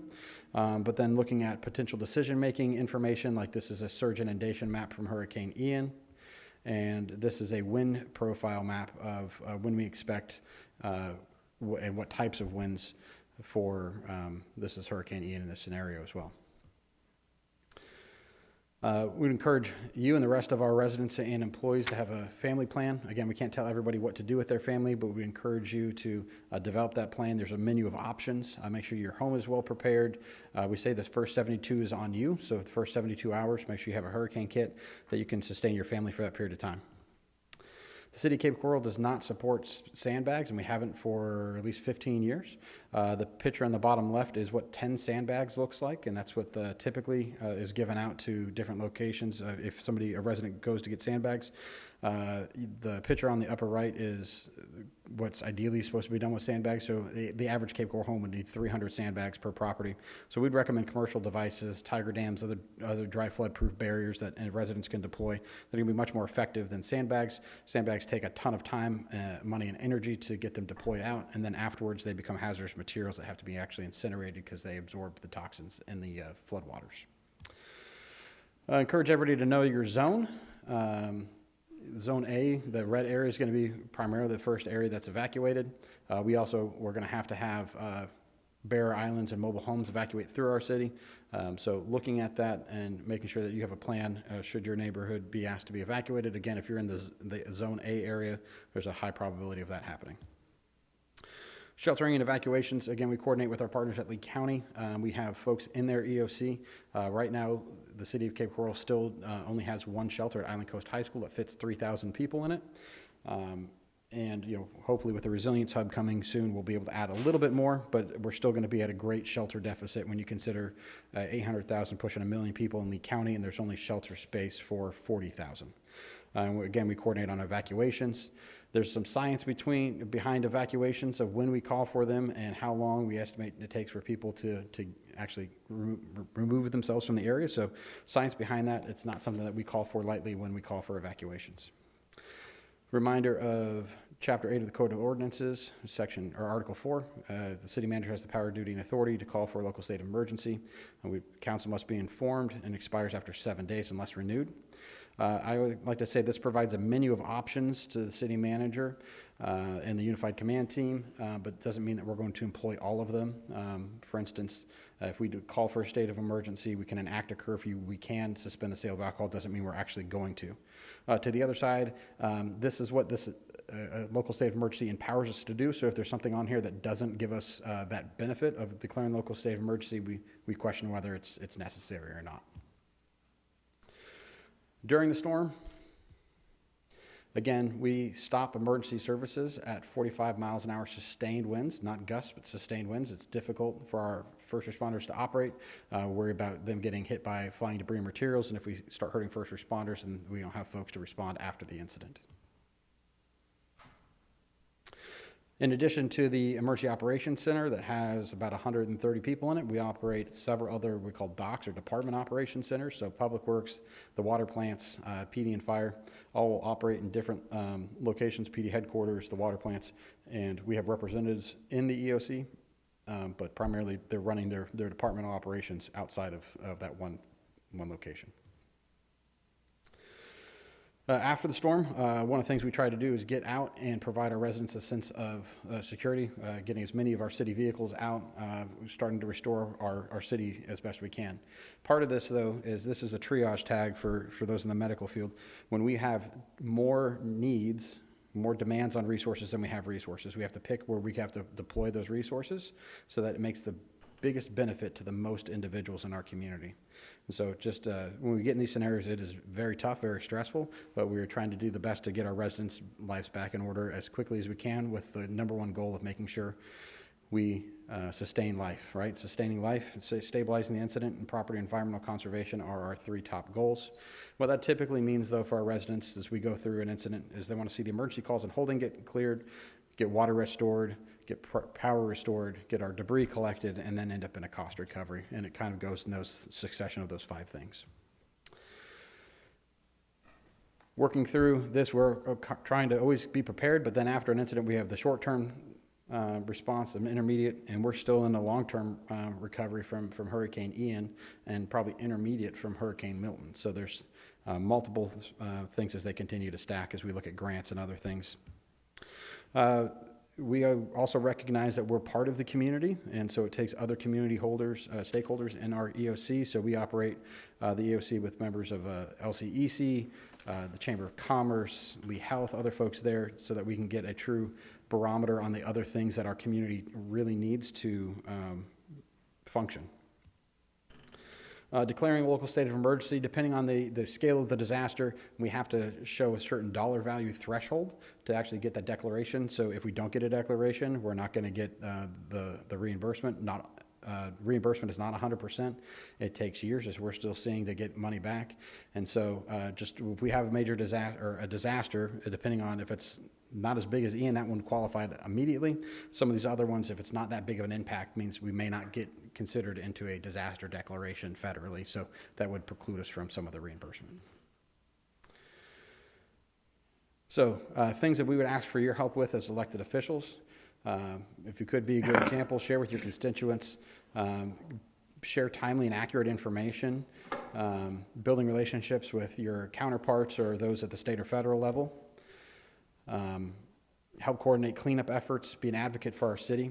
The mayor is the face of the city, and so he will continue to provide daily press conferences and updates, and we're going to potentially, if needed, after that 7 days of a local state of emergency, come back to the body and ask for an extension if necessary. Just another comment on resilience. One of the things, as I mentioned, we partnered with the Chamber of Commerce on this Business Coordination Center, and so this is one of the things we work on with Mrs. Donna Germain, and getting what businesses are open after an incident, what is the barriers from getting open back up, and so we can work with them to get those open, clear some of those barriers if we can, and advertise back out to the public that you can go get food services from some of our local businesses to help stimulate our economy again. And with that, just a reminder that this Saturday, we have our Hurricane Expo at Marcola Market from 9 to 1. I'll stand by if there's any questions. Thank you for the update. Started to say chief, but Mr. Lamb. Any questions regarding the presentation? It's an excellent presentation, and I had the opportunity to have the chief do it at Town Hall last Saturday. He did an excellent job. It well received. Councilmember Donnell. Just one, I know that now we have our website where we can go and put in addresses. Can we do this also with the evacuation zone for the city? Can they go, I'm on the website now, do they just type in their yeah, if you address? Go to Know Your Zone, I think there's a QR code here in this presentation, or we can get it to you. You can type in your address and I'll tell you what your evacuation zone is. Right in the search? What's that, sir? Right in the search bar right here, it says Lee Prepares. Yes, sir. Okay, thank you. That's all. Thank you, Mayor. Excellent. Councilmember Steinke. Yeah, thank you, Mayor. And I agree, great presentation. One of the things that we were wanting to get better at is making sure people knew ahead of time where they could get information when normal communication sources were down. I'm not seeing anything in here as it relates to how we're going to communicate to the public pre-storm, hey, by the way, when things go bad, here are places where you can get written information, posted information, whatever. So in the hurricane guide, and I think I had it on here about the weather radios, the B103.9, Sunny, whatever, the 96 K-Rock, those 3 stations, we haven't confirmed times, but twice a day, our plan is that we'll be delivering message through those 3 radio stations. And so that's our primary way, and it's also in the hurricane guide, and we'll continue to put it up on the website and other places to try and get people, they've got to get that information now, to your point, because once they lose the connectivity, they're not going to be able to get that information. So it's one of the things I talk about in all of my town halls and other places to try and get the information out that the radio is probably the primary one to go to if we lose social media and internet connectivity. The radio is going to be the primary way, with the fire stations being the backup to get that daily flyer. Okay. So we'll make sure it's included in the website and the hurricane guides. Yeah, I think the main point I wanted was that the local fire stations, for those, as much as you tell people to have batteries and, crank up radios and all the rest of it, if they know that they can, walk down to or bicycle down to a fire station, they can get an idea of kind of what's happening next. Absolutely, sir. Okay, thank you. Thank you, sir. Appreciate it. Oh, hold Real on. quickly, yeah. Mr. Lamb, I know we talked in the past about it. I don't know that I've ever followed up on it. That's my mistake. You might have an update, you might not. In the past, I know we've used Starlink in order to kind of harden our facilities as far as internet communications for our first responders and some critical facilities. And it's my understanding that, we have a long-term goal of hardening the facilities with fiber optic, but we're not there yet. So in the interim, I know we were looking at maybe acquiring some of those to move forward in these situations. So I'm aware the city has 3 or 4 Starlinks. Emergency management has one, PD, IT. We have triple redundancy in the EOC for internet connectivity as well. But here recently, we just switched over to T-Mobile for providing cell connectivity for our public safety staff. And one of the backups to them is that their goal is, from a T-Mobile stance, is for the T priority group, is that essentially every cell phone can become a sat phone. And so run off of Starlink in those scenarios. So that's where we're heading long term. I think we still have a few more hoops to get through to get there, but that's the goal where we're heading. Awesome. Thank you. Yes, sir. On that discussion, and Mr. Lamb or Mr. City Manager, would it be advantageous for us to purchase more Starlinks? Because I remember during Ian, we had acquired enough where we could at least get one out to every one of our firehouses. I think the police department had one, and we had one here at City Hall. Is that something that we should consider in the short term? Because, I didn't hear about the nav line or whatever you were talking about. I don't know when that may come to fruition, but I think being prepared with the Starlink in the interim may be a good idea. What's your thoughts on that? We'll do some more research on it. One of the concerns with the Starlinks is obviously you pay for the hardware, the actual satellite up front, and then there's a subscription that goes along with it. So I'd hate to have a couple dozen of these kind of sitting and paying for that annual subscription when they're not being used. So if there's a just-in-time service that we can try to fire on in those situations, or if we feel comfortable enough with where we're at with the connectivity with T-Mobile, that would duplicate that service. So we'll do some research, but yeah, one of the goals is definitely making sure that we're connected. Okay. You're able to pause the subscriptions. All right, okay. Even at the commercial level, yeah, so. Yeah, thanks. We may want to check with the county. I know that after Ian, Lee Health was participating in a program that involved Starlink, and another building that I work in, we volunteered our building for them to put Starlink equipment on. So there may be county resources, since we are part of the county, that we could count on, or at least have in writing, hey, here are locations that county-based facilities or other entities that are willing to participate jointly with someone. Maybe we can establish some places where we'll say, hey, you bring the equipment, you can put it on this building, something like that, where we wouldn't have to expend the money. It was already extended by someone else. We'll take that away and have a conversation with the county emergency management director to see if they've got availability or an interest in partnering on those things. Cool, thank you. All right, seeing no other discussion, thank you very much. We'll move on to item B2, which is naming rights and sponsorships, park value assessments. I guess I'll turn it over to you, Mr. City Manager, first, and then staff looks like they're kind of getting together.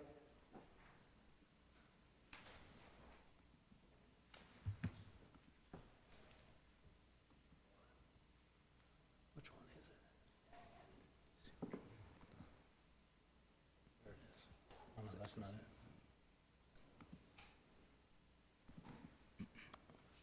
The Parks and Rec, maybe. No, that was mine. There it is. Good afternoon, Mayor and Council. Joe Petrello, Parks and Recreation Director.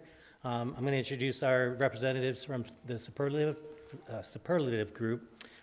With us today is Sean Gallagher and Ethan Richards. So they'll give the presentation and update us where we are in the process. Good afternoon, everyone. I feel like we've all been through quite the journey today. I have a newfound respect for all of you after being here with you all since 9 a.m., so appreciate your time. Before we get started today, first just wanted to thank you for your time. I'm happy we are finally here. First discussion I had with Joe was right when he really started with the city. That was January of 2023, so happy we're here and hope to progress things. Before we get started and Ethan kicks off with just overviewing the project to date, wanted to be upfront. We did not include any specific valuation numbers in this right now, at risk of giving out any proprietary information which could be used to hinder a negotiation process. We did not include that right now. I'm more than happy to set up any one-on-ones later to discuss with anyone, just to keep that in more of a private forum. Just given that we're in a public forum, I wanted to be cognizant of that and didn't want to hurt anything with the sales cycle. But Ethan can kind of move into the initial just overview of where we've been at with the project. I will give a little bit of information on the history of our firm. Ethan can go over just the valuation methodology and what we've been doing to date. There's a lot of information, so sorry if your eyes glaze over a little bit, but we'll be here to answer any questions. And then I can speak to a little bit of what the sales campaign would look like, what the next steps will be. Does that sound good? Good. Yeah, thank you, Sean. So just to start, we were contracted to complete an asset inventory and valuation for the city's naming rights, or for the city's assets in terms of naming rights, category partnerships, and other revenue-generating opportunities. The objectives of our contract with the city were to identify any assets that would provide incremental revenue for city initiatives, facilities, and any new development projects, as well as present fair market value ranges in terms of exposure and value to a prospective corporate sponsor, as well as come up with strategies to help the city generate revenue. And then I'll hand it back over to Sean to introduce our firm and just our background. So essentially what Ethan was just touching on, initially we're coming in and determining what do you have and what is it worth? How do we package this and how could we sell this to a corporate sponsor? So that's been this whole initial and first process. A little bit of history on our firm. My father actually founded our firm 30 years ago in Cleveland, Ohio. While we might go at each other's necks quite a bit, just given that we're father and son, I'm proud to say he started just behind a desk with a phone. Now he's grown it to over 25 individuals across valuation, sales. We have an in-house legal counsel. We have a marketing team. We have an admin. So has really grown into the beast that it is today. We specialize very specifically, probably about 85% of our business is representing municipalities, serving as like what a sports agent would do, or a sponsorship team for a sports team, helping to value and then take to market your assets that are marketable. Most recently, I personally actually worked with the city of Clearwater to bring on naming rights to their new music venue, the Bay Care Sound. That was a $5.4 million base term agreement, could total $22.5 million over the 30-year term. We're hoping to do the same across the city of Cape Coral. Happy to kind of just skip through this or pass it back to Ethan to move into the valuation a little bit. But like I said, we're eager to be here. I have focused in this market quite a bit, and there's a reason I've been calling on you guys since January of 2023. There's assets to sell here, and we're eager for the next steps. There's some two lovely headshots from Ethan and myself. My title just means I'm on the sales team at the superlative group. Ethan, if you want to hop in, he's manager of analytics and valuation. He's on the valuation team. Yeah, so up to this point, we've done just the phase one valuation, which serves kind of as a tool for you guys to decide whether you want to move forward towards a sales campaign. And this is just to kind of give you everything that you need to make the decisions and kind of look across all of your assets and see what value there is. So yeah, just to begin, we operated on a 4-month timeline beginning back in October, and that just initially was a kickoff meeting, a submission of an info request, which was basically just to be able to collect all of your data firsthand from the Parks and Recreation Department, and then as well a site visit to Cape Coral, so that we were able to go across the city and see all of your facilities and identify any of the high value exposure opportunities. And then over the next few months, we really just worked to build out our valuation and develop the draft report through a quantitative and qualitative analysis. And then in January, we were able to deliver that report while taking in the feedback of the Parks and Recreation Department and eventually submit our final report so that any decisions could be made based on our findings. And this is very similar to the structure that I just provided. This is just a generic report that we approach that we had for each of our projects. In the first month, as you can see, project initiation and data collection, and then over the next few months is where a lot of the legwork comes, developing our asset inventory, as well as doing a quantitative assessment of impressions, as well as a qualitative assessment and benchmarking of peer assets and historical agreements that have been completed across other municipalities. And then we finalize by delivering our draft report and eventually finalizing that report. And then just for people who aren't familiar with Superlative's valuation methodology, we utilize a impressions-based methodology, which basically just starts with quantifying audience impressions, basically how many eyeballs and ears are actually being able to interact with any piece of signage or social, digital, or media asset that the city has to offer.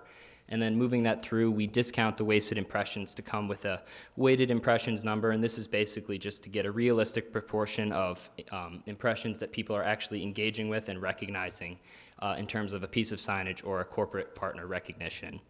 Then once we have that number, we put it through and multiply it with a CPM media rate, which is basically just a cost per 1,000 impressions of how many people are actually viewing it, and that varies based on the region you're in as well as a signage type or media channel. And then once this is all combined is where we get our final fair market value, which is the realistic value that we attach, and we believe that an asset package could be attained for all of these factors that are brought in, whether it's the impressions, the market, and the asset type.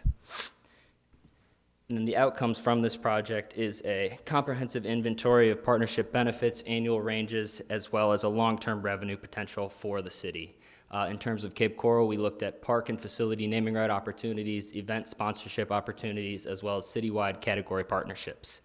And with that being said, I also want to note that the Phase 1 valuation is meant to only speak to the revenue potential, and that the city has the decision to move forward with the sales development and implementation, and also has the ability to choose which opportunities that they would like to pursue in a sales campaign. So with all that being said, I'll hand it back over to Sean to kind of flesh out what a sales campaign would look like for your assets. And also the reason we go through this valuation process, at the end of the day, it gives you guys kind of the outline of what we'd like to take to market. Hey, here's what a title sponsorship across the entirety of the park system could look like. Say the revenue could be a yearly investment starting at $300,000 for an extended term with an annual escalator. You could expect to receive blank. As you look through the 30 plus assets that we looked at, you could say, you know what, Sean, I don't think taking naming rights out to market for blank park, because there's a historical member of our society associated with that. I don't think it's worth that spend, but I think these 5 other things are, so focus on that. So that's just kind of, it gives you guys the blueprint and just the information to say, okay, go out and sell this, and I want you to go out and pitch sponsors. But in terms of what the next steps would be towards moving to a Phase 2 sales campaign, this original agreement was piggybacked from the original, or from the city of Clearwater sales engagement, valuation sales engagement that we move forward with. In order to progress to a Phase 2 sales campaign, that would be selecting a Phase 2 option. We provide 2 different options with a varying amount of commission and monthly retainer structure. The ideal sales campaign is 18 months. I'm going to be ideally pitching prospects a very expensive number. It's going to be in the 6 figures annual range. I'm trying to put together a long-term partnership similar to what we did with the city of with the city of Clearwater. That's $5.4 million over a 10-year term. Originally, that was pitched at $475,000 year 1 with a 10-year term and a 3% annual escalator of inflation. So When I'm pitching a lot of these brands, it's not like they're sitting there saying, hey, Sean, you know, I've been looking for naming rights actually for the last 10 years, and I have this budget right here. Here you go. Thank you. Lots of times you have to get ahead of that budget cycle, and there's a lot of people that you need to circulate that information with, speak with their board, et cetera. So that's a long process. And then you also go through the negotiating, us building out a draft agreement with our legal counsel, which we would, of course, then share with the city, make sure there's all the right approvals and boilerplate language from the city, and begin that negotiation process. So all this does take time, but luckily we're very persistent, and I'm incessant in sales. But as we would hopefully move into a sales campaign, which is the reason I was calling on Joe originally, and I certainly see value here, before we do anything, and I always like to make sure we make this known, we're not reaching out to anyone, and we're not pitching anyone anything before you all approve it. So we're not necessarily, you always kind of get these questions like, yeah, well, this payday loans company is going to name this, there's going to be this, and all the worst examples come out. The reason we go through this is so that you guys can say, this is what we could expect to receive. Sean, I think that's a good idea for you to pitch this person. And then when I start the sales campaign, I build out an initial prospect list. I work with city administration to get those approved. And maybe there's some warm leads that I don't know about, where someone knows someone through the city and they say, hey, Sean, instead of just typically going through the CEO, you know, I know this person, I can start a conversation there, and that's great.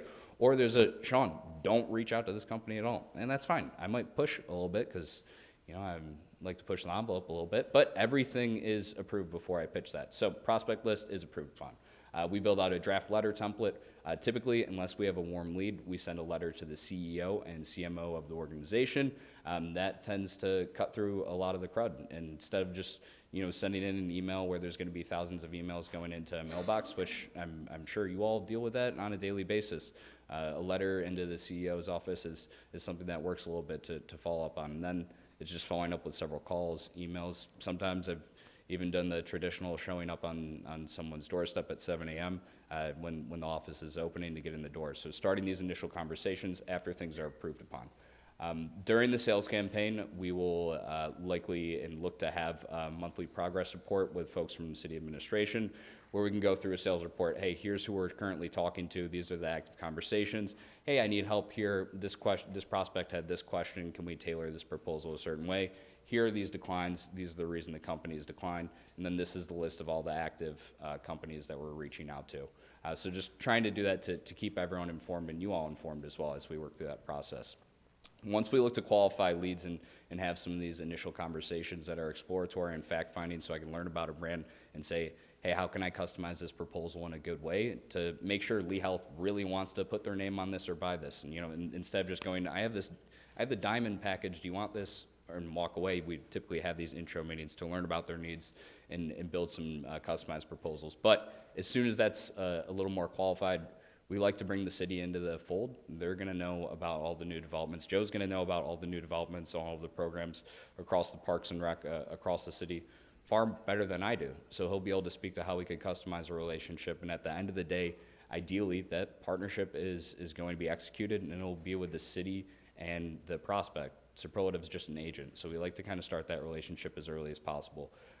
Once we work through that process to get a proposal in good shape, then we would look to build out a term sheet, which is putting the assets on paper where you can negotiate it a little bit more easily back and forth together.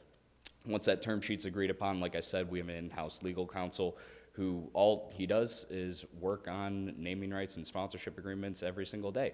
So he would help us to build out a draft agreement, which we would insert the terms into, share that with the city for their initial review, and of course the city's legal counsel to include any language that they would see fit, so that we have that in good shape to share with the prospect. Once that happens, then that begins the negotiation, which we would stand in the middle between the prospect and the city. From some of the council members earlier, you were kind of stating this and perked my ear up a little bit, but you were saying, hey, we can't be directly involved in some of these negotiations. That's what we're serving to do. So we're serving as kind of that in between to not interrupt a relationship you might have with a major entity that we're trying to pitch. Then we go through that whole process to hopefully really get that agreement in good shape, and then work to set the stage for you all to approve that. So whether that's having one-on-one meetings to explain this is the partnership that we're taking to market, these are the benefits that are included, this is the term, this is why it's going to help the city, this is why it's going to help the residents, et cetera. Working to do that so that you guys are as informed as possible so that we could put that on the agenda for a final approval. So that's a very high-level overview of the process, what we've been working on with evaluation. Like I said, we did leave out numbers for now just because hopefully I'm going to be pitching prospects, and I don't want someone to see something that could hurt the sales campaign, because I'm going to be pitching the highest valuable opportunity as possible, because I want the most revenue for the city and I want the most revenue from mine. So that's kind of a quick overview. Happy to answer any initial questions that you guys have, but like I said, very eager, hopefully, to move forward with sales. I'll be here for any questions, but I will continue to be persistent until we get to that. It's been a few years, and I'll keep going until we can start here. So happy to answer any questions you have, though. Thank you very much. Mr. City Manager, I think it's important what type of direction you looking here from today from council. Well, we're looking to make sure that council agrees with us moving forward to seek rights for naming of our facilities. If that's a all stops directive, let us know. If not, we'll begin to put together a package, and then, as was presented to you, come back to you and let you know what we think has value, and get your buy-in, and then move forward with that. Okay, thank you. But this is something new for our community, so we didn't want to just move forward administratively and then, not have buy-in. Thanks. Can we name bridges? No, I'm just kidding. Just kidding. Just kidding. Councilmember I maybe did. I was working on some sales presentation, campaigns in the past with a bridge company. Basically, you guys have been at this 30 years. Yes. How about some examples of your successes? You mentioned Clearwater. How long are you up in Clearwater? And if you can tell us a valuation and what your cost was in that instance? So I touched on that a little bit. So City of Clearwater, I started the sales campaign in January or February of 2023. March 7th of 2024 was when their city council finally approved naming rights to that venue. They were going through Imagine Clearwater, which was over $60 million redevelopment of their intracoastal waterfront. They built a huge new waterfront amphitheater, which is incredible, called The Sound. And that was kind of the main asset that we were taking to market and pitching. I sold that at the high end of the valuation. That was $475,000 for a first-year investment with a 10-year term on that. Options to extend it 2 other times to 30-year. And then a 3% annual escalator to keep up with the average CPI of inflation. Any deal that we take to market always has a 3% annual escalator attached to that. The base term of that 10 years was $5.4 million. Over those 2 extensions, if they are exercised, it's a mutual extension, so not necessarily guaranteed right now. It's $22.5 million. Okay, and your return on that was, how do you structure your return? Yes. Do you stay in there on a contingency basis? Do you keep skin in the game?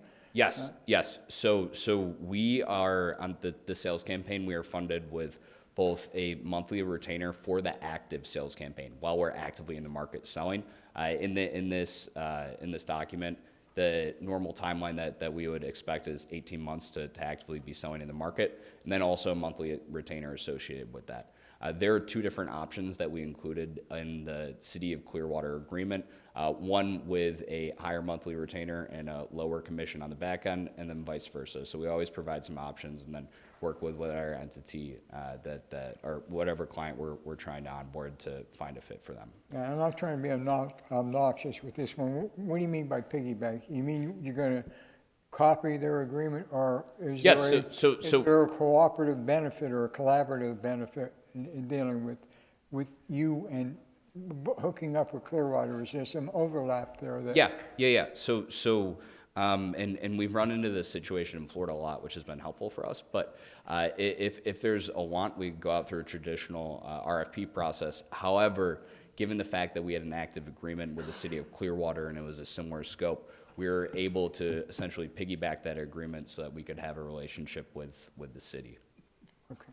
All right. Thank you, Mayor. Does that answer your question? Good. All right, Councilmember Steinke. Thank you, Mayor. A few questions. Yeah. One, if you've ever watched a football game, you know that this is done everywhere. And so we're a major city. We have major events. we don't have a football stadium. We don't have a baseball stadium. We don't have a soccer stadium. But we do have a lot of places that will attract people, and we have new ones coming that we expect to attract them. From just watching myself, you know, when you watch Wimbledon, Wimbledon's Wimbledon, but you see Rolex everywhere. Do you also deal with any of the, and is that where the sponsorships come in, where it might be, you know, Hertz Festival Park or Hertz, you know what I mean, as far as our locale is concerned. But then if there's going to be an event, you know, held there, are the sponsorships where you see Rolex on the wall or whomever? Do you do that too? So we would be pitching both, or in anything under the sun, really, naming rights to facilities, what we call category sponsorships. So there are so many, even small parks throughout the city of Cape Coral. If I was trying to name every single small park with a corporate sponsor, that's not going to provide a tremendous amount of value, unless it's a larger, like the Lake Kennedy Racket Center, some of the larger facilities, you know, that could have some naming power to it. But if there's a way that I could weave a brand throughout, you know, over 50 to 60 parks as the official sponsors, the official healthcare sponsors, say Lee Health is the official healthcare sponsor, and I have their branding across a multitude of parks, then that ups the value for them. And then, I mean, you bet your bottom dollar that I'm going to be working to package that with a larger partnership, hopefully something that might have larger naming rights to say that could be the Racket Center with additional assets across the city. And then maybe there's a major event that they'd like to be at annually, and I could also package that together as well, going to up the value for the overall ask. So whether that be red, white, and boom, looking to kind of package as many things together as possible so that I can anchor them to a higher investment with a longer term. And then you're not necessarily trying to find a sponsor every year for, hey, we need this for red, white, and boom. We need another person here. We need another person here. If you have a large, long-term naming rights partner with something, then you know that revenue is going to be coming in year over year. But I'm trying to package as many things together to get the largest investment as possible, given what a sponsor is interested in. I have to hear them out first, and then I need to get creative with, okay, I can pitch naming rights to this. I can include other assets across the parks. I can include activation where they're on site at various different events because they're interested here, and kind of looking to package everything together in a holistic partnership that, again, is going to have a long-term, is going to have an annual escalator, so that is budgetable revenue for the city. Okay. Does that answer your questions? We're kind of looking at everything, and I'm trying to pitch any corporation that you are willing to have me reach out to. I'm trying to find a fit for them. So yeah, it answered the question and a little bit of the second one, and that was, do you also do events, not just we valued facilities? Events, of course, yes, valued events as well. And like I said, we look to package that in with larger partnerships. And given, and maybe, and probably going to run into some companies that can't necessarily afford naming rights, and maybe just an event with a longer term is more of a fit for them. That's fine. Yep. And the two other ones that I had, one was from your experience over the 30 years, is it better to try to get as many things to attract that one sponsor for a high dollar amount for one person, or is it better to attract several?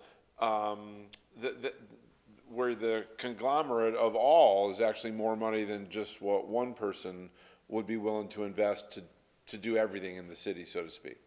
So I'm looking to pitch the highest value opportunities, and we're not trying to NASCAR this up. We do a lot of work with municipalities, so we're not trying to slap brands everywhere and then you all to get grief from folks from the city.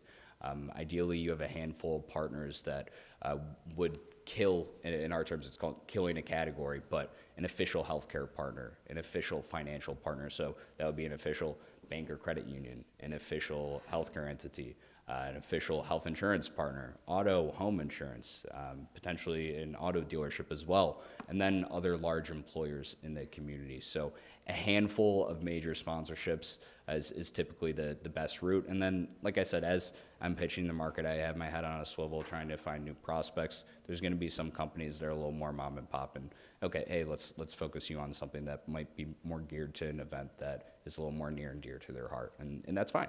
But ideally, I'm putting together some substantial larger partnerships that would effectively take out that category from a marketing perspective across the sponsorships, across the city assets. Does that make sense? Yes, and the last piece relates to that, and that is potential liability in doing this, where I would think that if something disastrous would happen with a company that would be the sponsor of everything Cape Coral, Yes. and all of a sudden they're in the news, and it's not all that cool. And in conjunction with that, if we're using any local people, you mentioned a car dealership. Well, there's tons of car dealerships. So you have one that may produce dollars, but if you choose the one over the others that don't, do you risk the potential of alienation of those from participating in the city in lesser ways? Well, to answer your last question first, I don't think so. And what I would be pitching typically it depends on the overall investment and what their partnership is. If they're going to be focused on a smaller event or a smaller park, at a certain point there's a threshold where you say, okay, well, as part of the negotiation, category exclusivity isn't included here. I'm sorry, but you're just not willing to invest at a certain level. So that kind of takes that piece off. But additionally, we're not necessarily saying that they can't be involved in anything. If there is category exclusivity with something, that would just be for actively sponsoring or marketing things at the venue where the partnership is, or wherever that exclusivity lies in the agreement. In terms of your other question around, okay, well, what's the risk to us?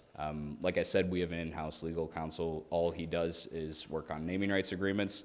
As Keith, I'm sure you're well aware, the certain thing with a morals clause, which is included in every single naming rights partnership that we move forward with. So working to find good morals language to make sure everyone feels safe. If anything's moving in the wrong direction, there's an out for the city where you can get out there. And then, of course, making sure that any damages would be paid for by the sponsor as well.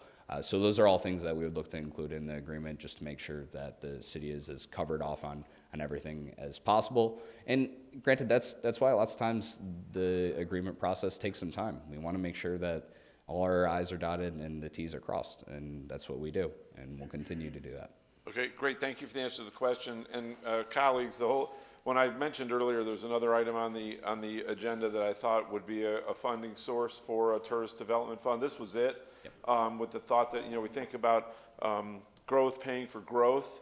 Well, it's the same thing as if we want to look at growth paying for growth in the tourism world. This would certainly be dollars that are received that we could use then to grow additional venues that we would put up, additional events that we might hold, sponsor, whatever the case may be. And that's where I thought having a tourist development fund, if we chose to go in a direction of doing something like this to generate revenues, it would seem to me like this would be a perfect revenue source for dollars that then would contribute to that tourism fund to build additional venues and additional events for our city. So that's it. Thank you. Thank you, Council. One thing just to add, also, as there's new developments across the city, we already have the valuation model built out. So as new things are coming on board, we can value that and also pitch that to the market. So it's not necessarily like, hey, we looked at this in May of 2025. That's the only thing we're ever going to pitch. You guys are going to continue to grow and expand, and we look to include those assets in the active sales campaign. And then I'm selling the shiny new asset, and everyone loves that at the end of the day. So that makes my life easier as well. So just to say, our model is structured to keep up with growth, and that helps me in the sales campaign as well. Sorry to cut you off there. Councilmember Laster. Thank you, Mayor. So, great presentation. So I equate this to my world in nonprofits, which is capital campaigns, right? Yep. So it's no different. Like, we go after usually local people, if it's a local organization, and we say, hey, Risk Foundation, would you like to sponsor the name of the building, or the room, the boardroom, or the training room, or what have you. So I guess I equate it to this. And as Councilmember Steinke said, this would be a very good way for us to fund some potential future tourism type things. Can you, just because I'm used to this big, this scope, and you're giving us this scope. Again, could you just repeat an example of, a large corporation that you had sponsor something for a municipality? Yeah. Say that again? So I had touched on the recent Baycare agreement Uh-huh. with the city of Clearwater. I'm currently in negotiations with a financial services organization for other assets within that venue. I also recently just finalized a partnership with the City of Spokane Parks and Rec with GISA Credit Union. That's a credit union for the main asset that they have is naming rights to a pavilion within one of their parks, but they also have other benefits across the city, like activating at certain community events. And also as part of that negotiation process was something that was pretty cool and unique for them. They have an added fund of $50,000 that doesn't necessarily go towards the sponsorship. And this was on top of it. It goes directly towards activating that asset in the community, providing free community concerts and things for everyone across the city of Spokane. So those are a couple of the most recent examples that I've worked on. If you'd like, I'm happy to share in more follow-up details, just several case studies of different municipal work and what we've been doing in this space. We work kind of all over the country, but certainly have a strong foothold here in Florida and are looking to continue that and hopefully generate revenue for the city of Cape Coral. No, I completely understand. Thank you for repeating that. So you would also look at businesses and things that are appropriate to our area. For example, Publix charities, like we have, Publix gives a lot of money annually to different organizations. Now, way back, I want to say 2017 in the fall, when the council gave the then city manager direction to purchase our old golf course, for example. That was one of the things that we talked about is coming up with, organizations or philanthropic foundations that would be willing to give money to help build out this 184 acres. So I love the idea. I mean, to me, it makes sense, especially when it's appropriate and what we want to do. I mean, I'm partial to that piece of property because it's in my district, literally in my backyard. So I am pleased with this. I think this could be a definite win-win. So you would be paid, I'm assuming, on what you raised, right? You get a percentage? So two things there. Monthly retainer and then also a commission on the sales. So we're tied to that through the life of the term. So if I'm selling a 15 or a 20-year agreement, it's not like I sell it and then walk away and say, hey, good luck. As there's any things that arise with the agreement, any negotiations or things that come up, I'm tied to that. So Right. I'm going to be engaged with that all the way through. And then one discrepancy, so we often work side by side with philanthropic campaigns, like working with a higher education institution, working with a philanthropy department. One thing just to note, the reason we go through this valuation methodology, we're selling on the marketing dollar for it. So the eyeballs and what a brand could expect to receive. And that's how we position that for corporate sponsors, especially nowadays. A lot of these corporations have their own marketing agency that's going to try and poke holes in this ask. And then we can stand in that. I bring in Ethan and his team and they speak to, this is the proof in the pudding here. This is why we're asking for what we're asking for. I know that was an interesting term to use, but I hope that gets the point across. No, it totally makes sense. So then our direction then would be to approve this and move forward on this, and you would manage it. In other words, you would just give a report to staff would give a report to council, or you would, saying, here's the progress we've made, X amount, here's who we've approached, and then council has the final say to say, we may not want to work with this company because they, had this controversy or something recently that would affect it. Like, we would have the power then to say yes or no. I mean, we would weigh in, is I guess what I'm saying. Yeah, the ball's in your court at that point. You guys have the final approval. Okay. My job is getting it to the dotted line. Yes. And then helping you guys. Bringing it over the finish line. Yes. I understand. Mr. Petrella, have you worked with organizations like this before in your past who have done these deals for your municipalities in terms of finding naming rights, finding corporate sponsors or organizations to sponsor, like, say, our regional park? I have not. This is why I started researching this in my last position. And currently, we're exactly operating how you operate in your group. We're this small. We have our special events team going out trying to get sponsorships for $5,000, $10,000. And I'll give you an instance of where it created an issue from Councilmember Steinke's point. We had two hotels on one of our sponsorships for our Red, White, and Boom, and one of them was the Westin, and they were really upset that there was another hotel. Yeah. And it really broke down on a relationship. So my thought let's to stop being what we're not. I'm not a marketer and I'm not a sales rep. Let's try and get the professionals in. And when Sean reached out to me, I saw a great opportunity for this to bring forth. And I researched other companies. They are well known within the United States, and they've done great work here in Florida. So we really they had that Clearwater piggyback, so we went that route. But no, this would be my first time. I'm extremely excited to work with them.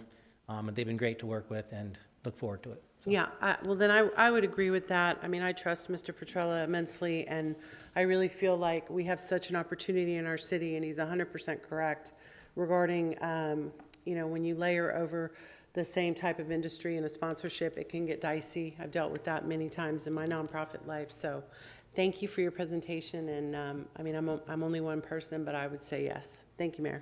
And also, just sorry to keep adding things. So there are ways sometimes that you can position it in a way where two competitors might be sponsoring the same thing. For example, we did the first naming rights deal in transit. That was in Cleveland. We've done it all over the place, but it's called the Healthline. University Hospitals and Cleveland Clinic Health both sponsor that. They're the two biggest competitors in the market. So it's positioning something as a benefit for the community. So I mean, but typically that's they're going to want category exclusivity. Sorry to keep running in. All right, Councilmember Long. I appreciate it. Thanks for being here, gentlemen, and grinding it out with us here today. I know it wasn't fun, but I guess I just had a couple different questions relating to the target. So originally my conception was that it was going to be assets, right? And I've got my own concerns with that, not to do with you, but to ours and the lack thereof.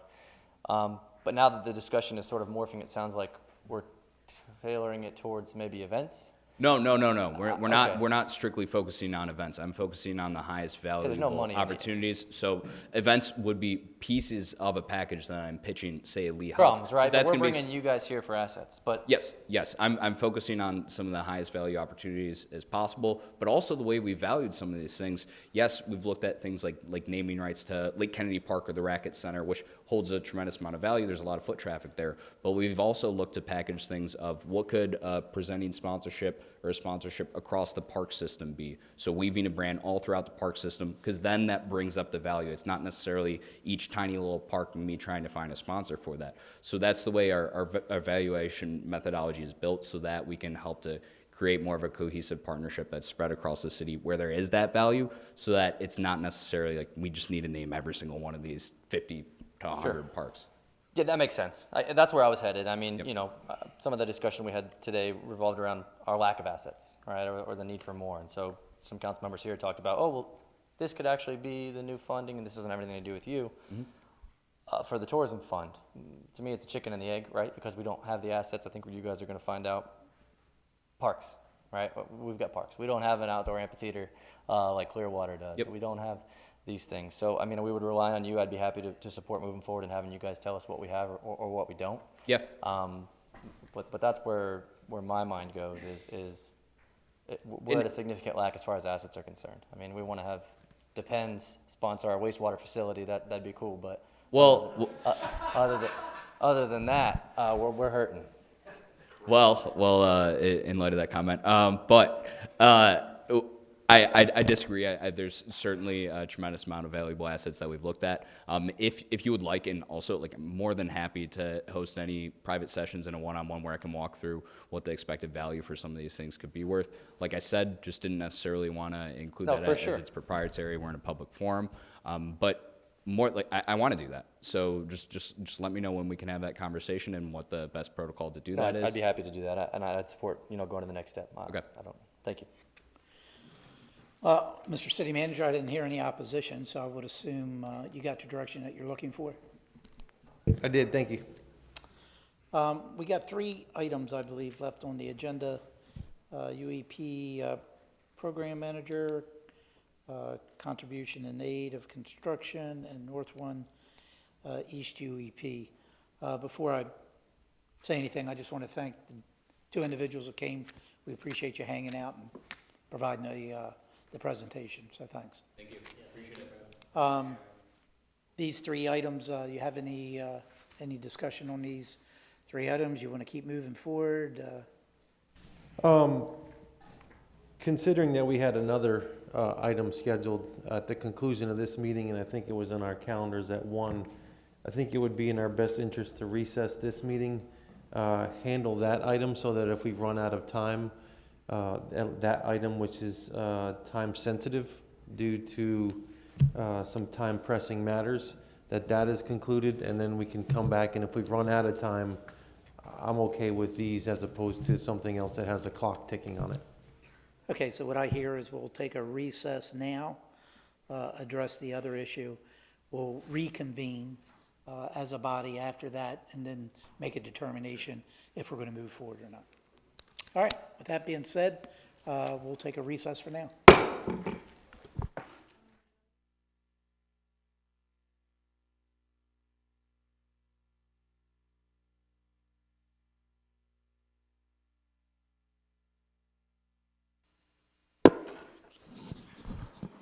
All right, I'd like to call this meeting back to order.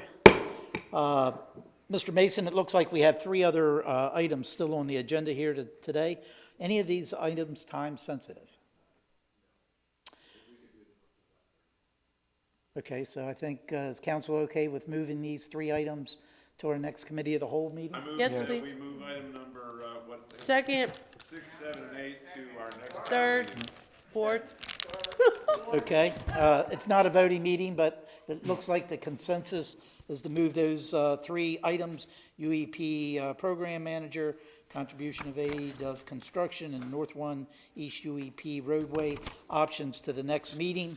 Item 5 on the agenda is roundtable discussion. Any roundtable discussion? Okay, seeing none. Time and place of a future meeting. We have a regular meeting of the Cape Coral City Council scheduled for Wednesday, June 4th, Yeah, 2025. I do have something. I do have, actually, but because I did have something on the roundtable discussion. However, because city manager, nothing personal, Mark, but because Mike, because Mike's not here, and this was a question, because he and I have discussed this, as city attorney knows, I was going to bring up J.C. Park. I want to see these. I don't want to wait till substantial completion on J.C. Park to bring up the discussion of the rental rates on the food truck, and also the Guardian Angels for Special Pops leasing the building to them, as I've spoken in our one-on-ones about. And I believe that the city manager representative is going to bring it prior to substantial completion so that you all can have, provide direction to management regarding what will happen for the concession area in anticipation of it being substantially complete. Yeah. Okay, sounds good. No, I just wanted to bring it out so that, in a lot of ways, so that the citizens know which way things are going. Okay. Thank you. You're welcome. Time, place, future meeting. We have a regular meeting of the Cape Coral City Council scheduled for Wednesday, June 4th, 2025, beginning at 5 p.m. here in council chambers. And we have a Cape Coral City Council budget workshops that are scheduled for Thursday, June 5th, 2025, and Friday, June 6th, 2025, beginning at 9 a.m. here in council chambers. Do I have a motion to adjourn? Second. All in favor say aye. Aye. Any opposed? Meeting adjourned.